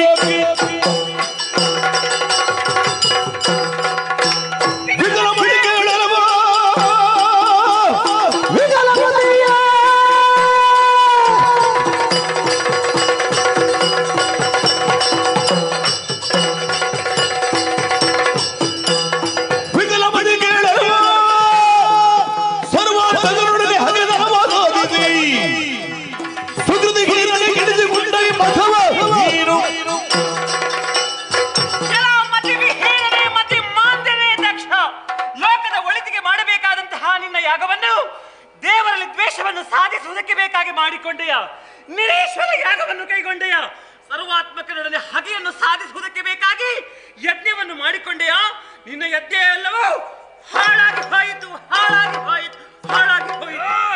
ನಿನ್ನ ಗಂಡನಿಗೆ ಅಂತ ಯೋಗ್ಯತೆ ಮೃತ್ಯು ವಿರುದ್ಧ ಮೃತ್ಯು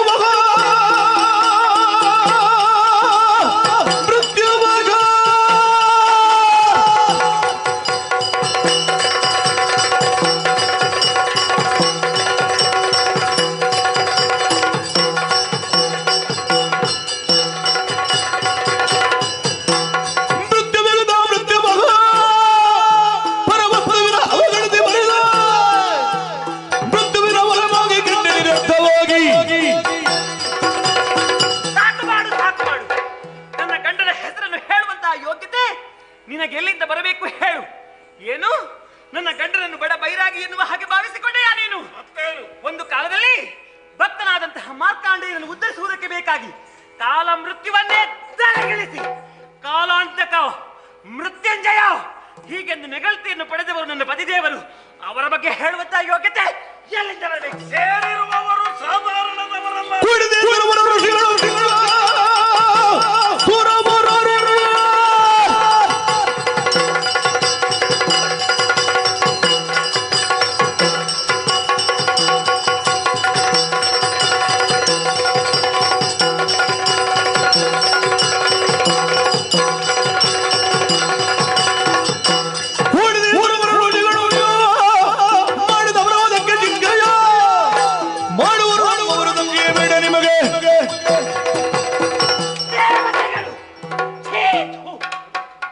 ದಕ್ಷ ಕೊಡುವಂತಹ ಎಂಜಲನ್ನು ಉಣ್ಣುವುದಕ್ಕೆ ಬೇಕಾಗಿ ಬಂದವರು ನೀವು.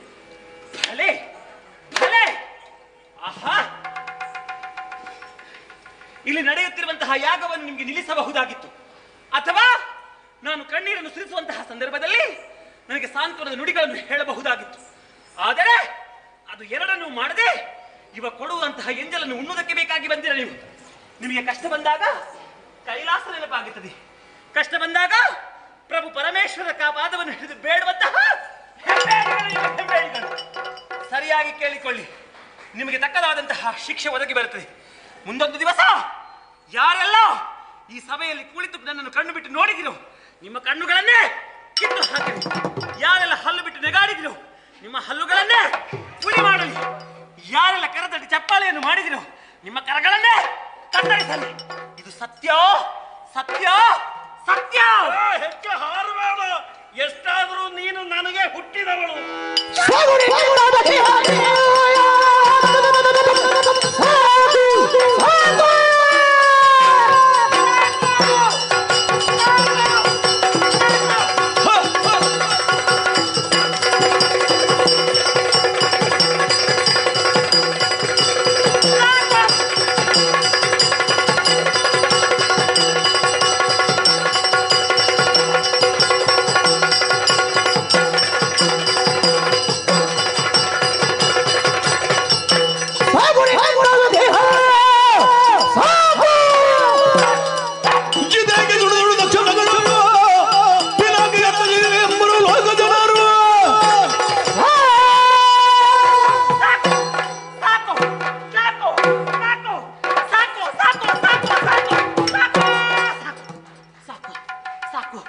ಪ್ರಾಚೀನ ಬರಹೆ ಸಾಕು, ಈ ಸಮಯ ಸಾಕು, ಈ ಯಜ್ಞ ಸಾಕು, ನಿನ್ನ ಮಗಳೆನ್ನುವಂತಹ ಹೆಸರು ಸಾಕು ಸಾಕು.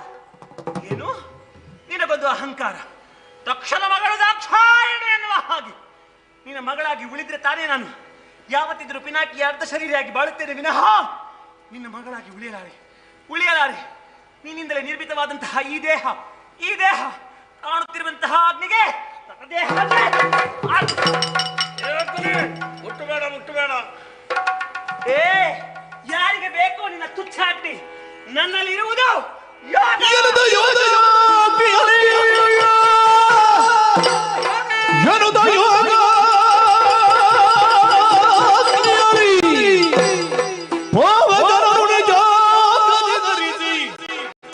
ದೇಹವ ಅನಲ ಆಗುದಿಗೊಟ್ಟೈದು ಶಿವಪದವ.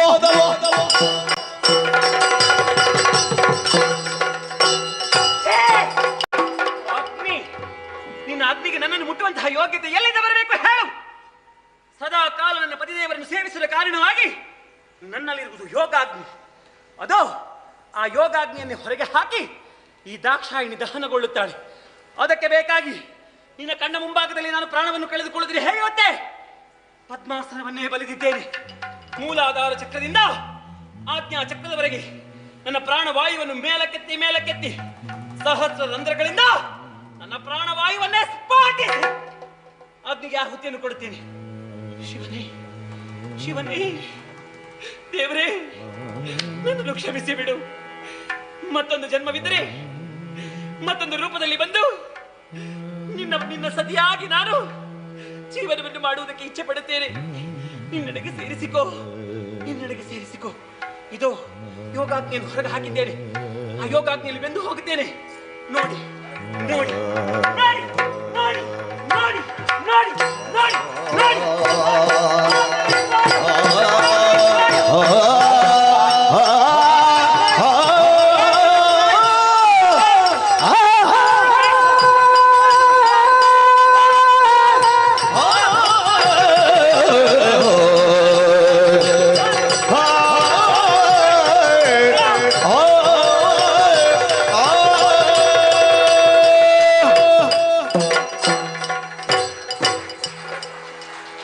ಪ್ರಜಾಪತಿಗಳೇ, ಏನು ಹೀಗಾಗಬಾರದಿತ್ತು, ಆಗಲೇಬೇಕು.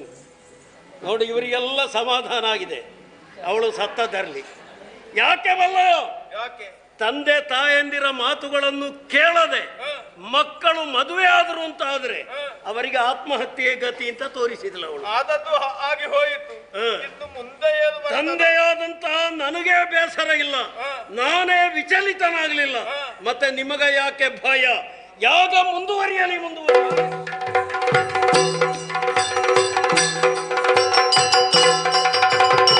ಆದಿತ್ಯನಂತೆ ಶೋಭಿಸುತ್ತೆ ಜಗದಾದಿ ಕೀಟವ ಸಲಹೆನು ತಾಯ.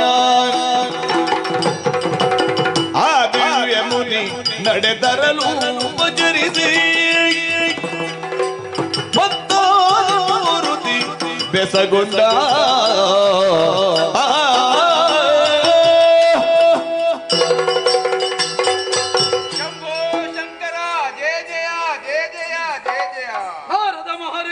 ಮುನಿ ಬಾಲಾಲಿ ಕೇಳೆ ಮುರಿದೆ ದಕ್ಷಾಸುರ.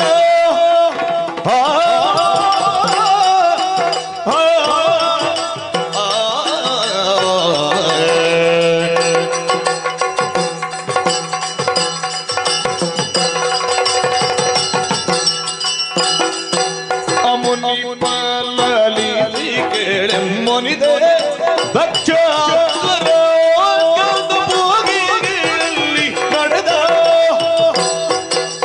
ಘನ ಪೊಸಬಾತೆ ಏನು ಊಟದ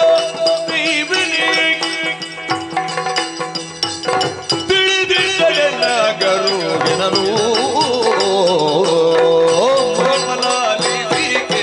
ಮುರಿದೆ ದಕ್ಷಾಸುರ.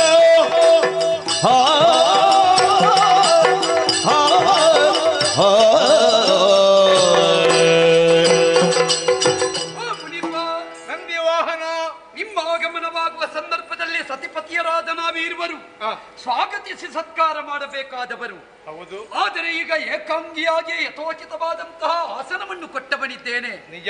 3 ಗಳಿಗೆಯಲ್ಲಿ 3 ಲೋಕವನ್ನು ಸುತ್ತುವಂತಹ ವಿಧಿಸುತ್ತ ನೀವು. ಆದರೆ ಈ ಕಾಲಕ್ಕಾಗುವಾಗ ದಕ್ಷನ ಯಾಗಕ್ಕೆ ಹೋಗದೇ ಇರುವುದಕ್ಕೆ ಸಾಧ್ಯ ಇಲ್ಲ. ನನ್ನ ಸತಿಯಾದಂತಹ ದಾಕ್ಷಾಯಿಣಿ ಆ ಯಜ್ಞ ಕರ್ಮವನ್ನು ನೋಡುವುದಕ್ಕಾಗಿ ಹೋಗಿದ್ದಾಳೆ. ನೀನು ಹೋಗಿದ್ದೀಯಾ? ಅಲ್ಲಿಯ ವರ್ತಮಾನ ಏನು? ನನ್ನವಳು ಸಿಕ್ಕಿದಳೆ, ಬಿತ್ತರಿಸುವೆಯಾ? ಕೇಳುವ ತವಕವೇ. ಪಾದ ಕುಂದಿಸುತ್ತೆಂದ ತಿಳಿಯದಾದದಿ ಬೇಳ್ವೆಯೇ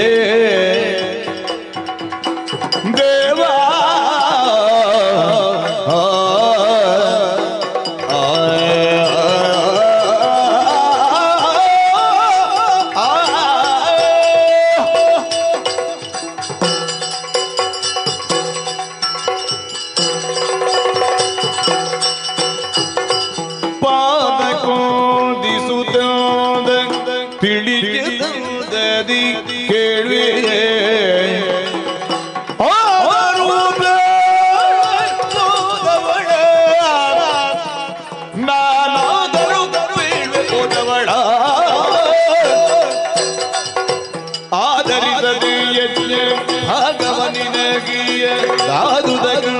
ಸೇರಿಸದೆ ಆದರಿಸದೆ ಯಜ್ಞ ಭಾಗವನಿನಗಿಯ ದಾದುದ ಕಣ್ಣು ಸೈರಿಸದೆ ದೇವಾ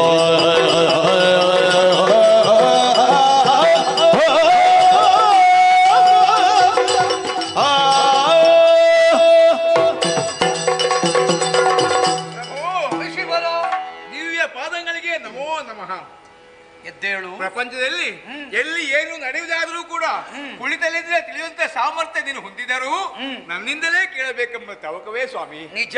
ಕೇಳುವುದಾದ್ರೆ ಹೇಳುವುದಕ್ಕೆ ನಾನು ಸಿದ್ಧನಾಗಿದ್ದೇನೆ, ಬದ್ಧನಾಗಿದ್ದೇನೆ. ಸರಿ. ತಂದೆ ತಾಯಿ ಬಂಧು ಬಳಗ ಮಾತ್ರವಲ್ಲದೆ ಯಾಕೆ ಸಂಭ್ರಮದ ಕಣ್ತುಂಬ ಕಂಡು ಸಂತೋಷ ಪಡಬೇಕೆಂಬ ಆಸೆಯಿಂದ ದಾಕ್ಷಾಯಿಣಿ ಹೋದದ್ದೇನೋ ಸತ್ಯ. ಆದ್ರೆ ಪ್ರಪಂಚದಲ್ಲಿ ಎಲ್ಲರೂ ಮಾಡುವುದು ಯಾಗ ಲೋಕ ಕಲ್ಯಾಣಕ್ಕೆ ಬೇಕಾಗಿತ್ತು. ನಿಜ. ದಕ್ಷ ಮಾಡುವಂತ ಯಾಗ ಲೋಕ ಕಲ್ಯಾಣಕ್ಕೆ ಬೇಕಾಗಿ ಅಲ್ಲ, ನಿರೀಶ್ವರ ಯಾಗವಾಗಿತ್ತು. ಇದು ತಿಳಿದಂತ ದಾಕ್ಷಾಯಿಣಮ್ಮ ತನ್ನ ಪತಿಗೆ ಇಲ್ಲಿ ಹರಿಪತಿ ಇಲ್ಲ ವಿಚಾರ ತಿಳಿದು ಆಮೇಲೆ ಹಿಂದೆ ಮುಂದೆ ಆಲೋಚನೆ ಮಾಡದೆ ಯಜ್ಞಗುಂಡ ಬಿದ್ದು ಸುಟ್ಟು ಭೂತಿಯಾದಳು. ಪ್ರಭು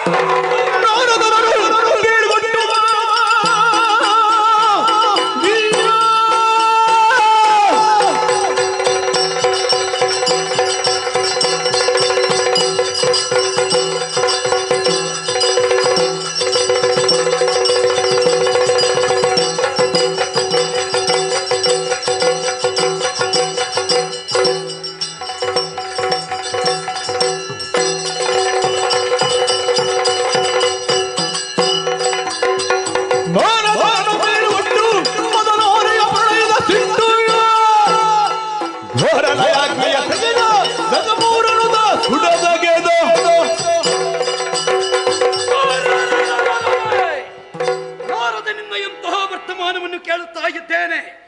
ದಕ್ಷನು ಮಾಡುವಂತಹ ನಿರೀಶ್ವರ ಯಾಗ ನನ್ನ ಆಗಮನದ ಪ್ರತೀಕ್ಷೆ ಇಲ್ಲದೆ ಇದ್ದರೂ ತೊಂದರೆ ಇಲ್ಲ.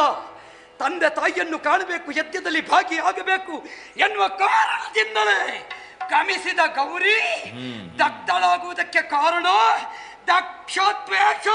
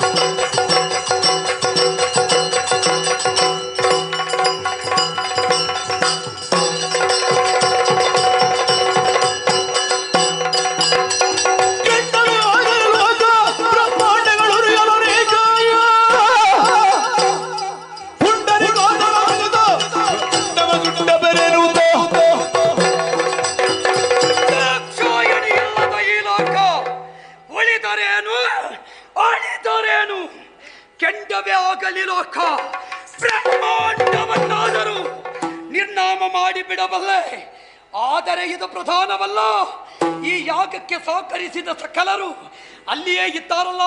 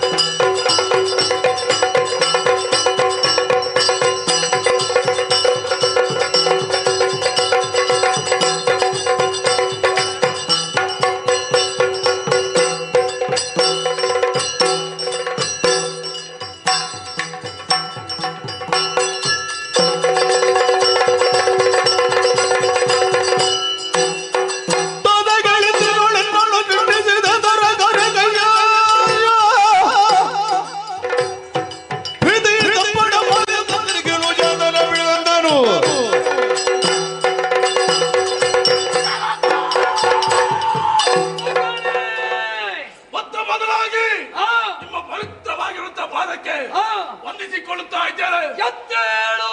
ಅತ್ತ ಇತ್ತ ಮುತ್ತ ಸುತ್ತ ಎತ್ತ ನೋಡಿದರತ್ತ ಕತ್ತಲೆಯ ಮೊತ್ತ ಈ ಮಧ್ಯ ಎತ್ತರಕ್ಕೆ ನಿಮ್ಮನ್ನ ನೋಡ್ತಾ ಇದ್ದೇನೆ. ಹಾಗಾಗಿ ಜನಕ ಎಂಬುದನ್ನು ಸಂಬೋಧಿಸುತ್ತೇನೆ. ಆಗಲೋ ಈಗಲೋ ಕೋಟೆಗೊಂಡಂತಹ ಲಾವಾ ಪರ್ವತದಂತೆ ಕಾಣಿಸ್ತಾ ಇದೆ. ನಿಮ್ಮ ಕ್ರೋಧಕ್ಕೂ ನನ್ನ ಸೃಷ್ಟಿಗೂ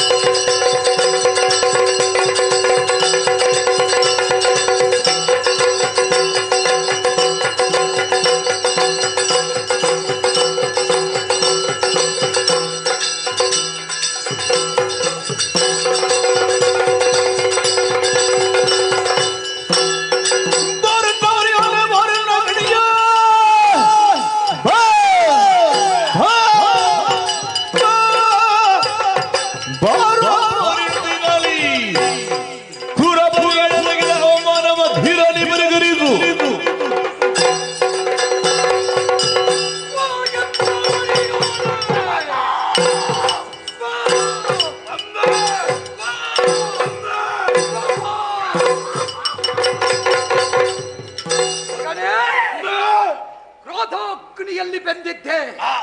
ನನ್ನ ಜಟೆಗೆ ಅಲುಗಾಡುವ ಕಾಲದಲ್ಲಿ ನನ್ನ ಜಟೆಯನ್ನು ತೆಗೆದು ನೆಲಕ್ಕಪ್ಪಳಿಸಿದ ಕಾಲು ಜಟೆಯೇ ಮೂರ್ತ ರೂಪವನ್ನಂತು ನನ್ನ ವೀರತ್ವದ ಸಂಕೇತವಾಗಿ ಉದಿಸಿ ಬಂದವ ನೀನು. ನಿನ್ನನ್ನು ನಾನು ಕರೆಯುವುದು ಹೇಗೆ ಬಲ್ಲೆಯೋ? ವೀರಭದ್ರ, ವೀರೇಶ. ಇವತ್ತು ನಿನ್ನನ್ನು ಕರೆಯುವಲ್ಲಿ ಉದ್ದೇಶ ಉಂಟು. ಲೋಕಪಾಲಕನಾಗಿರುವಂತಹ ನಿನ್ನ ತಂದೆಗೆ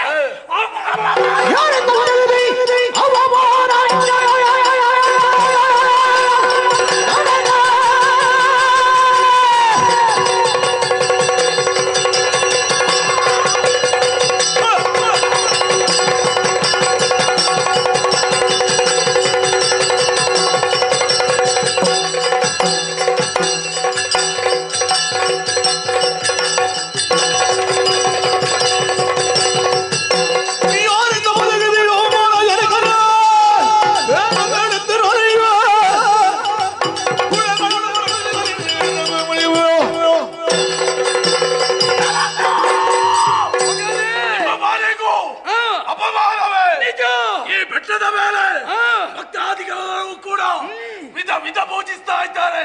ತ್ರಿಮೂರ್ತಿಗಳನ್ನು ಓರ್ವರು ತಾವು ಯಾರಿಂದ ಅಪಮಾನ ಹೇಗೆ ಹೇಳಿ?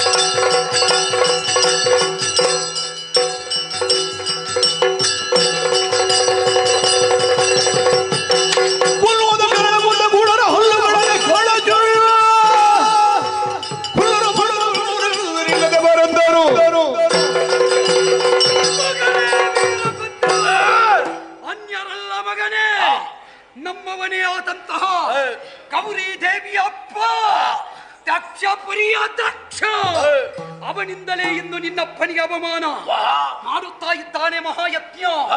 ಈಶಾನ ಭಾಗ ಶೂನ್ಯ, ಈಶ್ವರನಿಗೆ ಆಹ್ವಾನವಿಲ್ಲ. ಈಶ ವಿರೋಧವನ್ನು ಕಟ್ಟಿಕೊಂಡು ಮಾಡುವಂತಹ ಯಜ್ಞ ಪರಿಣಾಮದಲ್ಲಿ ನಿನ್ನವ್ವೆ ನಾನು ದಗ್ಧಳಾಗಿದ್ದಾಳೆ. ಅಂತಹ ದಾಕ್ಷಾಯಿಣಿಯ ನಾಶಕ್ಕೆ ಕಾರಣನಾದ ಆ ದಕ್ಷನ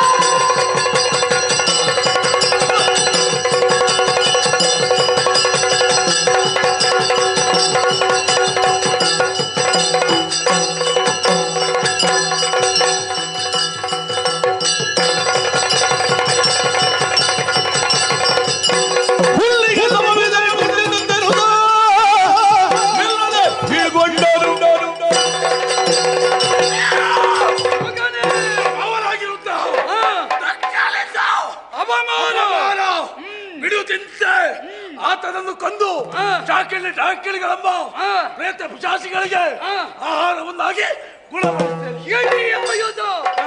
ಬಿದಿರಿಸುವುದಕ್ಕೆ ಬಂದ ಸುರರೋ ಎಣ್ಣಿತರರೋ ಸಕಲರಿಗೆ ತಕ್ಕ ಶಾಸ್ತಿ ಮಾಡಿ ತಕ್ಷಣ ಮರ್ತಿಸಿಬೋ.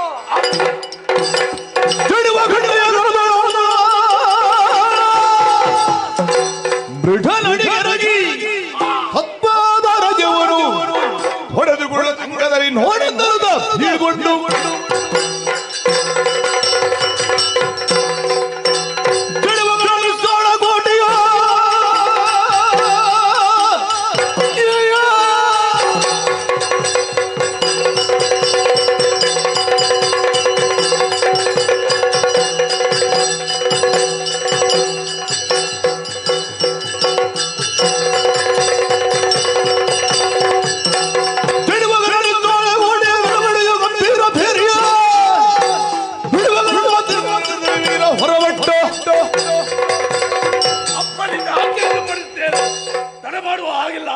ದಕ್ಷದ ಯಜ್ಞಶಾಲೆಯಲ್ಲೂ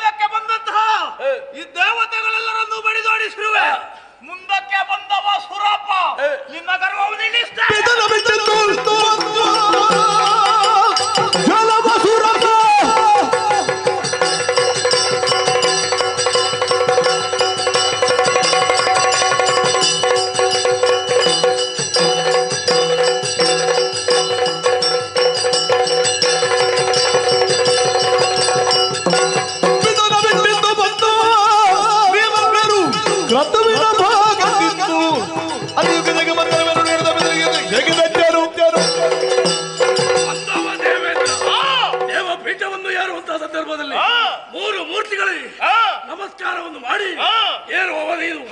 ಈ ಕಾಲಕ್ಕೆ ಮಾಡಿದ್ದಾದ್ರೇನು ಈಶ್ವರ ಯಾಗಕ್ಕಾಗಿ ಮುಂದಾದವ ಕೇಳುವವ ಸಾಮಾನ್ಯರಲ್ಲ. ನಾನಲ್ಲ ಮುಂದಾದದ್ದು, ಅದು ದಕ್ಷ ಪ್ರಜಾಪತಿ. ನೀನು ಸೇರಿದ್ದೇನೋ ಇಲ್ವಾ? ಹೌದು ಸೇರಿದ್ದೇನೆ. ಸೇರಿದ್ದೇನೆ. ಕರೆಗೆ ಹೋಗೊಟ್ಟು ಬಂದಿದ್ದೇನೆ. ಬಂದಿದ್ದಿ ಎಷ್ಟಾದ್ರೂ ಕೂಡ ತ್ರಿಮೂರ್ತಿಗಳಲ್ಲೋರ್ವ ಎಂಬುದನ್ನು ತಿಳಿಬೇಕಿತ್ತು. ಅದನ್ನು ತಿಳಿಯದೆ ಮೂರ್ಖರಂತೆ ವರ್ತಿಸಿದ್ದಿ. ನಿನ್ನನ್ನು ಕೇಳುವವ ಪರಮೇಶ್ವರ ದೇವರ ಜಟೆಯಿಂದ ಹುಟ್ಟಿದವ ವೀರೇಶ. ಹೌದಾ? ನಿಮ್ಮ ವಿಕ್ರಮ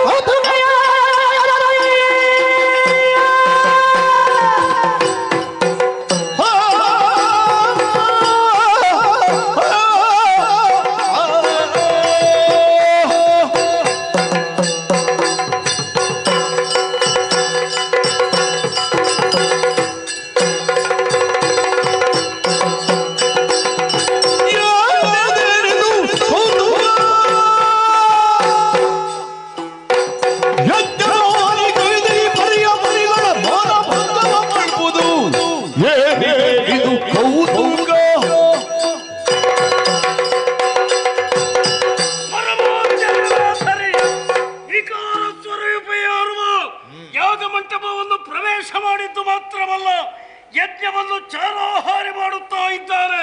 ವಿಚಾರಿಸಬೇಕಾದುದು ಯಜ್ಞ ದೀಕ್ಷಿತರಾಗಿ ನನ್ನ ಕರ್ತವ್ಯ ಮುಂದುವರಿತೇನೆ.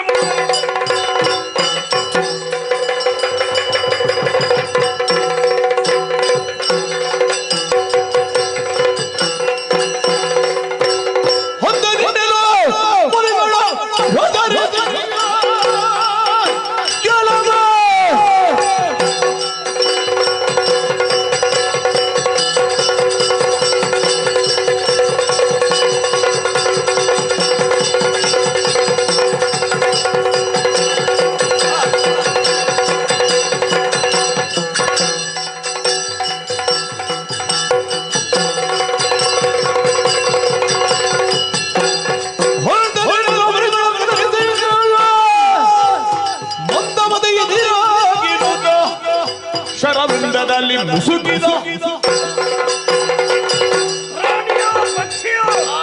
ಮನುಷ್ಯನ ರಾಕ್ಷಸರ ವಿಕಾರ ಸ್ವರೂಪಿ ಅಕ್ರಮವಾಗಿ ರಾಜ್ಯವಂಶವನ್ನು ಪ್ರವೇಶ ಮಾಡಿದ್ದು ಮಾತ್ರವಲ್ಲ, ಮೃತ್ಯುಜರನ್ನು ಹಿಂಸಿಸುತ್ತಾ ಇದ್ದಿ.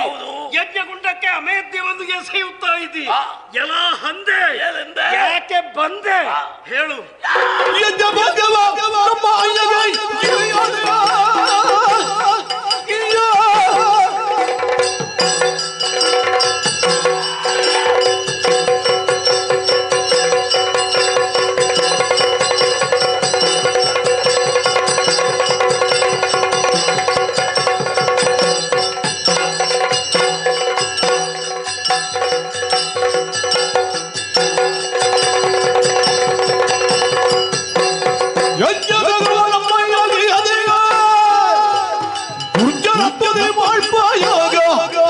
ವಿಸರ್ಜನೆಗೆ ನಾ ಬಂದೆನು. ಅಮ್ಮ ಮಾನಸ ಪುತ್ರ, ನೀನು ಹುಟ್ಟಿದ್ದೆ ಹೆಬ್ಬೆರಳಲ್ಲಿ. ಅಹಂ ಎಂಬುದು ನಿನ್ನ ಮುಖದಲ್ಲಿ, ನಿನ್ನ ಆಕಾರದಲ್ಲಿ ಎದ್ದು ಕಾಣ್ತಾ ಇದೆ. ಅಯ್ಯ, ನಿಮ್ಮ ಮಗಳೆಂಬ ಮಮಕಾರವನ್ನು ಬಾರದೆ ಕಾಣ್ತಾ ಇರುವಂತ ಅಕ್ಕಿಯಲ್ಲಿ ಬೆಂದು ಉರಿಯುವ ಹಾಗೆ ಮಾಡಿದವ ನೀನು. ಕೇಳುವುದಕ್ಕಾಗಿ ಬಂದವ ನಾನಲ್ಲ, ಸಾಮಾನ್ಯನೆಂಬುದಾಗಿ ಭಾವಿಸಬೇಡ. ಪರಮೇಶ್ವರ ದೇವರ ಜಟೆಯಿಂದ ಹುಟ್ಟಿದವ ವೀರಭದ್ರ.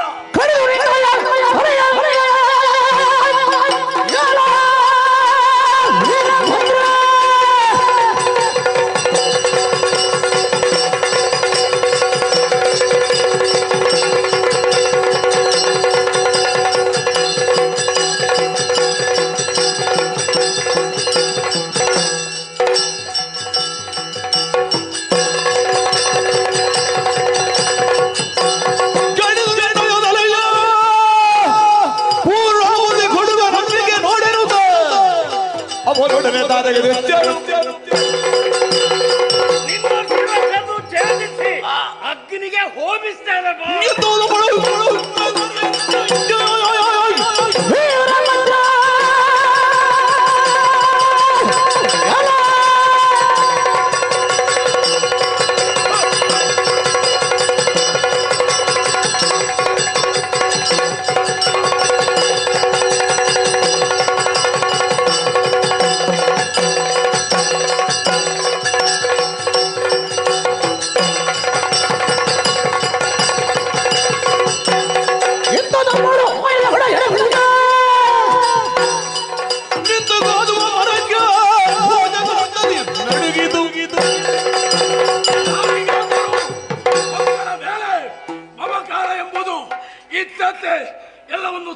ಮಾಡಿದ ನಿನ್ನನ್ನು ಉರಿತಾ ಇರುವಂತಹ ಬೆಂಕಿಗೆ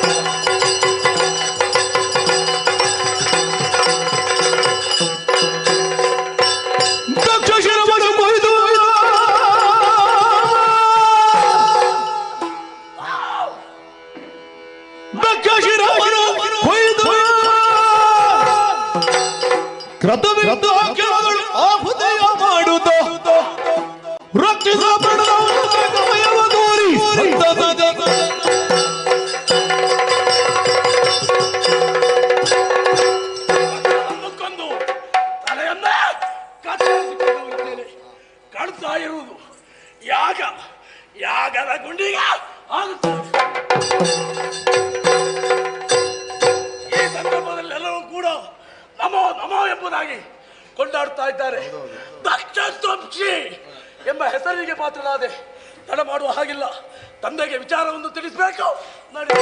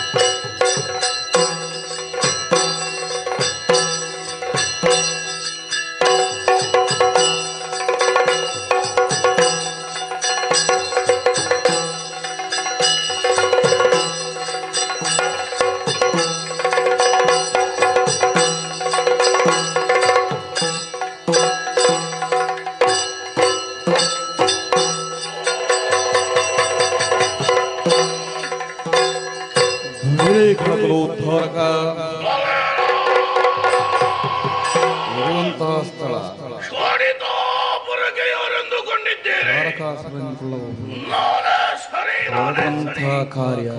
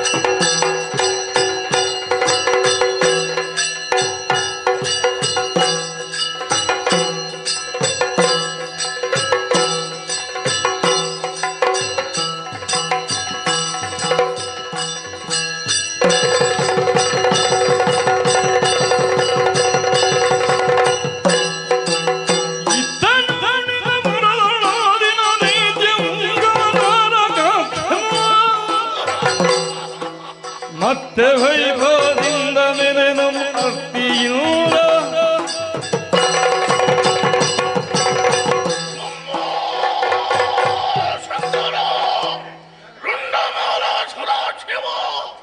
ನೀನೇ ಕಾಪಾಡು ತಂದೆ ಕಾಪಾಡು ಎಂದಿನಂತೆ ಎಂದು ಶಿವ ಪೂಜೆಯನ್ನು ಮುಗಿಸಿ ಪ್ರಸಾದವನ್ನು ಸ್ವೀಕರಿಸಿಕೊಂಡು ಈ ಶೋಣಿತಾ ನಗರದ ಸಭಾ ಪ್ರವೇಶವನ್ನು ಮಾಡಿದವರಿದ್ದಾರೆ.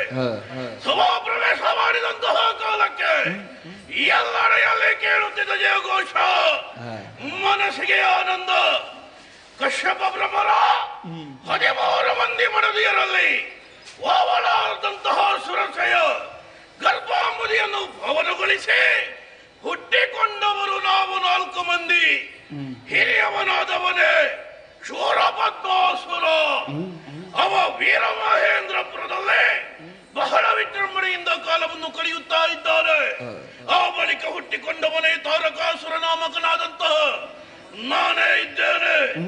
ನಮ್ಮದಾದಂತಹ ದೈತ್ಯ ಕುಲದ ಕೇಂದ್ರ ಸ್ಥಾನವಾಗಿರುವಂತಹ ಈ ಶೋಣಿತಾ ನಗರ ಯಾವ ಕಾಲಕ್ಕೂ ಕೂಡ ಬರಿದಾಗಬಾರದು ಎಂಬ ಉದ್ದೇಶದಿಂದ ಇಲ್ಲಿ ಆಳ್ವಿಕೆಯನ್ನು ಮಾಡುತ್ತಾ ಇದ್ದೇನೆ.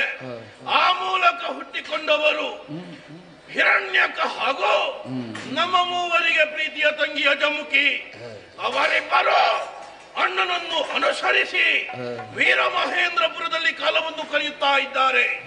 ನಮ್ಮ ಜೀವನವೆಂಬುದು ಕೇವಲವಾಗಿರಕೂಡದೆಂಬಂತಹ ಉದ್ದೇಶದಿಂದ ದಾನವ ಕುಲವನ್ನು ಉದ್ಧರಿಸಿಕೊಳ್ಳಬೇಕು. ನಮ್ಮದಾದಂತಹ ಕೀರ್ತಿ ಗಗನತ್ತರಕ್ಕೆ ಏರಿಸಿಕೊಳ್ಳಬೇಕೆಂಬಂತಹ ಉದ್ದೇಶದಿಂದ ಎಲ್ಲಾ ದಾನವರನ್ನು ಸೇರಿಸಿ ಈ ಶೋಣಿತಾ ನಗರದಲ್ಲಿ ಬಹು ವಿಜೃಂಭಣೆಯಿಂದ ಕಾಲವನ್ನು ಕಳೆಯುತ್ತಾ ಇದ್ದೇನೆ. ನಾವು ಇಲ್ಲೇ ಇರುವುದಲ್ಲ, ಯಾಕೆ ನಾವು ಕನಿಷ್ಠರಲ್ಲ, ಜ್ಯೇಷ್ಠರಿದ್ದೇವೆ. ಆ ಜ್ಯೇಷ್ಠರಾದಂತಹ ನಾವು ಇಲ್ಲ ಇದ್ದು ಏನು ಮಾಡುವುದಕ್ಕೆ ಸಾಧ್ಯ ಹೇಳಿ? ಅದಕ್ಕಾಗಿ ದೇವಲೋಕ ಸ್ವಾಧೀನ ಮಾಡುವುದಕ್ಕೆ ಮುಂದಾದಂತ ವೇಳೆಗೆ ಮಂತ್ರಿ ಓರ್ವನ ಆದೇಶ ಹೀಗೆ ಮುಂದುವರಿದರೆ ನಮ್ಮ ಹಿಂದಿನವರು ಹೋದರೆ ನಿಮ್ಮ ಗತಿಯು ಹಾಗೆ ಆಗ್ತದೆ. ಧನಬಲವಿದೆ, ದೈವ ಬಲದ ಕೊರತೆ ಇದೆ. ಅದಕ್ಕಾಗಿ ಅದನ್ನು ಮೆಚ್ಚಿಸಿಕೊಳ್ಳಬೇಕು. ಅವರ ಮಾತನ್ನು ಅನುಸರಿಸಿ ದಂಡಕಾರಣ್ಯವನ್ನು ಸೇರಿ ಅದನ್ನು ಭಜನೆಯ ಮೂಲಕ ಮೆಚ್ಚಿಸಿ ಮರಣವಾರದಂತಹ ವರವನ್ನು ಕೇಳಿದಾಗ ವಿಧಾತ ನನಗೆ ಆ ಅಮರತ್ವವನ್ನು ನೀಡಿದ್ದಾನೆ. ಹೇಗೆ ಬಲ್ಲಿರೆ? ಶಿವನಿಂದ ಹುಟ್ಟುವಂತಹ ಮಗ, ಅವನಿಂದ ಮಾತ್ರ ನಿನಗೆ ಮರಣ. ಇದನ್ನು ಕೇಳಿದಾಗ ಮನಸ್ಸಿಗೆ ಸಂತೋಷವಾಗಿದೆ. ಕೇಳಿ ನೇರ ಪುರವನ್ನು ಸೇರಿದ್ದೇನೆ. ಯಾವ ವಿಚಾರವನ್ನು ವಿನಿಮಯ ಮಾಡಿಕೊಳ್ಳಬೇಕು ಅಂತ ಇದ್ರೆ ನಮ್ಮವರು ಬೇಕು. ಬರಲಿ ನೋಡೋಣ.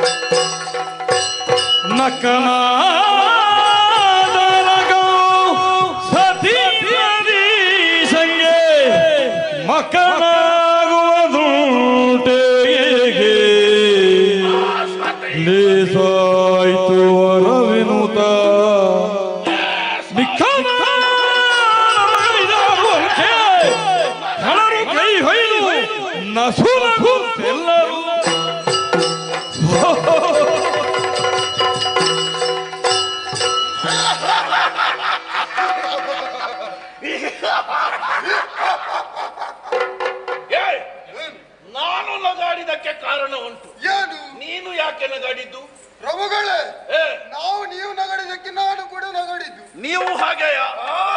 ನಾನು ನಗುವುದಕ್ಕೆ ಮೂಲ ಕಾರಣ ಬೇರೆ ಏನು ಅಲ್ಲ, ಒಂದು ವಿಚಾರವನ್ನು ಮನಸ್ಸಲ್ಲಿ ಭಾವಿಸಿ ನಗು ಕೇರುತ್ತಾ ಇದೆ. ನನ್ನದು ಕೂಡ ಕಾರಣ ಅದು. ಯಾವುದು? ನಿಮ್ಮದು ಯಾವುದು? ನೀವು ನಕ್ಕಿರಲ್ಲ, ನಾನು ಕೂಡ ಅದಕ್ಕೆ ನಗಡಿದ್ದು. ಹೌದಾ? ವಿಷಯವನ್ನು ಅರ್ಥ ಮಾಡದೆ ನಗಾಡಿದ್ರೆ ನಮ್ಮವರ ಕೆಲವರು ಏನಾದ್ರೂ ಹೇಳಿದರು. ಹೇಗೆ? ಬೇರೆ ಏನು ಅಲ್ಲ, ಬ್ರಹ್ಮನಿಗೆ ಎಷ್ಟು ತಲೆ ಕೆಟ್ಟಿದೆ ಎಂಬುದಾಗಿ ಈಗ ನನಗೆ ಅರ್ಥವಾದದ್ದು. ಏನಾಯ್ತು ಪ್ರಭು? ಬೇರೆ ಏನು ಅಲ್ಲ, ದಂಡಕಾರಣ್ಯವನ್ನು ಸೇರಿ ವಿಧಿಯನ್ನು ಮೆಚ್ಚಿಸಿಕೊಂಡವನು ನಾನು. ಮರಣವಿಲ್ಲದಂತಹ ವರವನ್ನು ಅನುಗ್ರಹಿಸು ತಂದೆ ಅಂತ ಹೇಳಿದಾಗ ಅವ ಕೊಟ್ಟ ವರ ಏನು ಗೊತ್ತೇ? ಸತಿ ಇಲ್ಲದ ಸಂಗೆ ಮಕ್ಕಳಾಗುವುದಕ್ಕೆ ಉಂಟೆ ಹೇಳಿ? ಆ ಈಶನಿಗೆ ಮಕ್ಕಳಾದ್ರೆ ಮಾತ್ರ ಅವನಿಂದ ಹುಟ್ಟುವ ಮಗನಿಂದ ನನಗೆ ಮರಣ. ಆ ಶಿವನೇ ಈಗಾಗಲೇ ಅವನ ಮಡದಿಯಾದಂತಹ ದಾಕ್ಷಾಯಿಣಿ ಆಹುತಿಯಾಗಿ ಹೋದವಳಿದ್ದಾಳೆ. ಆಗಿರುವಾಗ ಅವ ಒಂಟಿಯಾಗಿದ್ದವನಿಗೆ ಮಕ್ಕಳಾಗುವುದಕ್ಕೆ ಉಂಟೇನೋ? ಆಗ್ತದ? ಇಲ್ವಲ್ಲ. ನನಗೆ ನಗು ಬಂದದ್ದೇ, ಶಿವನಿಗೆ ಮಕ್ಕಳು ಹುಟ್ಟುವುದಕ್ಕೂ ಇಲ್ಲ, ನನಗೆ ಮರಣವೂ ಇಲ್ಲ. ಆಗಿರುವಾಗ ಮನಸ್ಸಿನ ವಿಚಾರವನ್ನು ಹಲವು ರೀತಿಯ ತೀರ್ಮಾನವನ್ನು ನಾನು ತೆಗೆದುಕೊಂಡವನಿದ್ದೇನೆ. ಬೇರೆ ಏನವಲ್ಲ, ಆ ನಾಕಲೋಕವನ್ನು ಸ್ವಾಧೀನ ಮಾಡಿಕೊಳ್ಳಬೇಕು. ಆ ಮೂಲಕ ನಮ್ಮದಾದಂತಹ ಸಾಧನೆಯನ್ನು ತೋರಿಸಿ ನಮ್ಮದಾದಂತಹ ಕೀರ್ತಿ ಗಗನೆತ್ತರಕ್ಕೇರಬೇಕು ಅಂತ ಇದ್ರೆ ಆ ಸುರಪನನ್ನು ಬಗ್ಗುಬಡಿಬೇಕೆಂಬುದಾಗಿ ತೀರ್ಮಾನಿಸಿದ್ದೇನೆ. ಆ ವಿಚಾರದ ಬಗ್ಗೆ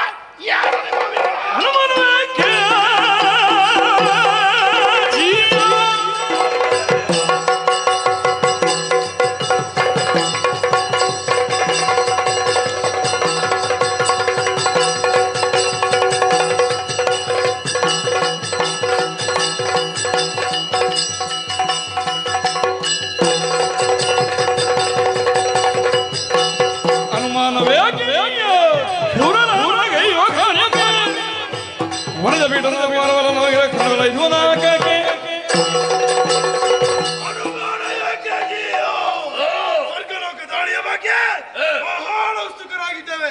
ಅದೆಷ್ಟೋ ಸಮಯದಿಂದ ಇಂಥದ್ದೇ ಅವಕಾಶಕ್ಕಾಗಿ ಕಾದು ಕುಳಿತವರು ನಾವು. ಇಂದು ಒದಗಿ ಬಂದಿದೆ.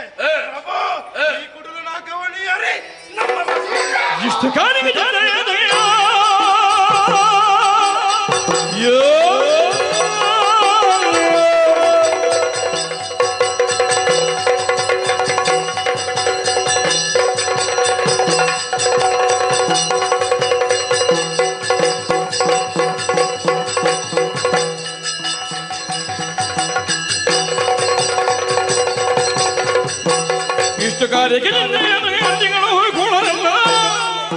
ನಿನ್ನಿಷ್ಟಪಡಿಸಿದ ಸಮರ ಮುಖದಲ್ಲಿ ಒಡೆಯ ಕೇಳು.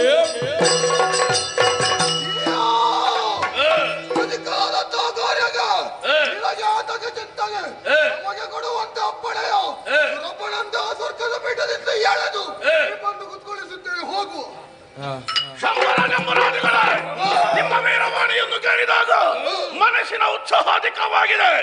ಆಯುಧಧಾರಿಗಳಾಗಿದ್ದಾವೆ. ತಡ ಮಾಡುವುದಲ್ಲ.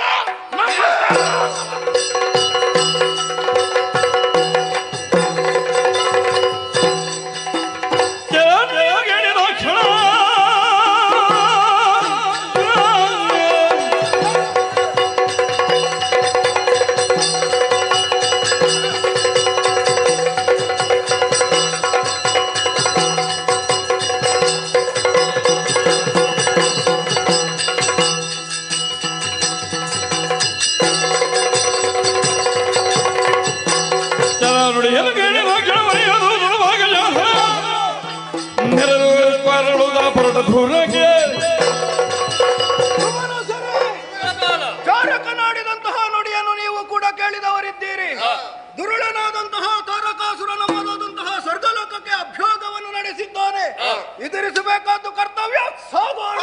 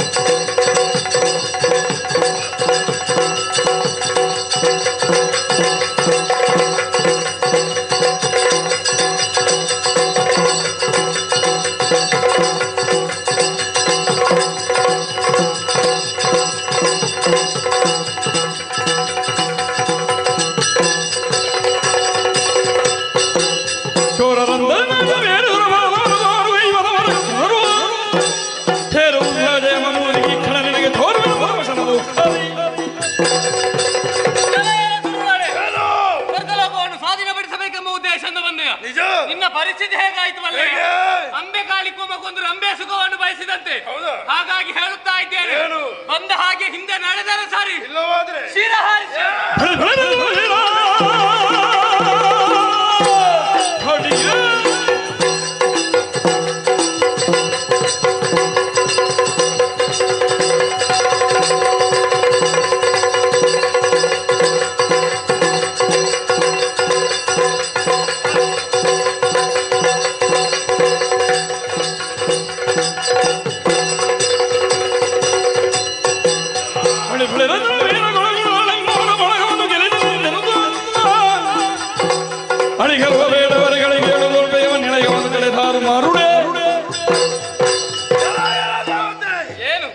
ಅಧಿಕಾರವನ್ನು ನಮ್ಮೊಡೆಯನಾದಂತಹ ತಾರಕಾಸುರನಿಗೆ ಬಿಟ್ಟು ಕೊಟ್ಟೆ ಅಂತಾದ್ರೆ ಒಳ್ಳೇದು. ಇಲ್ಲವಾದರೆ ಬೆನ್ನು ಹುಡಿ ಮಾಡಿ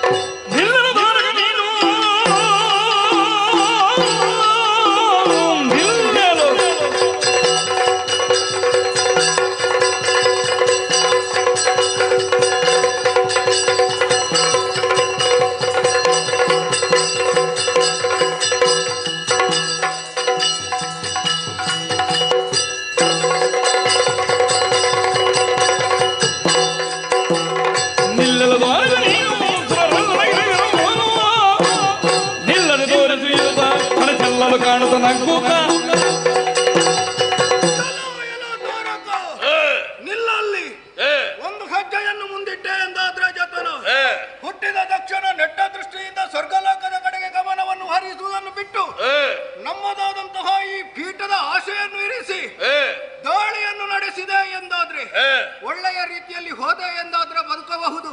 ಇಲ್ಲದಿದ್ದರೆ ನನ್ನ ವಜ್ರಘಾತಕ್ಕೆ ನಿನ್ನ ತಲೆ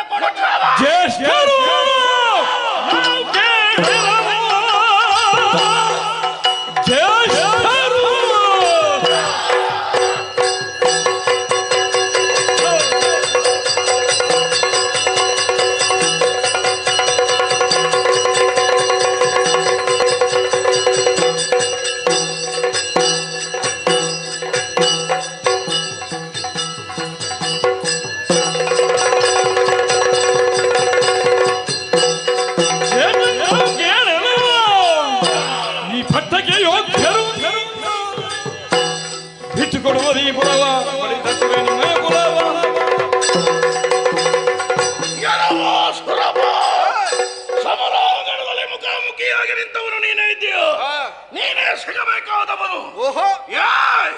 ನಾವೇನು ಸಾಮಾನ್ಯರೆಂಬುದಾಗಿ ಭಾವಿಸಿಕೊಂಡಿದ್ದೀಯ? ಶ್ರೇಷ್ಠರಿದ್ದೇವೆ, ಕನಿಷ್ಠರೇನು ಅಲ್ಲ. ಆದುದರಿಂದಲೇ ಈ ನಾಕವನ್ನು ಬಯಸಿದ್ದೇವೆ. ನನ್ನ ಅಪ್ಪನು ನಿನ್ನ ಅಪ್ಪನು ಒಂದೇ ಅಲ್ವನ ಹೇಳು. ಹಾಗಿರುವಾಗ ನೀನು ಪಡೆದಂತಹ ಸುಖದಲ್ಲಿ ಅಧಿಕಾರ ನನಗೂ ಇದೆ. ಆದುದರಿಂದ ಹೇಳುವುದಿಷ್ಟೇ, ನಾಲ್ಕರ ಅಧಿಕಾರವನ್ನು ಕೊಟ್ಟಿ ದಾಸನಾದರ ಕಾಲ ಕಳೆಯಿತಲ್ಲ ಬಿಡುತ್ತೇನೆ. ಹೊಡೆದಿದ್ರೆ ನಿನ್ನನ್ನು ಹೊಡೆದೋಡಿಸ್ತೇನೆ.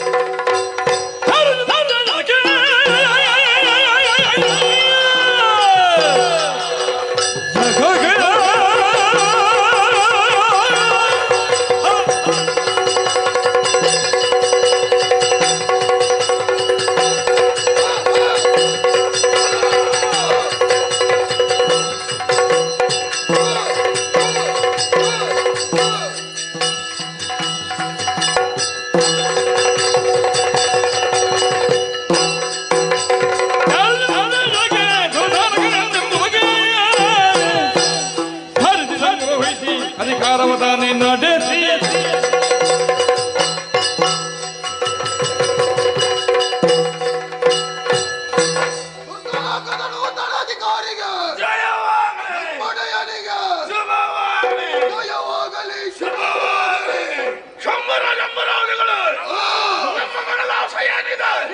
ನಾಲ್ಕದ ಪೀಠ ಸ್ವಾಧೀನ ಮಾಡಿಕೊಳ್ಳಬೇಕು, ಇಲ್ಲಿನ ಸುಖ ನಮಗೆ ಅನುಭವಿಸಿಕೊಳ್ಳಬೇಕು ಎಂಬ ಉದ್ದೇಶದಿಂದ ನಮ್ಮ ಹೋರಾಟವನ್ನು ಮುಂದುವರಿಸಿದ್ದೇವೆ. ಪರಿಣಾಮ ಜಯಸಿರಿ ನಮಗೆ ಜಯಸಿರಿ ಬಂತು. ಆದ್ರೆ ದೇಹಕ್ಕೆ ಒಂದು ರೀತಿಯ ಆಯಾಸ. ಈಗ ಅಗತ್ಯ ವಿಶ್ರಾಂತಿಯನ್ನು ಪಡೆದುಕೊಳ್ಳೋಣ.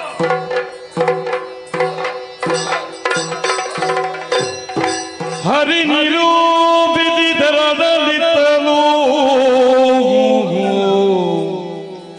ಸರಸಿಜೋದ್ಭವ ನಮನ ಪತಿಯನ್ನು ಕರೆದು ನೀ ಪೋಗೀಗ ಮಲ್ಮತಗರುಗಿ ಪುರಗಣನ ವನದ ಪರ ಕೆಡಿದಳು.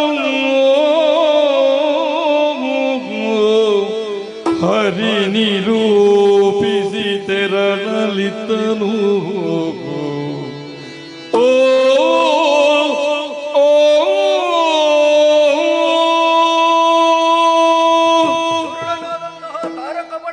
ವರಪ್ರಭಾವದ ಮುಂದೆ ದೇವತೆಗಳಾದಂತಹ ನಮ್ಮ ಶಕ್ತಿಯ ಪ್ರದರ್ಶನ ಎನ್ನುವುದು ನಡೆಯಲಿಲ್ಲ.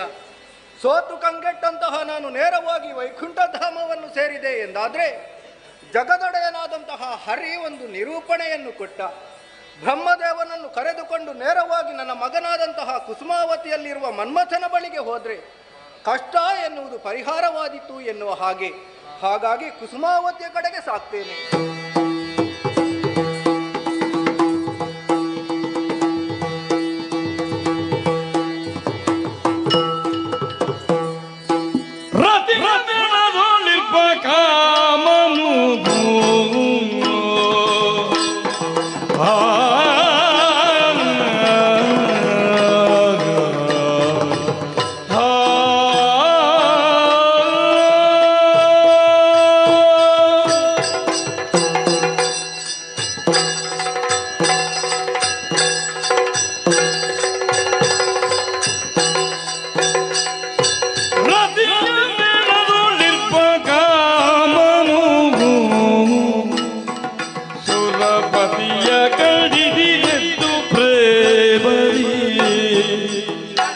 ಅತಿಶಯ ಲಿಂಗನಗೆಯುತ ಅತಿಶಯ ಲಿಂಗನಗೆಯುತ ಹೇಳ್ದ ಅತಿ ಮುದದಿಂದು ಪಚರಿಸುತ್ತ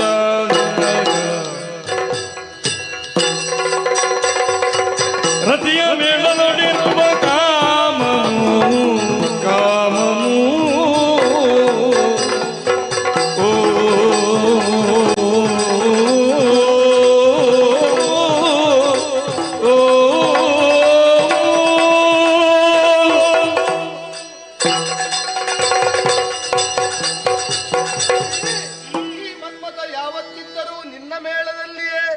ಹೀಗೆ ಬಾರತಿ ಹಾಗೆ ಆಯ್ತು. ಹೀಗೆ ಬಾ.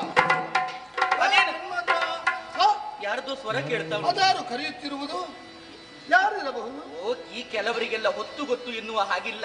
ಯಾವ್ಯಾವ ಹೊತ್ತಿನೆಲ್ಲ ಬರುವುದು. ಹೊತ್ತಿನ ಪರಿವೇ ಇರುವುದಿಲ್ಲ. ಇವತ್ತು ಬೇಡ, ನಾಳೆ ಬನ್ನಿ, ನಾಳೆ ಬನ್ನಿ. ನಾವು ಏಕಾಂತದಲ್ಲಿ ಹೋಗಿ ಬರೋದೊಂದು ಉಪದ್ರ. ನಮ್ಮ ಏಕಾಂತಕ್ಕೆ ಭಂಗ ಆಗುತ್ತಲ್ಲ. ರಾಮದೇವ, ಹೇ ರತಿ, ಈ ಸ್ವರವನ್ನು ಎಲ್ಲೋ ಕೇಳಿದ ಹಾಗುಂಟು. ಪರಿಚಯ ಉಂಟೆ? ಹೌದೇ? ಯಾರಾಗಿರ್ಬೋದು? ಯಾರಾಗಿರಬಹುದು? ಯಾರು ಅಂತ ನಾನು ಯಾಕೆ ಪುಣ್ಯಾತ್ಮ. ನೀನು ಒಳಗೆ ಬಾ. ಅವರಿಗೆ ಪಾಪ ಅವಸರ ಆಗ್ತದೆ.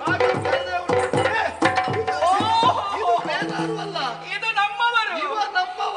ಹೌದು. ನನ್ನ ಆಪ್ತ ಸಖ ದೇವೇಂದ್ರ. ದೇವೇಂದ್ರ, ಹೀಗೆ ಬಾ, ಹೀಗೆ ಬಾ. ಆಹಾ, ನೀವೆಷ್ಟು ಚಂದ ಕಾಣ್ತಾ ಇದ್ದೀರಾ ಸ್ವಾಮಿ. ನಾನು ಮಾತ್ರವ ನಿನ್ನ ಚಂದವನ್ನು ವರ್ಣಿಸುವುದಕ್ಕೆ ಆಹಾ, ಈ ಬಣ್ಣ ನಿಮಗೇ ಒಪ್ಪುತ್ತದೆ. ನನ್ನ ಕಡೆಗೆ ನೀನು ಬಂದವ. ಏನನ್ನು ಸೂಚಿಕಲ್ಲು ಉಂಟ ಹೇಗೆ? ಆ ಕಡೆಗೆ ಎಳೆ ಇತ್ತ ಅಲ್ಲ, ನಿನ್ನನ್ನು ನಿಲ್ಲಿಸಿಯೇ ಮಾತಾಡಿಸ್ತಾ ಇದ್ದೇನೆ. ಹೌದು, ನೀನು ನಿಲ್ಲುವುದಲ್ಲ, ನೀನು ಕುತ್ಕೊಳ್ಬೇಕು. ಹೀಗೆ ಬಾ. ನೀವು ಕುಳಿತುಕೊಳ್ಬೇಕು ಸ್ವಾಮಿ. ಓ ಕಾಮದೇವ, ಹೀಗೆ ಮಾಡುವುದಕ್ಕಿಂತ ಸ್ವಲ್ಪ ವಿಷ ಕೊಟ್ರೆ ಸಾಯ್ಬೋದಿತ್ತಲ್ಲ. ಅಲ್ಲ, ನಾನೇ ಕೊಟ್ಟಾಗಬೇಕು. ಅಲ್ಲ, ಹೀಗೆ ಮಾಡುವುದಕ್ಕಿಂತ ನೀನು ಕೊಡುವುದೇ ಒಳ್ಳೆಯದು. ದೇವೇಂದ್ರ, ನನ್ನ ಹೆಂಡತಿ ನನ್ನ ಹತ್ರ ಇರುವಾಗ ನನಗೆ ಪ್ರಪಂಚವೇ ಕಾಣುವುದಿಲ್ಲ. ನೋಡುವಾಗ ಗೊತ್ತಾಗ್ತದೆ. ಇಲ್ಲಿ ನಿನಗೆ ಆತಿಥ್ಯ ಅಲ್ಲ. ಹೌದು, ಆತಿಥ್ಯ ಕೊಡೋದು ನಾನು ಎಲ್ಲಿ ಹೋಗುವುದಿಲ್ಲ. ನಿನಗೆ ಈ ಸಲ ಕೊಡ್ತೇನೆ. ನಾನಿದ್ರೆ ಆಗ್ಲಿಕ್ಕಿಲ್ಲ ಇವತ್ತು. ನೀನು ಒಳಗಿದ್ದಕ್ಕೋ ಅತಿ ಶೀಘ್ರವಾಗಿ ನಾನು ಕರೀತೇನೆ. ಅವಳು ಬೇಗ ಕಳಿಸ್ಬಿಡು. ಇವತ್ತು ಬೇಗ ಕರೀಬೇಕು. ಮತ್ತೆ ಬಾಗಿಲಿಗೆ ಕಿವಿ ಕೊಟ್ಟು ಕಾಯ್ತಾ ಇರ್ತೇನೆ. ನೀನು ಒಳಗಿದ್ದು ಹೆಚ್ಚು ಮಾತಾಡ್ಬೇಡಿ. ದೇವೇಂದ್ರ, ಅತಿಥಿ ದೇವೋ ಭವ. ಹೀಗೆ ಬಾ. ಒಂದು ಮಾತು ಕೇಳುವ. ಏನಾಗಬೇಕು ತಂದರಿ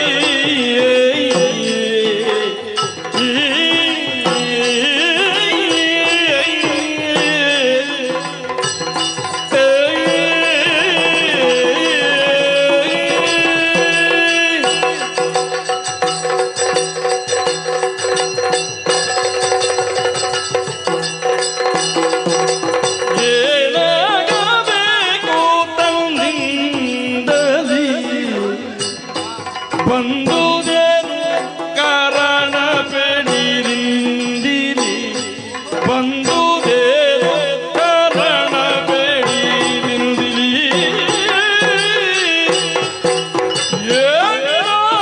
ಏನಿದಾಶ್ಚರ್ಯವೆಂದು ಸಿರಲು, ಏನಿದಾಶ್ಚರ್ಯವೆಂದು ಸಿರಲು ಆಗಿರ್ವಾಣ ಪ್ರತಿಯು ಬೇಡ ಅವನೊಳುಗು. ಏನಾಗಬೇಕು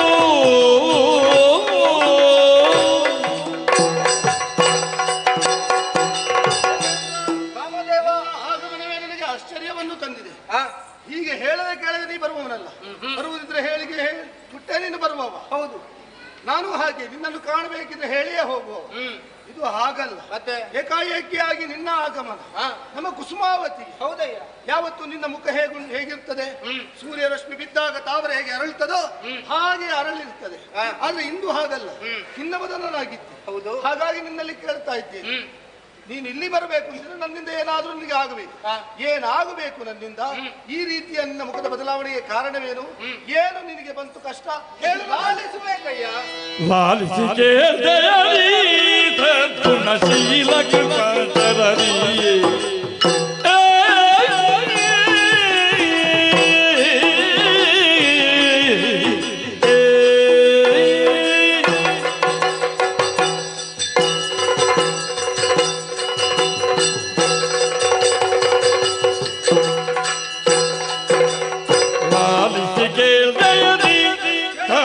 गुणशील कृपा शरभी, सद्गुणशील कृपा शरभी.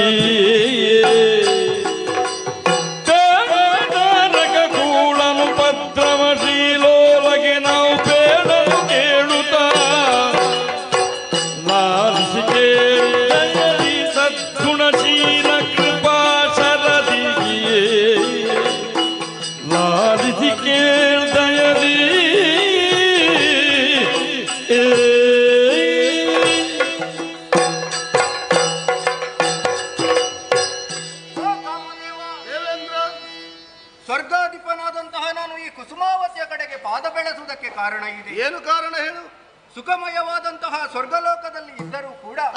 ಕಷ್ಟ ಎನ್ನುವುದು ನನ್ನ ಪಾಲಿಗೆ ತಪ್ಪಿದ್ದಲ್ಲ. ಓಹೋ. ಹಾಗೆಯೇ ದುರುಳನಾದಂತಹ ತಾರಕಾಸುರ ಸುರಲೋಕಕ್ಕೆ ಅಭ್ಯೋಗವನ್ನು ನಡೆಸಿದ. ಸಮರಾಂಗಣದಲ್ಲಿ ನನ್ನ ಪಾಲಿಗೆ ಸೋಲಾಯಿತು. ಹಾಗಾದ ಕಾರಣ ಬೇರೆ ದಾರಿ ಕಾಣದೆ ನಿನ್ನ ಬಳಿಗೆ ನಾನು ಬಂದವನಿದ್ದೇನೆ. ಮಾತ್ರವಲ್ಲ, ಆ ದುಷ್ಟ ವಿಶೇಷವಾದಂತಹ ವರವೊಂದನ್ನು ಪಡೆದಿದ್ದಾನಂತೆ. ಏನು? ಶಿವಕುಮಾರನಿಂದ ಮಾತ್ರ ಮರಣ ಎನ್ನುವ ಹಾಗೆ. ಅವ ಪಡೆದಂತಹ ವರದ ಬಗ್ಗೆ ನಾನು ಯೋಚಿಸಿದೆ ಎಂದಾದ್ರೆ ಖಂಡಿತ ಅವನಿಗೆ ಮರಣವೇ ಇಲ್ವೋ ಎನ್ನುವ ಹಾಗೆ ನನಗೆ ಭಾಸವಾಗುತ್ತಾ ಇದೆ. ಶಿವಕುಮಾರನಿಂದ ಮರಣ ಹೌದು ಎನ್ನುವ ವರ. ಹೌದು. ಅದಕ್ಕೂ ನೀ ಇಲ್ಲಿ ಬರುವುದಕ್ಕೂ ಕಾರಣ ಏನು? ಕಾರಣ ಇದೆ. ಯಾಕೆಂದ್ರೆ ಪರಮೇಶ್ವರ ಹಿಮಾಲಯದ ತಪ್ಪಲಲ್ಲಿ ತಪಸ್ಸಿನಲ್ಲಿ ನಿರತನಾಗಿದ್ದಾನೆ. ಹೌದು. ದಕ್ಷನ ಯಾಗದಲ್ಲಿ ದಗ್ಧಳಾದಂತಹ ದಾಕ್ಷಾಯಿನಿ ಮತ್ತೊಮ್ಮೆ ಪರ್ವತರಾಜನಿಗೆ ಪಾರ್ವತಿಯಾಗಿ ಹುಟ್ಟಿಕೊಂಡಿದ್ದಾಳೆ. ಪರಮೇಶ್ವರನ ಕುರಿತು ತಪಸ್ಸನ್ನಾಚರಿಸುತ್ತಾ ಇದ್ದಾಳೆ. ಅವರು ಒಂದಾದರು ಎಂದಾದ್ರೆ ಆತನಿಗೆ ಮರಣ ಬರಬಹುದು. ಅವರು ಒಂದಾಗುವುದಕ್ಕೆ ನಾನೇನು ಮಾಡಬೇಕು? ನಿನ್ನ ಬಳಿಗೆ ಬರುವುದಕ್ಕೆ ಕಾರಣ ಏನಾಗಬೇಕು? ನಿನ್ನಲ್ಲಿ 5 ಶರಗಳು ಉಂಟಂತಲ್ವಿ? ಅಶೋಕ ಚೂತ ನವಮಲ್ಲಿ ಕರವಿಂದ ನೀಲೋತ್ಪಲ. ಹೌದು. ಆ ಪಂಚಶರಗಳನ್ನು ನೀನು ಆ ಪರಮೇಶ್ವರನಿಗೆ ಪ್ರಯೋಗಿಸಿದೆ ಎಂದಾದ್ರೆ ಶಿವಗಿರಿಜಯರು ಒಂದಾಗುವುದಕ್ಕೆ ಸಾಧ್ಯ ಉಂಟು. ಆ ತಾರಕಾಸುರನಿಗೆ ಮರಣ ಬರುವುದಕ್ಕೆ ಶಿವ ತಪೋಭಂಗ ನಾನು ಮಾಡಬೇಕು. ಮಾಡಬೇಕಯ್ಯ.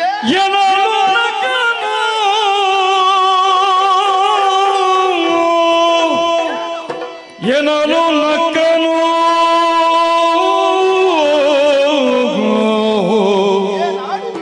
ತ್ರಿಪುರ ವೈರಿಯ ಕೆಣಕುವರೆ ನಾಯಕರವಾಗ ಶಿವ ಮುನಿದೊಡಿಯೇ ಮೂಲಗವ ಹುಡುಗನು ನಿಟಿಲ ಮಹಿಯಲಿ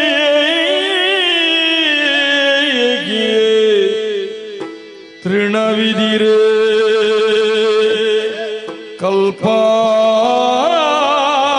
ಕಲ್ಪವನಿಗೆ ಗುಣವೇ ನಿನಗೀ ಮಾತು ಗುಣವೇ ನಿನಗೀ ಮಾತು ಲೋಕಕ್ಕೆ ಧನುಮತವೇ ಲೇದಲ್ಲ ಲೇದಲ್ಲ ಬೇಗದಿ ಹೆರಳು ಹೆರಳು ಹೆರಳು ಹೆರಳು ಮನೆಗಿಲ್ದಾಗ ಏನೋ ನಕ್ಕನು ಓ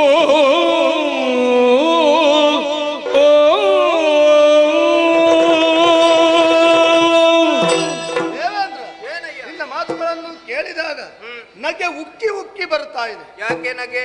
ಮತ್ತೆ ನಗಾಡದ ಬೇರೇನು ಮಾಡಲಿ ಹೇಳು? ಅಲ್ಲ, ನಾನು ಪ್ರಾಣ ಸಂಕಟದಲ್ಲಿದ್ದೇನೆ, ನೀನು ನಗುವುದಕ್ಕೂ ಕಾರಣ ನೀನು ಪ್ರಾಣ ಸಂಕಟದಲ್ಲಿರುತ್ತಲೂ ಇಂತಹ ಒಂದು ಹಾಸ್ಯದ ವಿಷಯವನ್ನಾಡಿಬಿಟ್ಟೆಯಲ್ಲ. ಈಗ ಹಾಸ್ಯ ಆಯ್ತಾ? ಏನು? ನಾನು ಶಿವ ತಪೋಭಂಗವನ್ನು ಮಾಡಬೇಕು. ಹೌದು. ಶಿವನೇನು ಸಾಮಾನ್ಯನು? ತ್ರಿಪುರ ವೈರಿ ಎನಿಸಿಕೊಂಡವ. ಅವನದ್ದಾದಂತಹ 3ನೇ ಕಣ್ಣನ್ನು ಅವ ತೆರೆದ ಅಂತಾದ್ರೆ ಲೋಕವೇ ಸುಡುವುದಕ್ಕುಂಟು. 3 ಲೋಕವನ್ನು ಸುಡುವಂತಹ ನಿಟಿಲ ವಹಿಣಿಯನ್ನು ಅವ ಹೊಂದಿದ್ದಾನೆ. ನನ್ನಲ್ಲಿರುವಂತಹ ಪಂಚಪುಷ್ಪ ಶರಗಳ ಪ್ರಯೋಗ ಅವನಿಗೆ ಆಯ್ತು ಅಂತಾದ್ರೆ ಅವನಿಗೆ ಸಿಟ್ಟು ಬರ್ತದೆ. ಸಿಟ್ಟು ಬಂತು ಅಂತಾದ್ರೆ ಅವ 3ನೇ ಕಣ್ಣನ್ನು ತೆರೆದ ಅಂತಾದ್ರೆ ಏನಾಗುತ್ತದೆ ಎನ್ನುವ ಕಲ್ಪನೆ ಇದೆ ಏನೋ ನಿನಗೆ? ತೃಣವೊಂದು ಕಲ್ಪಾಂತ ವಹಿಣಿಯ ಈ ಮುಂಭಾಗದಲ್ಲಿ ಇದರಾಗಿ ನಿಲ್ಲುವುದಕ್ಕೆ ಸಾಧ್ಯವೇ? ನಿನಗೆ ಈ ಮಾತು ಸಾನುರಾಗವೇ? ಗುಣವೇ? ಸರಿಯಲ್ಲ, ಲೇಸಲ್ಲ. ಇದು ನನ್ನಿಂದ ಲೇಸಲ್ಲ. ನೀ ನಡೆ ಮನೆಗೆ ನಡೆ.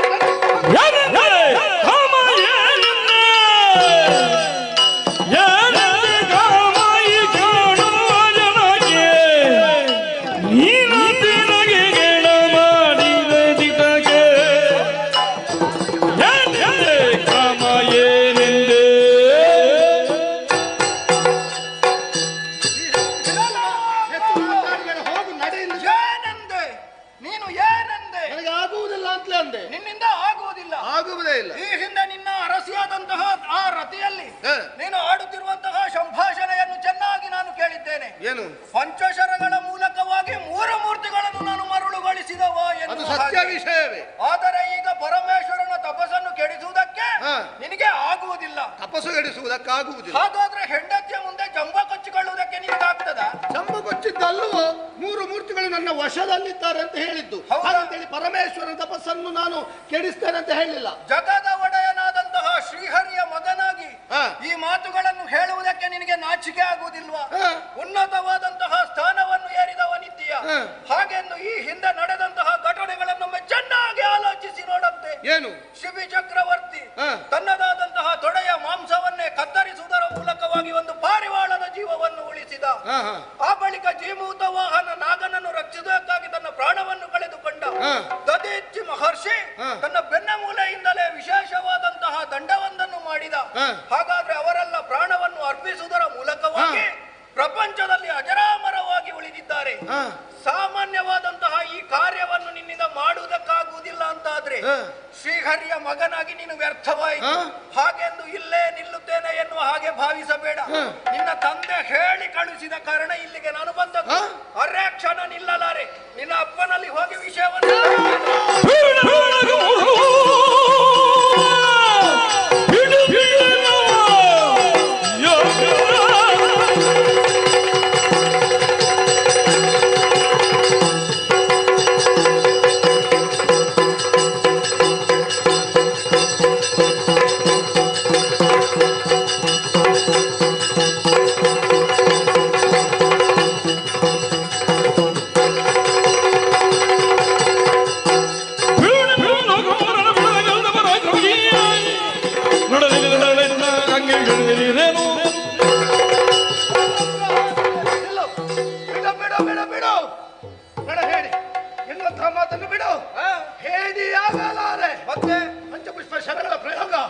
ಪರಮೇಶ್ವರನ ಮೇಲಾಗಬೇಕು ತಾನೆ.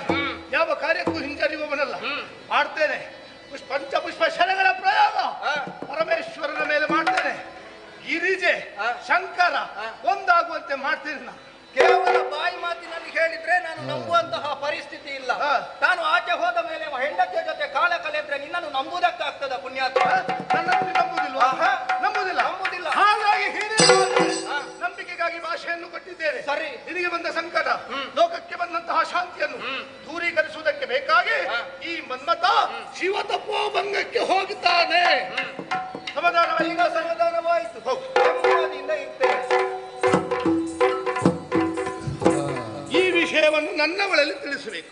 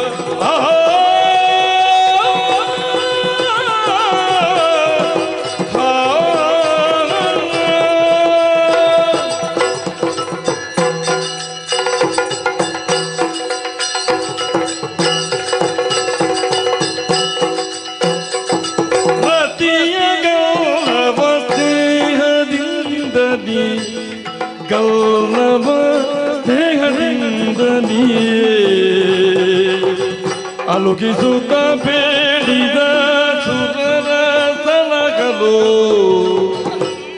ಬೇಡಿದ ಸುರರ ಸಲಗಲು, ಸಿತಗಳ ತಪ ಕೆಡಿಸಲೈದುವೆ, ಸಿತಗಳ ತಪ ಕೆಡಿಸಲೈದುವೆ, ಹಿತದಿ ನಾನು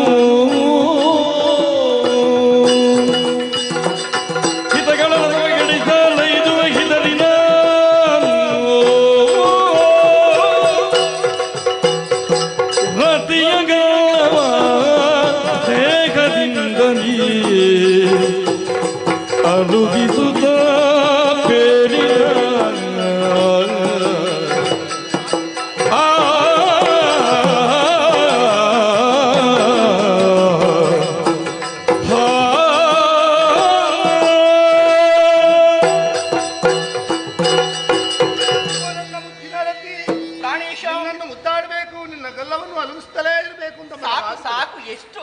ಆದ್ರೆ ಏನು ಮಾಡುವ, ಏನು ಕಾಲ ಇದಲ್ಲ. ಬಂದವ ದೇವೇಂದ್ರ, ಬಂದವನೇ ಅವನ ಅಳಲನ್ನು ಹೇಳಿಕೊಂಡ. ಬರುವಾಗ ತಲೆಯನ್ನು ಕೆಳಗೆ ಹಾಕಿಕೊಂಡು ಬಂದವರು, ಹೋಗುವಾಗ ಉತ್ಸಾಹದಿಂದ ಹೊರಟಿದ್ದಾನೆ. ಏನು ಅಂತ ಗೊತ್ತಾಗ್ಲಿಲ್ಲ. ಧೈರ್ಯದ ಮಾತನ್ನಾಡಿದ್ದೇನೆ. ಅವನಿಗೆ ಕಷ್ಟ ಬಂದಿದೆ ಅಂತೆ. ಅವನ ಕಷ್ಟವನ್ನು ನಾನು ಪರಿಹಾರ ಮಾಡಿ ಕೊಡ್ತೇನೆ ಅಂತ ಆಡಿದ್ದೇನೆ, ಭಾಷೆಯನ್ನು ಕೊಟ್ಟಿದ್ದೇನೆ. ಏನು ಕಷ್ಟ? ಕಷ್ಟ ಅವನಿಗೆ ರಕ್ಕಸದ ಬಾಧೆ. ಅಯ್ಯೋ, ಅದಿದ್ದದ್ದೇ ಬಿಡಿ. ಯಾವಾಗಲೂ ಅವೆಲ್ಲವೂ ನಿರ್ಮೂಲ ಆಗಬೇಕು ಅಂತಿದ್ರೆ ಒಂದು ಮುಖ್ಯ ವಿಷಯ ಆಗಬೇಕಂತೆ. ಯಾವುದು? ಪರಮೇಶ್ವರನ ತಪಸ್ಸು ಕೆಡಬೇಕಂತೆ. ಪರಮೇಶ್ವರ ಹಿಮಾಲಯವನ್ನು ಸೇರಿ ತಪಸ್ಸನ್ನು ಮಾಡ್ತಾ ಇದ್ದಾನೆ.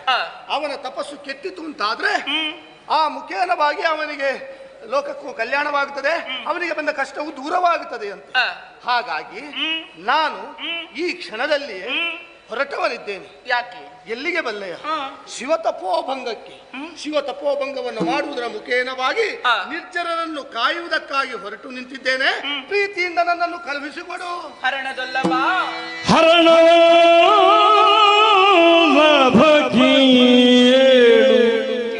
ತರನೋಳ ನಿಮಗೆ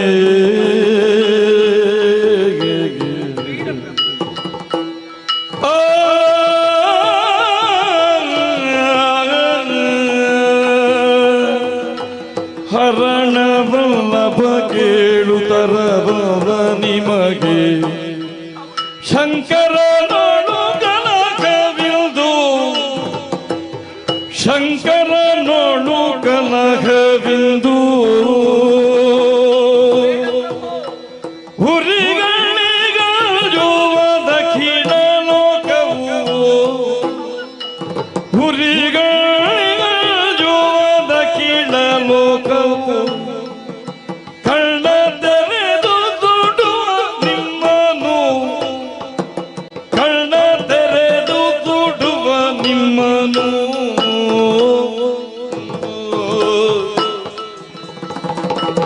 ಹರಣವಲ್ಲಭ ಕೇಳು ಕರಬಲ್ಲ ನಿಮಗೆ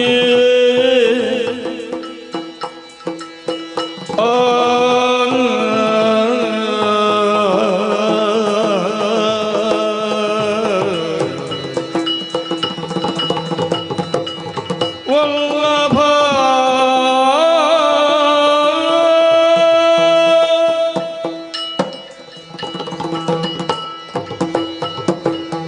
ರಮಣ, ನೀವಾಡುವಂತಹ ಮಾತುಗಳನ್ನು ಕೇಳುವಂತಹ ಸಮಯದಲ್ಲಿ ಏನನ್ನು ಉಸಿರಬೇಕೆನ್ನುವ ಹಾಗೆ ಅರ್ಥವಾಗುತ್ತಾ ಇಲ್ಲ ನನಗೆ. ಯಾಕೆ, ಏನಾಯ್ತು? ತಿಳಿದು ಈ ಕಾರ್ಯವನ್ನು ಮಾಡುವುದಕ್ಕೆ ಮುಂದಾಗಿದ್ದೀರೋ, ಅರಿಯದೇ ಈ ಕಾರ್ಯಕ್ಕೆ ಕೈ ಹಾಕಿದ್ದೀರೋ ಅರ್ಥವಾಗುತ್ತಾ ಇಲ್ಲ. ಮಾಡಬೇಕಾದ ಕಾರ್ಯ ಕಾರಣಕ್ಕಾಗಿ ಮಾಡ್ತಾ ಇದ್ದೇನೆ, ಮಾಡುವುದಕ್ಕೆ ಹೊರಟಿದ್ದೇನೆ. ಸ್ವಾಮಿ, ಏನು? ಹರಣದೊಲ್ಲಭ, ನನ್ನ ಮಾತುಗಳನ್ನು ಸರಿಯಾಗಿ ಆಲಿಸಬೇಕು. ತಾವು ಹೇಳು. ಯಾವುದೇ ಕಾರಣಕ್ಕೂ ನಾನಾಡುವಂತಹ ಮಾತುಗಳನ್ನು ಬಾಲಿಶದ ನುಡಿ ಎನ್ನುವ ಹಾಗೆ ಭಾವಿಸಿಕೊಳ್ಳಕೂಡದು. ತಾವು ಪ್ರಭು, ಹರನ ತಪಸ್ಸನ್ನ ಕೆಡಿಸಬೇಕೆನ್ನುವಂತಹ ಮನೋವಾಂಚೆಯನ್ನು ಹೊತ್ತುಕೊಂಡು ಹೊರಟವರಿದ್ದೀರ. ಹರನೇನು ಸಾಮಾನ್ಯದವರೆನ್ನುವ ಹಾಗೆ ಭಾವಿಸಿಕೊಂಡಿದ್ದೀರ. ಅತುಳ ಪರಾಕ್ರಮಿಯಿದ್ದಾನೆ, ಅಸಾಮಾನ್ಯನಿದ್ದಾನೆ. ಅವರ ಎದುರಾಗಿ ನೀವು ಕಾದಾಟವನ್ನ ಮಾಡುವುದಕ್ಕೆ ಮುಂದಾಗಿ ನಿಂತವರಿದ್ದೀರ. ಅವನ ತಪವನ್ನೇ ಭಂಗಪಡಿಸುವುದಕ್ಕೆ ತೆರಳುತ್ತಾ ಇದ್ದೀರ. ಸ್ವಾಮಿ, ಇದು ಹೇಗಾಗುತ್ತದೆ ಗೊತ್ತೇ? ಹೇಗಾಗುತ್ತದೆ? ಪ್ರಜ್ವಲಿಸುವಂತಹ ಅಗ್ನಿಯ ಪ್ರಖರತೆ ಎಷ್ಟಿದೆ ಎನ್ನುವುದನ್ನು ಪರೀಕ್ಷಿಸುವುದಕ್ಕೆ ಬೇಕಾಗಿ ಹತ್ತಿಯ ಗೊಂಬೆ ಒಂದು ಒಳ ಹೋದ ಹಾಗಾಗುತ್ತದೆ. ಸುಟ್ಟು ಕರಟಿ ಕಮರಿ ಹೋಗುತ್ತೀರಾ ಸ್ವಾಮಿ. ಯಾಕೆ ಗೊತ್ತೇ? ಅವನಲ್ಲಿ ಹೆಚ್ಚಿನ ಕಣ್ಣು ಎನ್ನುವ ಹಾಗುಂಟು. ಕಿಚ್ಚಿನ ಕಣ್ಣು. ಆ ಕಿಚ್ಚಿನ ಕಣ್ಣನ್ನು ಕಂಡಾಕ್ಷಣದಲ್ಲಿ ಪ್ರಪಂಚವೇ ಬೆಚ್ಚಿ ಬೀಳುತ್ತಾ ಉಂಟು ಸ್ವಾಮಿ. ಅದಲ್ಲದೆ ಅವನನ್ನ ಕೆಣಕುವುದಕ್ಕೆ ಹೋಗಿ ಅದೆಷ್ಟೋ ದಾನವರು ಈಗಾಗಲೇ ಮಡಿದು ಹೋದವರಿದ್ದಾರೆ. ಯಾರಲ್ಲ? ಅಂಧಗಾಸುರ, ಗಜಾಸುರ, ಜಲಂಧರ, ತ್ರಿಪುರರು ಎನ್ನುವಂಥವರು ನಾಶವಾಗಿ ಹೋದವರಿದ್ದಾರೆ. ಯಾರಾದರೂ ಉಳಿದಿದ್ದಾರೆ ಈಗ? ಯಾರೂ ಕೂಡ ಇಲ್ಲ. ನೀವು ಹೋದ್ರಿ ಅಂತಾಗಿದ್ದರೆ ಖಂಡಿತವಾಗಿ ಅಸುನೀಗುತ್ತೀರ ಎನ್ನುವಂತಹ ವಿಶ್ವಾಸ ನನಗುಂಟು. ಹಾಗಾಗಿ ಬೇಡ ಸ್ವಾಮಿ, ಹೋಗುವ.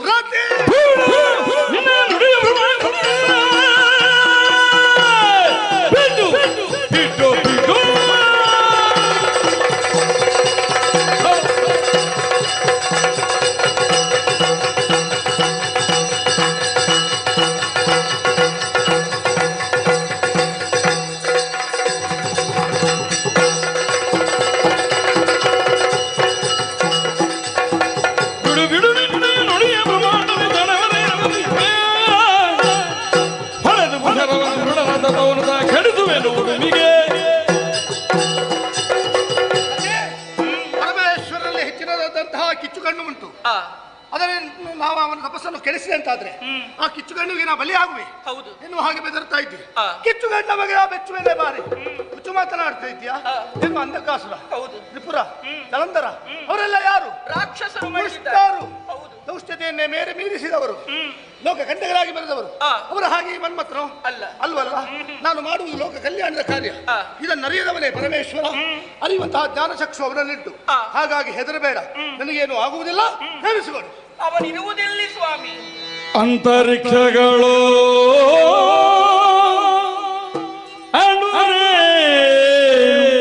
ಚರಾಚರಾದ್ಯಂತದಿ ತುಂಬಿರುವಾಗ ಅಂತರಿಕ್ಷಗಳನುರೇ ಚರಾಚರಾದ್ಯಂತದಿ ತುಂಬಿರುವ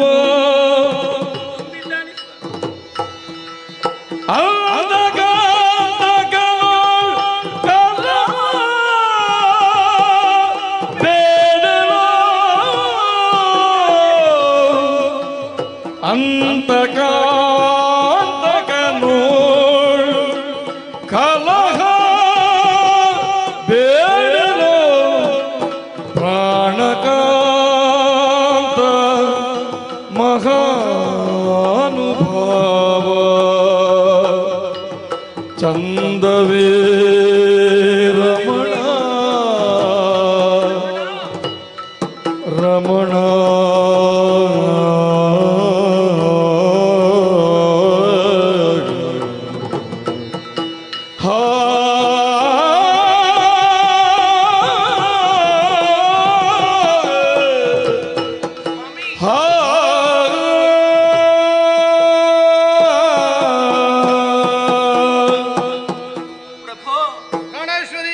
ಪರಶಿವನ ಮಹಿಮೆ ಎನ್ನುವುದನ್ನು ಪ್ರಪಂಚವೇ ತಿಳಿದುಕೊಂಡಿರುವಂತಹ ವಿಚಾರ.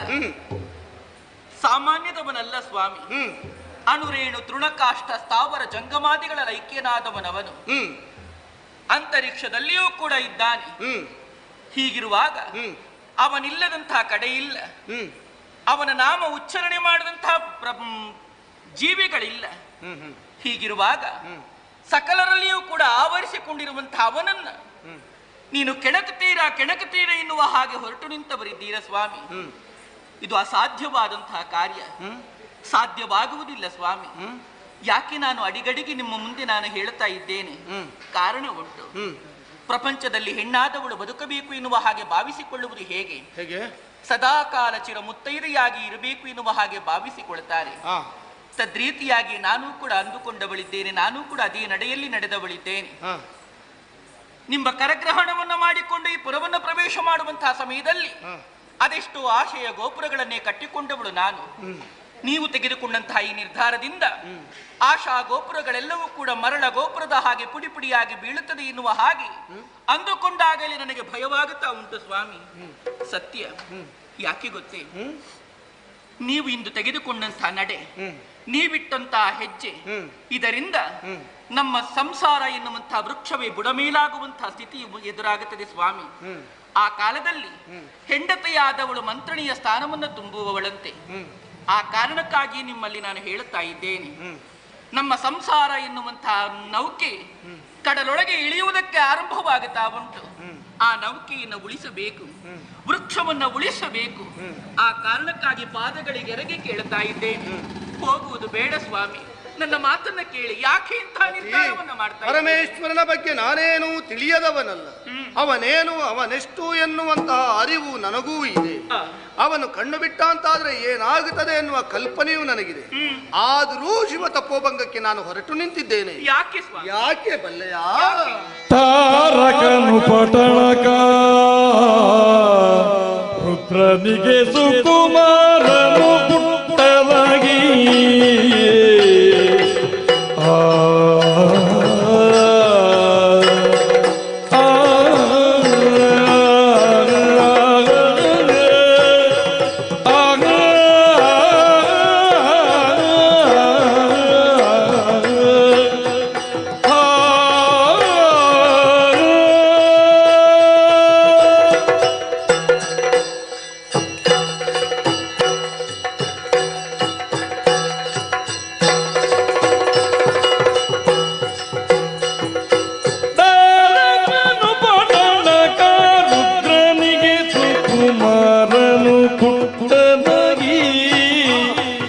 ಸುಕುಮಾರನು ಪುಟ್ಟನಾಗಿ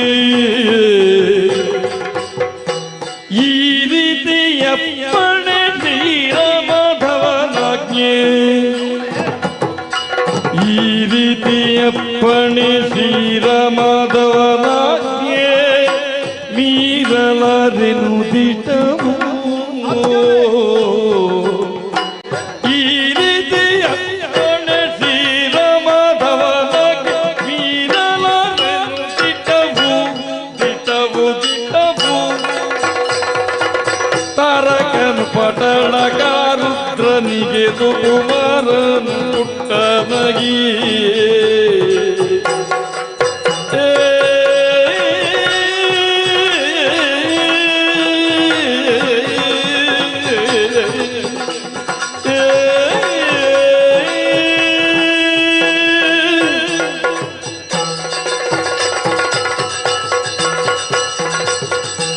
ಪ್ರಾಣೇಶ್ವರಿ, ಶಿವ ತಪೋಭಂಗಕ್ಕೆ ನಾ ಹೊರಟು ನಿಲ್ಲಲು ಕಾರಣ ಉಂಟೆ. ತಾರಕಾಸುರ ಎನ್ನುವಂತಹ ದಡಿಗ ದೇವಲೋಕಕ್ಕೆ ದಾಳಿ ಇಟ್ಟ.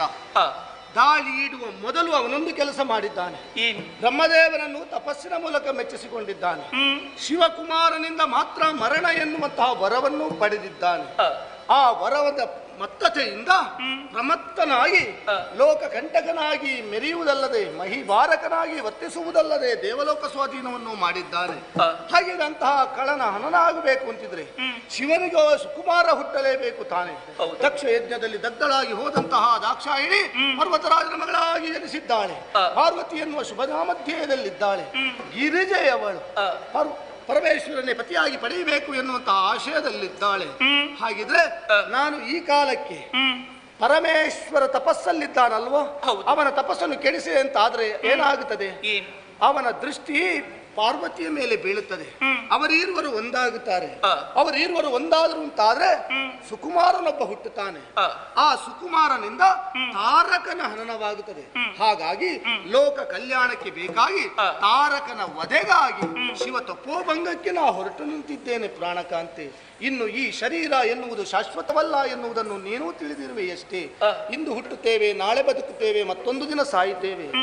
ಆ ಸಾವು ಬದುಕು ಮತ್ತೆ ಅಂತ್ಯ ಇವೆಲ್ಲವುಗಳ ಜಂಜಾಟದಲ್ಲೇ ನಾವು ಬದುಕಬೇಕಾಗುತ್ತದೆ. ಹಾಗಿದೆ ಇದರಿಂದ ಹೊರತಾದಂತಹ ಒಂದು ಮುಕ್ತಿಯ ಪಥ ಎನ್ನುವುದಿದೆ. ಆ ಪಥವನ್ನು ಸೇರಬೇಕು ಅಂತಿದ್ರೆ ಈ ಕಾಲಕ್ಕೆ ನನಗಿದು ಯೋಗ್ಯ. ಅಕರ್ತವ್ಯಂ ನ ಕರ್ತವ್ಯಂ ಪ್ರಾಣೇ ಕಂಠಗತೇರಪಿ ಕರ್ತವ್ಯೋಮೇವ ಕರ್ತವ್ಯಂ ಪ್ರಾಣೇ ಕಂಠಗತೇರಪಿ. ಮಾಡಬೇಕಾದ ಕೆಲಸಕ್ಕೆ ಪ್ರಾಣ ಕೊಟ್ಟಾದರೂ ಮಾಡಬೇಕು, ಮಾಡಬಾರದ ಕೆಲಸ ಪ್ರಾಣ ಹೋದರೂ ಮಾಡಕೂಡದು ಪ್ರಿಯೆ. ಹಾಗಾಗಿ ಇಂದು ನಾ ಮಾಡಬೇಕಾದ ಕರ್ತವ್ಯ ಇದು ಎನ್ನುವಂತಹ ಉದ್ದೇಶದಿಂದಲೇ ಶಿವ ತಪೋಭಂಗಕ್ಕೆ ನಾ ಹೊರಟು ನಿಂತಿದ್ದೇನೆ. ಕಣ್ಣೀರು ಹಾಕಬೇಡ, ನಗು ನಗುತ್ತಾ ನನ್ನನ್ನು ಕಳುಹಿಸಿಕೊಡು ಕಾಂತೆ. ಸ್ವಾಮಿ, ನಿಮ್ಮ ಮಾತುಗಳಿಂದಲೇ ಸಕಲ ಚಿತ್ರಣವು ಅರ್ಥವಾಗುವುದಕ್ಕೆ ಆರಂಭವಾಗಿದೆ ನನಗೆ. ಹಾಗಿದ್ದರೆ ನಿಮ್ಮ ಜೀವನ ಎನ್ನುವುದು ಮರ ಹುಟ್ಟಿ ಮರಸತ್ತ ಹಾಗೆ ಆಗಬಾರದು, ಸಾವಿನಲ್ಲಿಯೂ ಕೂಡ ಸಾರ್ಥಕತೆಯನ್ನು ಕಂಡುಕೊಳ್ಳಬೇಕೆನ್ನುವ ಹಾಗೆ ಆಡ್ತಾ ಇದ್ದೀರಾ. ನಿಮ್ಮ ಈ ಸಾರ್ಥಕ ಭಾವನಕ್ಕೆ ನಾನು ಯಾಕೆ ಅಡ್ಡಿಯಾಗಬೇಕು ಸ್ವಾಮಿ? ಖಂಡಿತವಾಗಿ ಇಲ್ಲ. ಆದರೂ ಕೂಡ ಮನದಾಳದಲ್ಲಿ ದುಗುಡವೊಂದು ಕಾಣುವುದಕ್ಕೆ ಕಾರಣವಾದರೂ ಯಾವುದು? ಮುತ್ತೈದೆಯಾದಂತಹ ನಾನು, ಸಾಯುವ ಕಾಲಕ್ಕೆ 5 ಮುತ್ತುಗಳಿಂದ ಶೋಭಿಸುವಂತಹ ನಾನು, ನಿಮ್ಮ ಜಂಗೆಯಲ್ಲಿ ನನ್ನ ಶಿರವನ್ನಿಟ್ಟು ನಾನು ಅಂತ್ಯ ಕಾಲವನ್ನು ಸೇರಿಕೊಳ್ಳಬೇಕೆನ್ನುವ ಹಾಗೆ ಭಾವಿಸಿದವಳು. ಅದಾಗುವುದಿಲ್ಲ. ವೈಧವಿ ದೀಕ್ಷೆಯೇ ನನಗೆ ಪ್ರಾಪ್ತಿಸುತ್ತದೆ ಎನ್ನುವುದು ಸತ್ಯವಾಗುತ್ತದೆ. ಆದರೆ ಮೊದಲಾಗಿ ನೀವು ಆಡಿದಂತಹ ಮಾತು, ರಥಿಯ ಮೇಳದೊಳಿರ್ಪ ಕಾಮನು ಸತಿಯ ಬಿಟ್ಟಿರದ ಸುಪ್ರೇಮನು ಎನ್ನುವ ಹಾಗೆ, ಈ ಕಾಮನ ಜೀವನದಿಂದ ಹೊರಹೋದವಳು ಈ ರತಿಯಲ್ಲ, ಈ ರತಿಯ ಜೀವನದಿಂದ ಹೊರಹೋದವನು ಕಾಮನಲ್ಲ. ಹಾಗಿದ್ದರೆ ನಿಮ್ಮನ್ನ ಕಳೆದುಕೊಂಡು ನಾನು ಬದುಕುವುದಾದರೂ ಹೇಗೆ? ನಾ ಮಾಡುವುದಾದರೂ ಏನು ಸ್ವಾಮಿ? ಶಿವ ತಪೋಭಂಗವಾಗಬೇಕು ದೇವೇಂದ್ರ, ನೀನು ಮನ್ಮಥನಲ್ಲಿಗೆ ಹೋಗು ಅಂತ ಆಡಿದ್ದು ಶ್ರೀಹರಿ. ಹಾಗಿದ್ರೆ ಶ್ರೀ ಮಾಧವನ ಆಜ್ಞೆ ನನಗಿದೆ. ಹಾಗಾಗಿ ಮಾಧವನ ಆಜ್ಞೆಯಲ್ಲಿ ಈ ಕಾರ್ಯ ಮಾಡುವುದಕ್ಕೆ ಹೊರಟ ಮೇಲೆ ಮಾಧವನ ಸೊಸೆಯಾದಂತಹ ನಿನ್ನನ್ನು ಅವ ಬಿಟ್ಟಾನೆ ಹೇಳು? ಇಲ್ಲ ಸ್ವಾಮಿ. ಒಂದು ವೇಳೆ ನೀ ಭಾವಿಸಿದ ಹಾಗೆ ನಾ ಅಳಿದು ಹೋದೆ ಅಂತಾದ್ರೆ, ವೈಧವ್ಯ ದೀಕ್ಷಾ ವಿಧಿ ನಿನಗೆ ಲಭಿಸಿತು ಅಂತಾದ್ರೆ, ನೀ ನೇರವಾಗಿ ವೈಕುಂಠವನ್ನು ಸೇರು. ಮಾಧವನ ಪಾದ ಬುಡದಲ್ಲಿ ಬಿದ್ದು ಮುಂದೇನು ಅಂತ ಕೇಳಿಕೋ.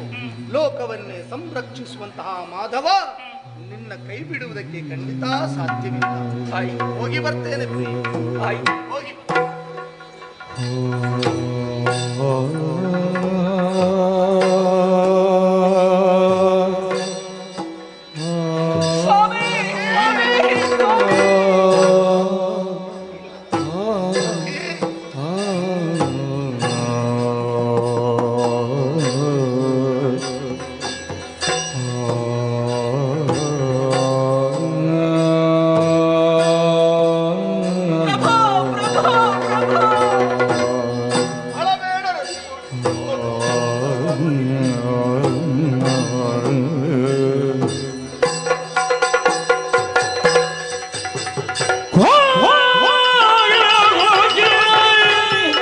ಸುಖ ಬಿಗಲಾಗಿಡುವಂತೆ ತಕ ಬಲವು ಕೂಡ ಗಿರದ ಬಂದೆ ಮಣಿ ರಥ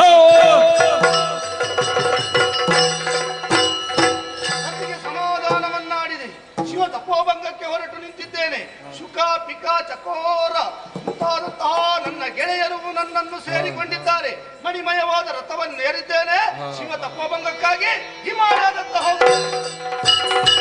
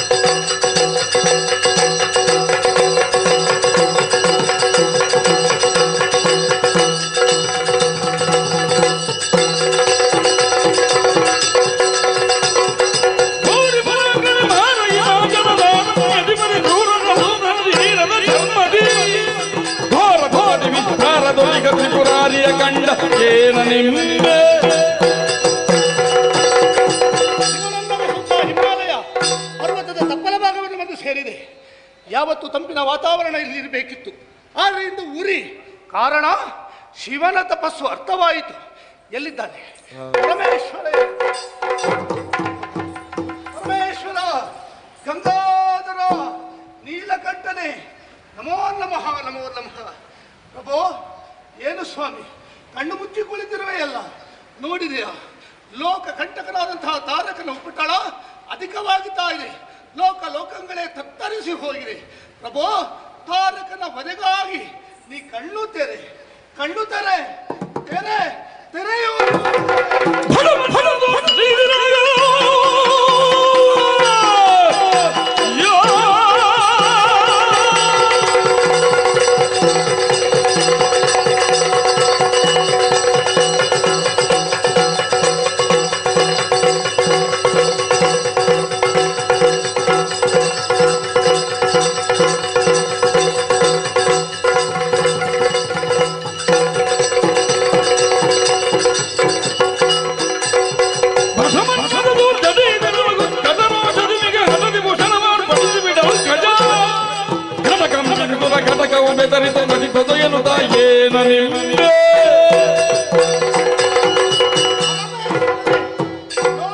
ಸುಟ್ಟು ಕರಿಗೆ ಆಗ್ತಾ ಉಂಟು.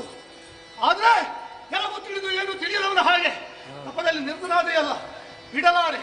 ನಿನ್ನಿಂದಲೇ ಪ್ರದತ್ತವಾದಂತಹ ಪಂಚಪುಷ್ಪ ಶರಗಳನ್ನು ಪ್ರಯೋಗಿಸಿ ನಿನ್ನ ತಪಸ್ಸನ್ನು ಕೇಳಿಸುತ್ತೇನೆ. ಇದು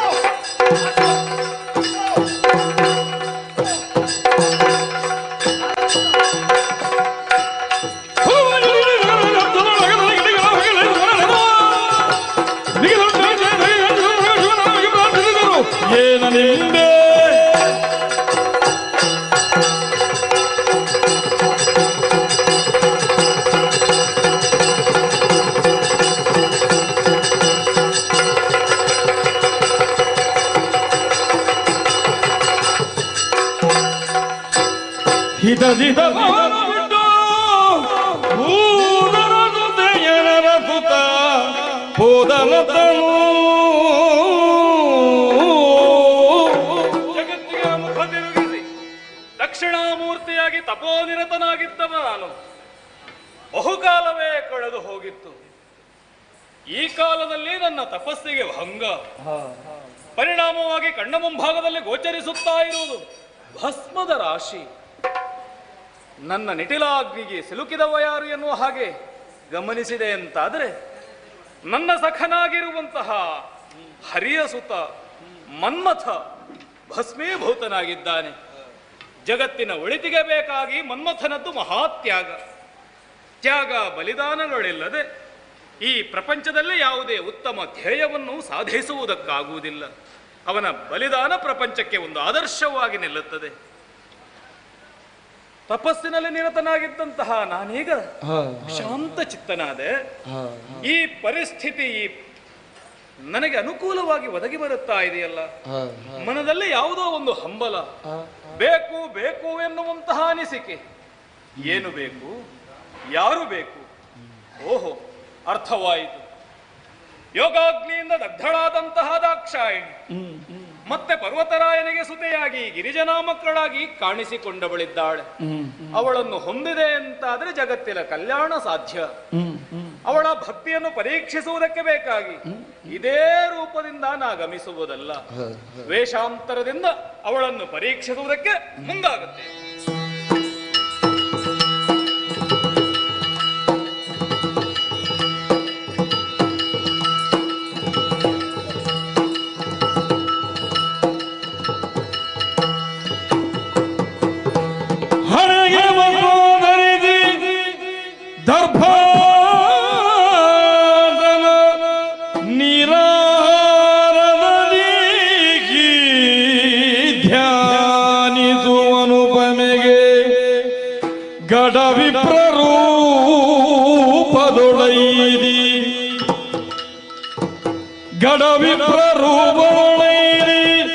ಶಿವನುಡಿನ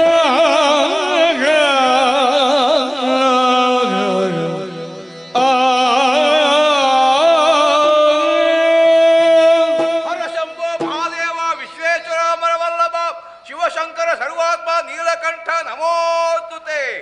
ಓಂ ಅಸತೋಮ ಸದ್ಗಮಯ ತಮಸೋಮ ಜ್ಯೋತಿರ್ಗಮಯ ಮೃತ್ಯೋಮ ಅಮೃತಂಗಮಯ. ಓಂ ಶಾಂತಿ ಶಾಂತಿ ಶಾಂತಿ. ನಮಸ್ಕಾರ ಸ್ವಾಮಿ.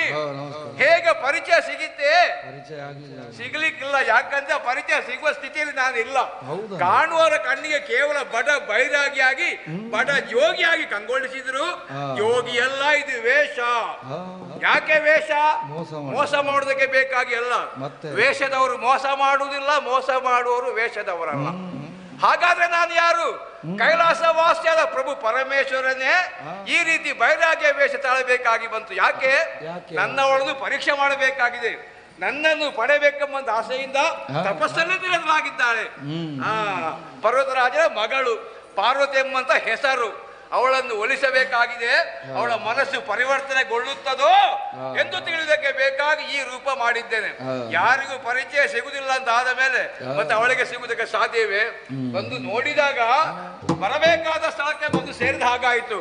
ಹಾರಾಡು ಹಕ್ಕಿಗಳಾಗಲಿ, ಬೀಸುವಂತ ಗಾಳಿಯಾಗಲಿ, ಹರಿದಾಡುವಂತ ನೀರಾಗಲಿ, ಎಲ್ಲ ಕಡೆಯಿಂದಲೂ ಓಂ ನಮ ಶಿವಾಯ ಎಂಬ ಪಂಚಾಕ್ಷರ ಮಂತ್ರವೇ ಕೇಳಿ ಬರ್ತಾ ಉಂಟು. ಇವಳ ತಪಸ್ಸಿನ ಪ್ರಭಾವ. ನೋಡೋಣ, ಬಂದ ಕಾರ್ಯ ಆಗಬೇಕಲ್ಲ. ಬಂದ ಕಾರ್ಯ ಪೂರ್ತಿ ಆಗಿದೆ, ನಾ ಕೋಪನ್ ಅಲ್ಲ. ಇದು ಎಲ್ಲಿಗೆ ತಲುಪಬೇಕು ಅಲ್ಲಿಗೆ ತಲುಪಿ ಆಗಿದೆ. ಕೆಳಗೆ ಇಳಿಸಬೇಕು ಅಂತ ಆದ್ರೆ ಸ್ವಲ್ಪ ಕಷ್ಟ ಆಗಬಹುದು ಅಂತ. ಹಾಗೆಲ್ಲ ಇಲ್ಲ. ಪರಶಿವನಾದಂತ ನನಗೆ ಕಷ್ಟ ಆಗ್ಲಿಕ್ಕಿಲ್ಲ. ಪ್ರಯತ್ನಕ್ಕೆ ತಕ್ಕ ಫಲ ಸಿಕ್ಕೇ ಸಿಕ್ಕುತ್ತದೆ.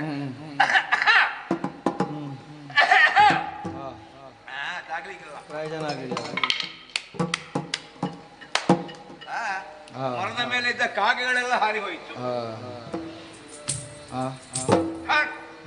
ಒಂದು ಪ್ರಯೋಜನ ಕೊಡುವುದಿಲ್ಲ. ಕೊನೆಗೆ ಒಂದೇ ಒಂದು ಅಸ್ತ್ರ. ಈ ಅಸ್ತ್ರಕ್ಕೆ ಬಗ್ಗದ್ದು ಬೇರೆ ಯಾವುದೂ ಇಲ್ಲ. ಎಲ್ಲ ಗಂಟೆ ನೀನಿಲ್ಲಿ ಕೂರು, ಎಲ್ಲ ದಂಡವೇ ಸತ್ಯಕ್ಕೆ ದಂಡವಾಗು, ಎಲ್ಲ ಕಮಾಂಡರವೇ ನೀನಿಲ್ಲಿ ರೈತ. ಓಂ ನಮ ಶಿವಾಯ, ಓಂ ನಮ ಶಿವಾಯ, ಓಂ ನಮ ಏತಕಿ ಭಂಗದೊಡು ತಪ ಮಾಡುವುದೇ ತರ ಬಯಕಿನ್ನೋಡು.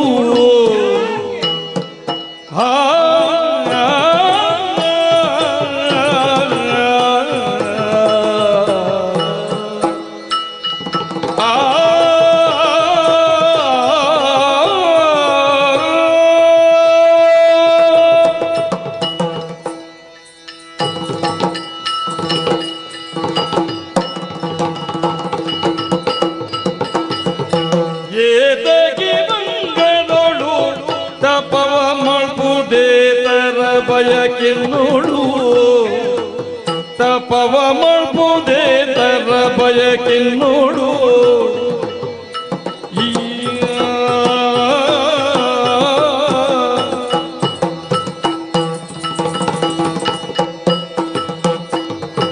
ಈತನ ದೊಡಲದ ದಿದಿ ಉಪವಾಸದು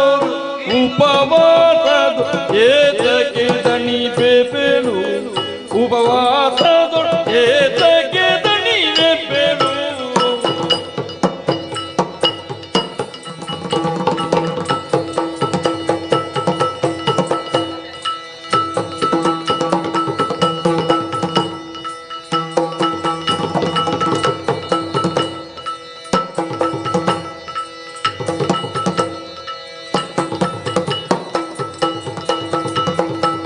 ಏತಕಿದನ್ನೊಳು ತಪ ಮಂಪುದೇ ತರ ಬಯಕಿನ್ನೊಳು ಓ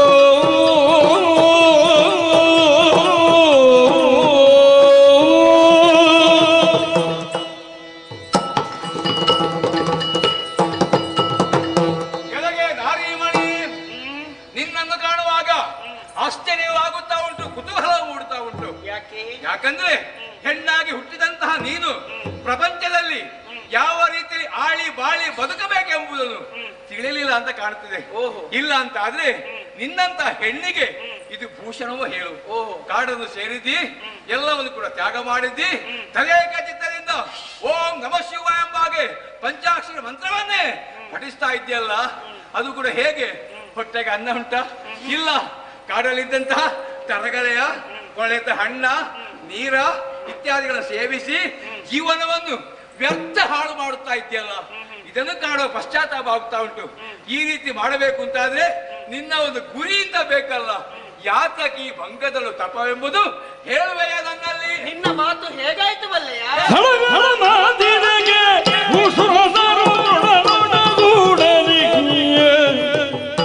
ತೊಡಗಿರ್ಬೆ ತಪವನ್ನು ನುಡಿಸದೆ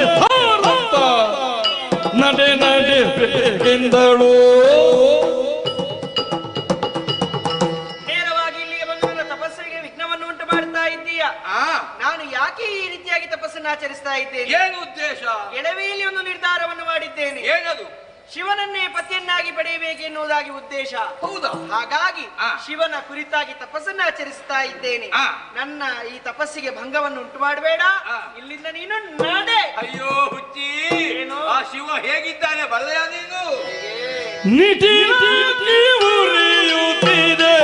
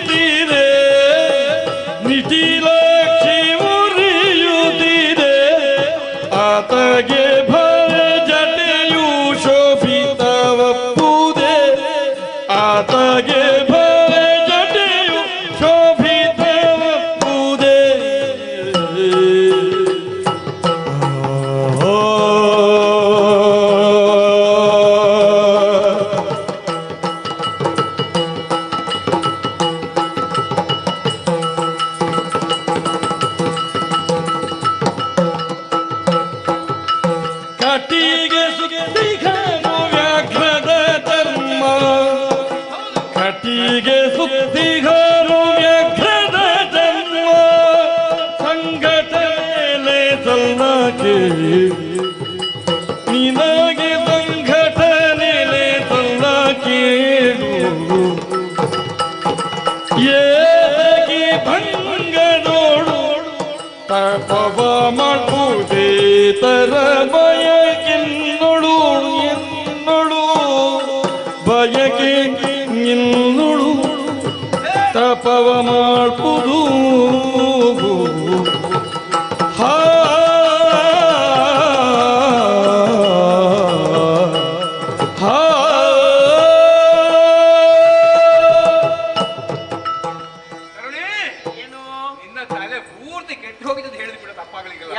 ಇಲ್ಲ ಅಂತಾದ್ರೆ ಆ ಹರನನ್ನು ಮದುವೆ ಆಗಬೇಕು ಅಂತ ಮನ ಮಾಡಿದ್ಯಲ್ಲ, ಇದು ಹುಚ್ಚು ಅಂತ ಅಲ್ಲದೆ ಬೇರೆ ಏನನ್ನ ಬೇಕು ಹೇಳು. ಯಾಕೆ? ಅವನ ಬಗ್ಗೆ ಸ್ವಲ್ಪವಾದ್ರೂ ನೀನು ತಿಳಿದದ್ದು ಹೌದು ಅಂತಾದ್ರೆ ಇಂತಹ ನಿರ್ಧಾರ ಕೈಗೊಳ್ಳುವುದಕ್ಕೆ ಆಗುತ್ತಿರ್ಲಿಲ್ಲ. ನಿನಗೆಷ್ಟು ತಿಳಿದಿದೆ ನೋಡು.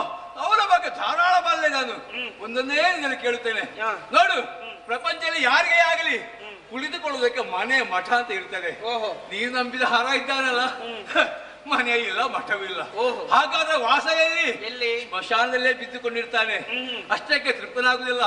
ಹೆಣ್ಣ ಸುಟ್ಟ ಭಸ್ಮವನ್ನು ಸದಾ ಅಂಗಾಂಗಳ ಲೇಪಿಸ್ತಾ ಇರ್ತಾನೆ. ಮಾತ್ರವಲ್ಲ, ಪ್ರಪಂಚದಲ್ಲಿ ಎಲ್ಲರಿಗೂ 2 ಕಣ್ಣಾದ್ರೆ ಹಣೆಯಲ್ಲಿ 1 ಕಣ್ಣು, ಮುಕ್ಕಣ್ಣ ಎಂಬಾಗ ಕೊಂಡಾಡುತ್ತಾ ಇದ್ದಾರೆ. ಹಣೆಯ ಕಣ್ಣು ತೆರೆದರೆ ಪ್ರಪಂಚವೇ ನಾಶವಾದೀತು ಅಂತಾದ ಮೇಲೆ ನೀನು ಬದುಕಿ ಉಳಿದಕ್ಕೆ ಸಾಧ್ಯವೋ?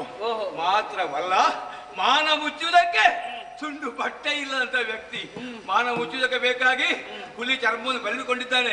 ಕೆಳಗೆ ಜಾರಿ ಬೀಳದ ಹಾಗೆ ಹಾವನ್ನೇ ಬಲಿದಿದ್ದಾನೆ. ಅಷ್ಟೇ ಅಲ್ಲ, ಪ್ರಪಂಚ ದೊಡ್ಡ ಹುತ್ತ ಯಾವುದು ಅಂತ ಕೇಳಿದ್ರೆ ನೀನು ನಂಬಿದಂತ ಹರ. ಎಲ್ಲಾ ಹಾವುಗಳು ಕೂಡ ತನ್ನ ಶರೀರದಲ್ಲಿ ಸದಾ ಹರಿದಾಡ್ತಾ ಇರ್ತದೆ. ಅಂತಹ ಕೊಳಕು ಪ್ರಾಣಿಯನ್ನು ಮದುವೆಯಾಗಿ ನಿನ್ನ ಜೀವನ ವ್ಯರ್ಥ ಹಾಳು ಮಾಡ್ತೀಯಲ್ಲ, ನನಗೆ ಪಶ್ಚಾತ್ತಾಪ. ಶಿವನನ್ನು ನಾನು ತಪಸ್ಸು ಮಾಡ್ತಾ ಇದ್ದೆ. ಅವನ ಬಗ್ಗೆ ನಾನು ಹೇಳಿದ್ದು. ಶಿವನ ಬಗ್ಗೆ ನಾನು ತಿಳಿದೇ ತಪಸ್ಸನ್ನು ಆಚರಿಸ್ತಾ ಇದ್ದೇನೆ. ಅವನ ಬಗ್ಗೆ ಎಲ್ಲ ಇದೆ. ಅದೆಲ್ಲ ಯಾಕೆ ಬೇಕಾಗಿ? ಯಾಕೆ? ಲೋಕದ ಕಲ್ಯಾಣಕ್ಕೆ ಬೇಕಾಗಿ, ಲೋಕದ ಒಳಿತಿಗೆ ಬೇಕಾಗಿ ಅವರು ಏನು ಆ ರೀತಿಯಾಗಿ ಮಾಡ್ತಾ ಇದ್ದಾರೆ. ಶಿವನ ತಪಸ್ಸನ್ನು ಮಾಡ್ತಾ ಇದ್ದೇನೆ. ಈಗ ನಾನು ಏನು ಮಾಡ್ಬೇಕು ಅಂತ ಹೇಳುವುದು? ಹಾಗಲ್ಲ, ಮದುವೆ ಆಗಬೇಕು ಮನಸ್ಸಿದ್ರೆ ಅವ ಅಲ್ಲ. ಪ್ರಪಂಚದಲ್ಲಿ ಎಂತೆಂಥವರಿದ್ದಾರೆ. ನನ್ನನ್ನು ಹೀಗೆ ಕಾಣಬೇಡ, ನಾನು ಎಲ್ಲರನ್ನೂ ಬಲ್ಲವ, ಎಲ್ಲರೂ ನನ್ನ ಅಡಿಯಾಗಿದ್ದಾರೆ. ಹಾಗಾದ್ರೆ ಯಾರು? ಇಂದ್ರ, ಚಂದ್ರ, ಅಗ್ನಿ, ವರುಣ, ವಾಯು, ಕುಬೇರ, ನಿರುತಿ, ಈಶ ಬೇಡ, ಯಾರು ಬೇಡ ನನಗೆ. ಅವನನ್ನು ಬೇಡ. ಅವರು ಎಲ್ಲರೂ ನಾನು ಹೇಳಿದಾಗ ಕೇಳ್ತಾರೆ. ನೀನು ಒಂದು ಮನ ಮಾಡಿದ್ರೆ ಸಾಕು, ಯಾರು ಬೇಕು ಅಂತ ಹೇಳಿದ್ರೆ ಸಾಕು, ಅಂತವ್ರನ್ನ ಕರೆದುಕೊಂಡು ಬಂದು ನಿನ್ನ ಪಾದಕ್ಕೆ ಹೊಂದಿಸುವಾಗ ನಾನು ಮಾಡ್ತೇನೆ. ಯಾರು ಬೇಡ.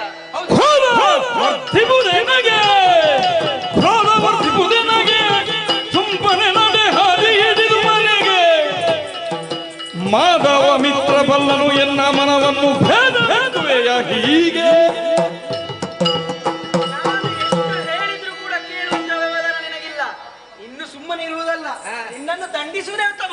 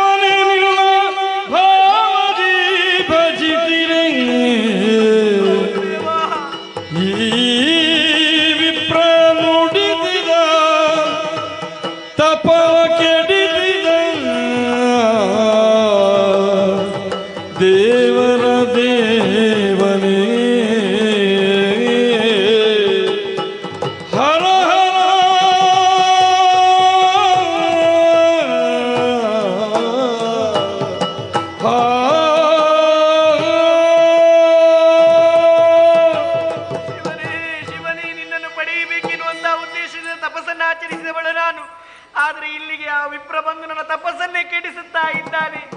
ಅವನನ್ನು ಅಟ್ಟಿಸಿಕೊಂಡು ಬಂದಂತಹ ಸಂದರ್ಭದಲ್ಲಿ ನನ್ನನ್ನು ಬೆನ್ನಟ್ಟಿಕೊಂಡು ಬರ್ತಾ ಇದ್ದಾನೆ. ಆದ್ರೆ ಏನು ಮಾಡುವುದು ಶಿವನೇ, ನೀನೇ ರಕ್ಷಿಸಬೇಕು ಹರನೇ. ನಿನ್ನ ಕಣ್ಣೀರನ್ನು ಕಾಣುವಂತ ಸಾಮರ್ಥ್ಯ ನನಗೆ ಇಲ್ಲ. ನಿನ್ನ ಭಕ್ತಿಗೆ ಮೆಚ್ಚಿ ನಾನು ಪ್ರತ್ಯಕ್ಷನಾಗಿದ್ದೇನೆ.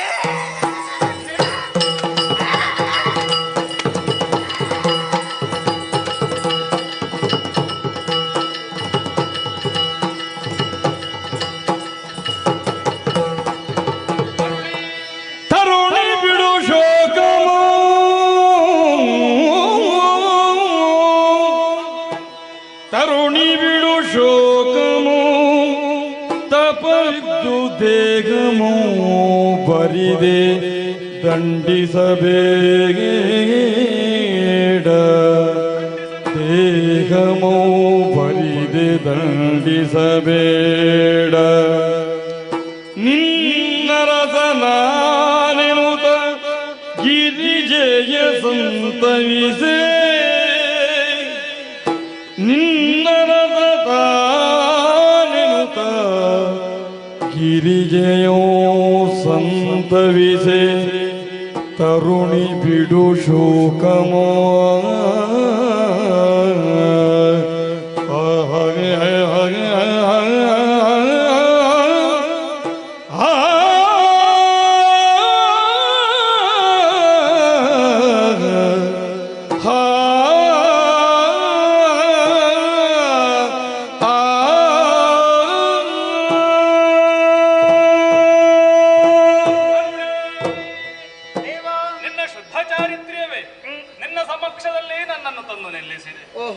ನಿಶ್ಚಲವಾದಂತಹ ತಪಸ್ಸು ದೇಹವನ್ನು ದಂಡಿಸಿದೆ.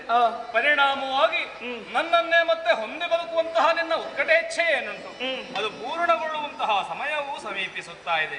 ನಿನ್ನ ಭಕ್ತಿ ಪಾರಮ್ಯಕ್ಕೆ ಮುದವಾಂತೆ ನಿನ್ನ ಎನಿಗೆ ಸಕಲವನ್ನು ಅರುಹಿ ಅತಿ ಶೀಘ್ರವಾಗಿ ನಿನ್ನನ್ನು ವಿವಾಹ ಆಗುವಂತಹ ವ್ಯವಸ್ಥೆ ಮಾಡ್ತೇನೆ.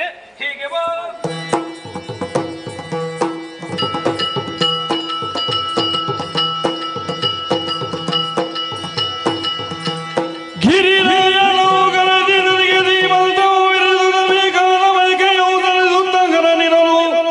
ಪಡೆದಳುಳ್ಳದ ಪರಾಕ್ರಮಿಸುತನ ದೇವದ ದಿನ ನಿಲಾಡಲು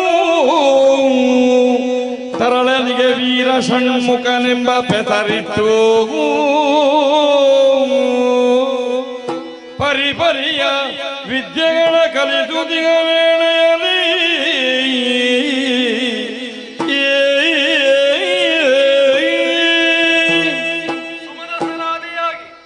ಜಗದ ಸಮಸ್ತ ಜನರು ನಿರೀಕ್ಷಿಸಿದ್ದು ನಮ್ಮಿರುವರ ವಿವಾಹವನ್ನು. ಸತ್ಯ. ಅದರ ಹಿಂದಿನ ಉದ್ದೇಶ ಜಗತ್ತಿನ ಒಳಿತು. ನಿಜ. ಪರಿಣಾಮವಾಗಿ ನಮ್ಮ ವಿವಾಹೋತ್ಸವ ನಡೆದು ನೋಡುತ್ತಾ ಇದ್ದ ಹಾಗೆ ನವಮಾಸವನ್ನ ಕಳೆದಂತಹ ನೀನು ಉನ್ನತನಾದಂತಹ ಪುತ್ರನೋರ್ವನಿಗೆ ಜನ್ಮವನ್ನಿತ್ತವಳಿದ್ದೀಯ. ಸತ್ಯ. ವೀರ ಷಣ್ಮುಖ ಎನ್ನುವಂತಹ ಹೆಸರನ್ನಿರಿಸಿದವರಿದ್ದೇವೆ.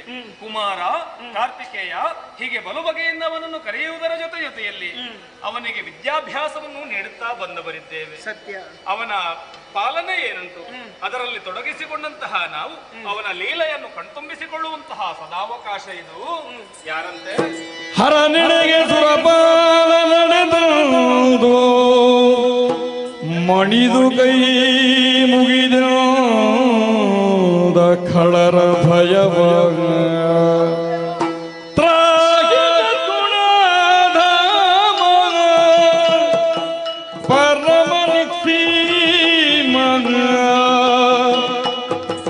त्राहि सज्जन प्रेम सुर सार्वभौम तारकासुरನೆಂಬ ಕೂಳುದಾನವನು ಘೋರಗಾನನವನು ಹೋಗಿಸಿ ನಮ್ಮುವನು ನಾರಿ ಮಕ್ಕಳು ಸಹಿತ ಅಖಿಲ ವಸ್ತುವನು ಸೂರ್ಯಗೊಂಡ ನಮ್ಮೂರ ಸ್ವರ್ಗವನು ತ್ರಾಹಿ ಸದ್ಗುಣಧಾಮ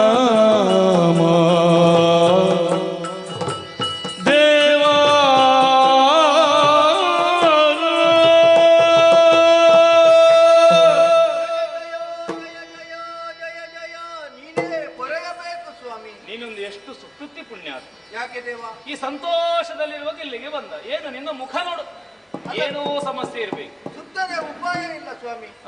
ತಾರಕನ ಉಪಟಳದಿಂದಾಗಿ ಸ್ವರ್ಗಲೋಕದ ಅಧಿಕಾರವನ್ನು ಕಳೆದುಕೊಂಡಿದ್ದೇವೆ. ಗಿರಿ ಕಾನನಗಳಲ್ಲಿ ಅಲೆದಾಡುವಂತಹ ದುಸ್ತರ ಪರಿಸ್ಥಿತಿ ನಮ್ಮ ಪಾಲಿಗೆ ಒದಗಿ ಬಂದಿದೆ. ಅದೇ ನನಗೊಂದು ವರ್ತಮಾನ ಬಂತು.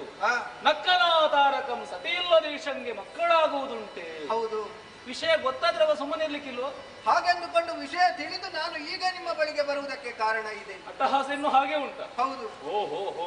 ಆದಷ್ಟು ಶೀಘ್ರವಾಗಿ ಆತನ ವಧೆಯಾಗಬೇಕು ಎಂದಾದ್ರೆ ಯಾರು ಕೊಲ್ಲುವುದು ಯಾರು ಅಂತ ಅಲ್ಲ, ನಿಮ್ಮ ಮಗನಾದಂತಹ ಕುಮಾರನನ್ನು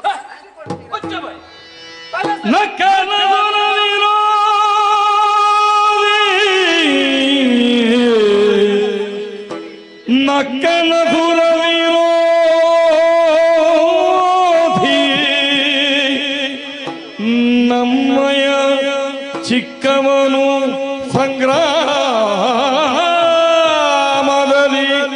ಗೆಲತಕ್ಕವನಿಗೆ ನಮ್ಮಯ ಚಿಕ್ಕವನು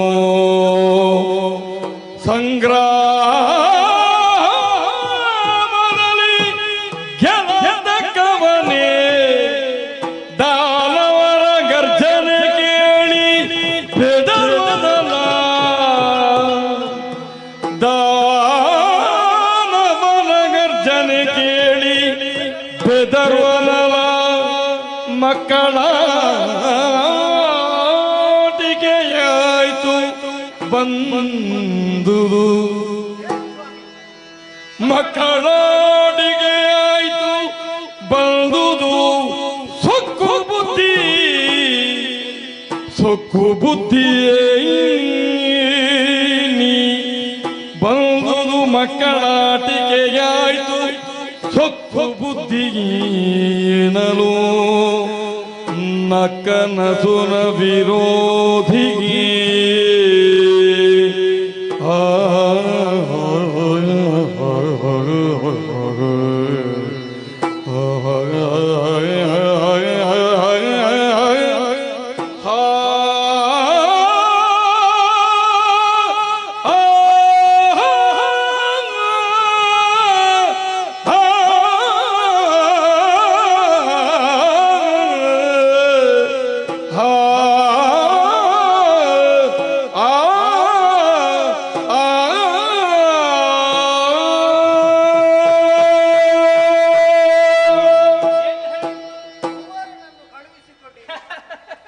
ಏನು ಮಾತಾಡ್ತೀರ?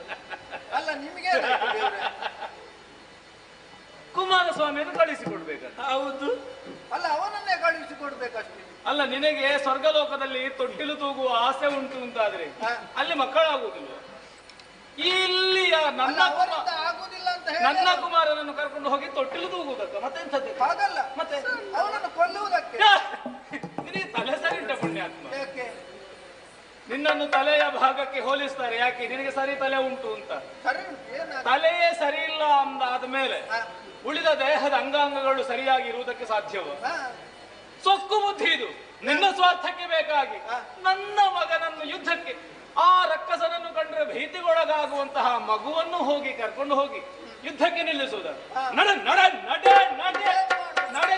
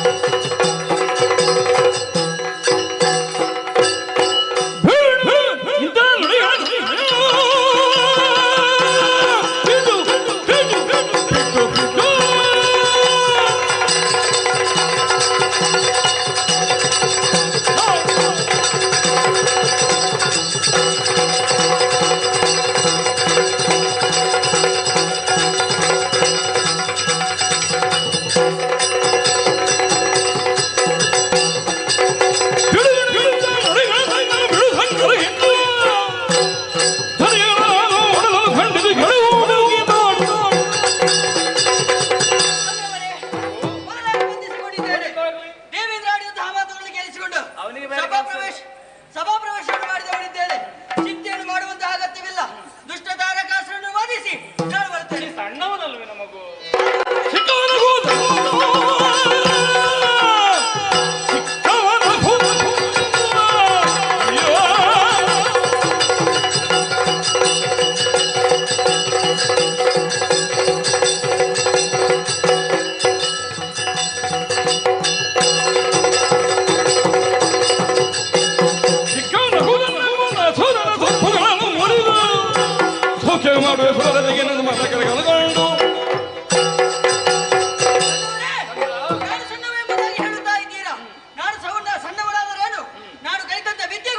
ನನ್ನಲ್ಲಿರುವಂತಹ ಬಾಳಕ್ಕೂ ಯಾವುದೇ ರೀತಿಯ ಸಣ್ಣತನವಿಲ್ಲ.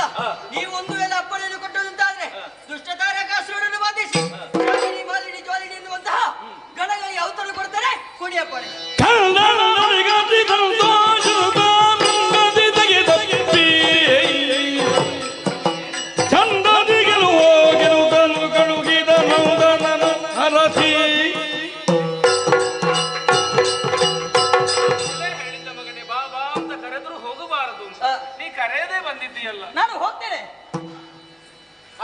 ಹುಮ್ಮಸ್ಸುಂಟು, ಬೇಡ ಅಂತ ನೀವೇ ಹೇಳು.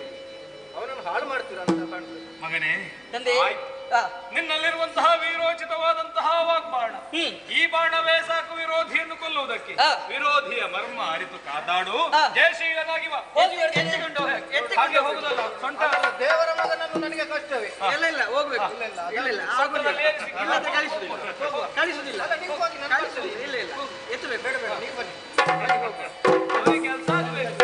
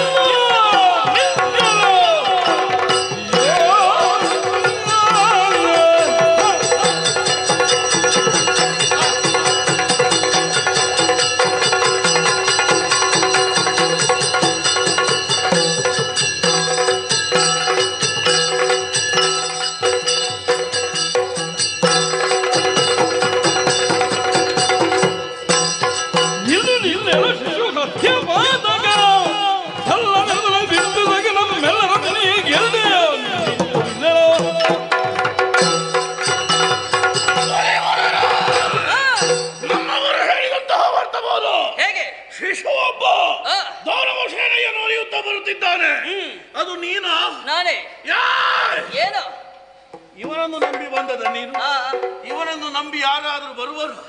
ಮಗು, ಏನು ನೀನು ತಲೆ ಕಟ್ಟಿ ವರ್ತಿಸುತ್ತಾ ಇದ್ದಿ. ಯಾಕೆ? ಬೇರೆ ಏನು ಮಗು? ಮತ್ತೆ ಅವನ ಸ್ವಾರ್ಥ ಉದ್ದೇಶವನ್ನು ಈಡೇರಿಸುವಂತಹ ನಮದಿಂದ ನಿನ್ನನ್ನು ಉಪಯೋಗಿಸ್ತಾ ಇದ್ದಾನೆ. ಮಾತ್ರ ಮಗು,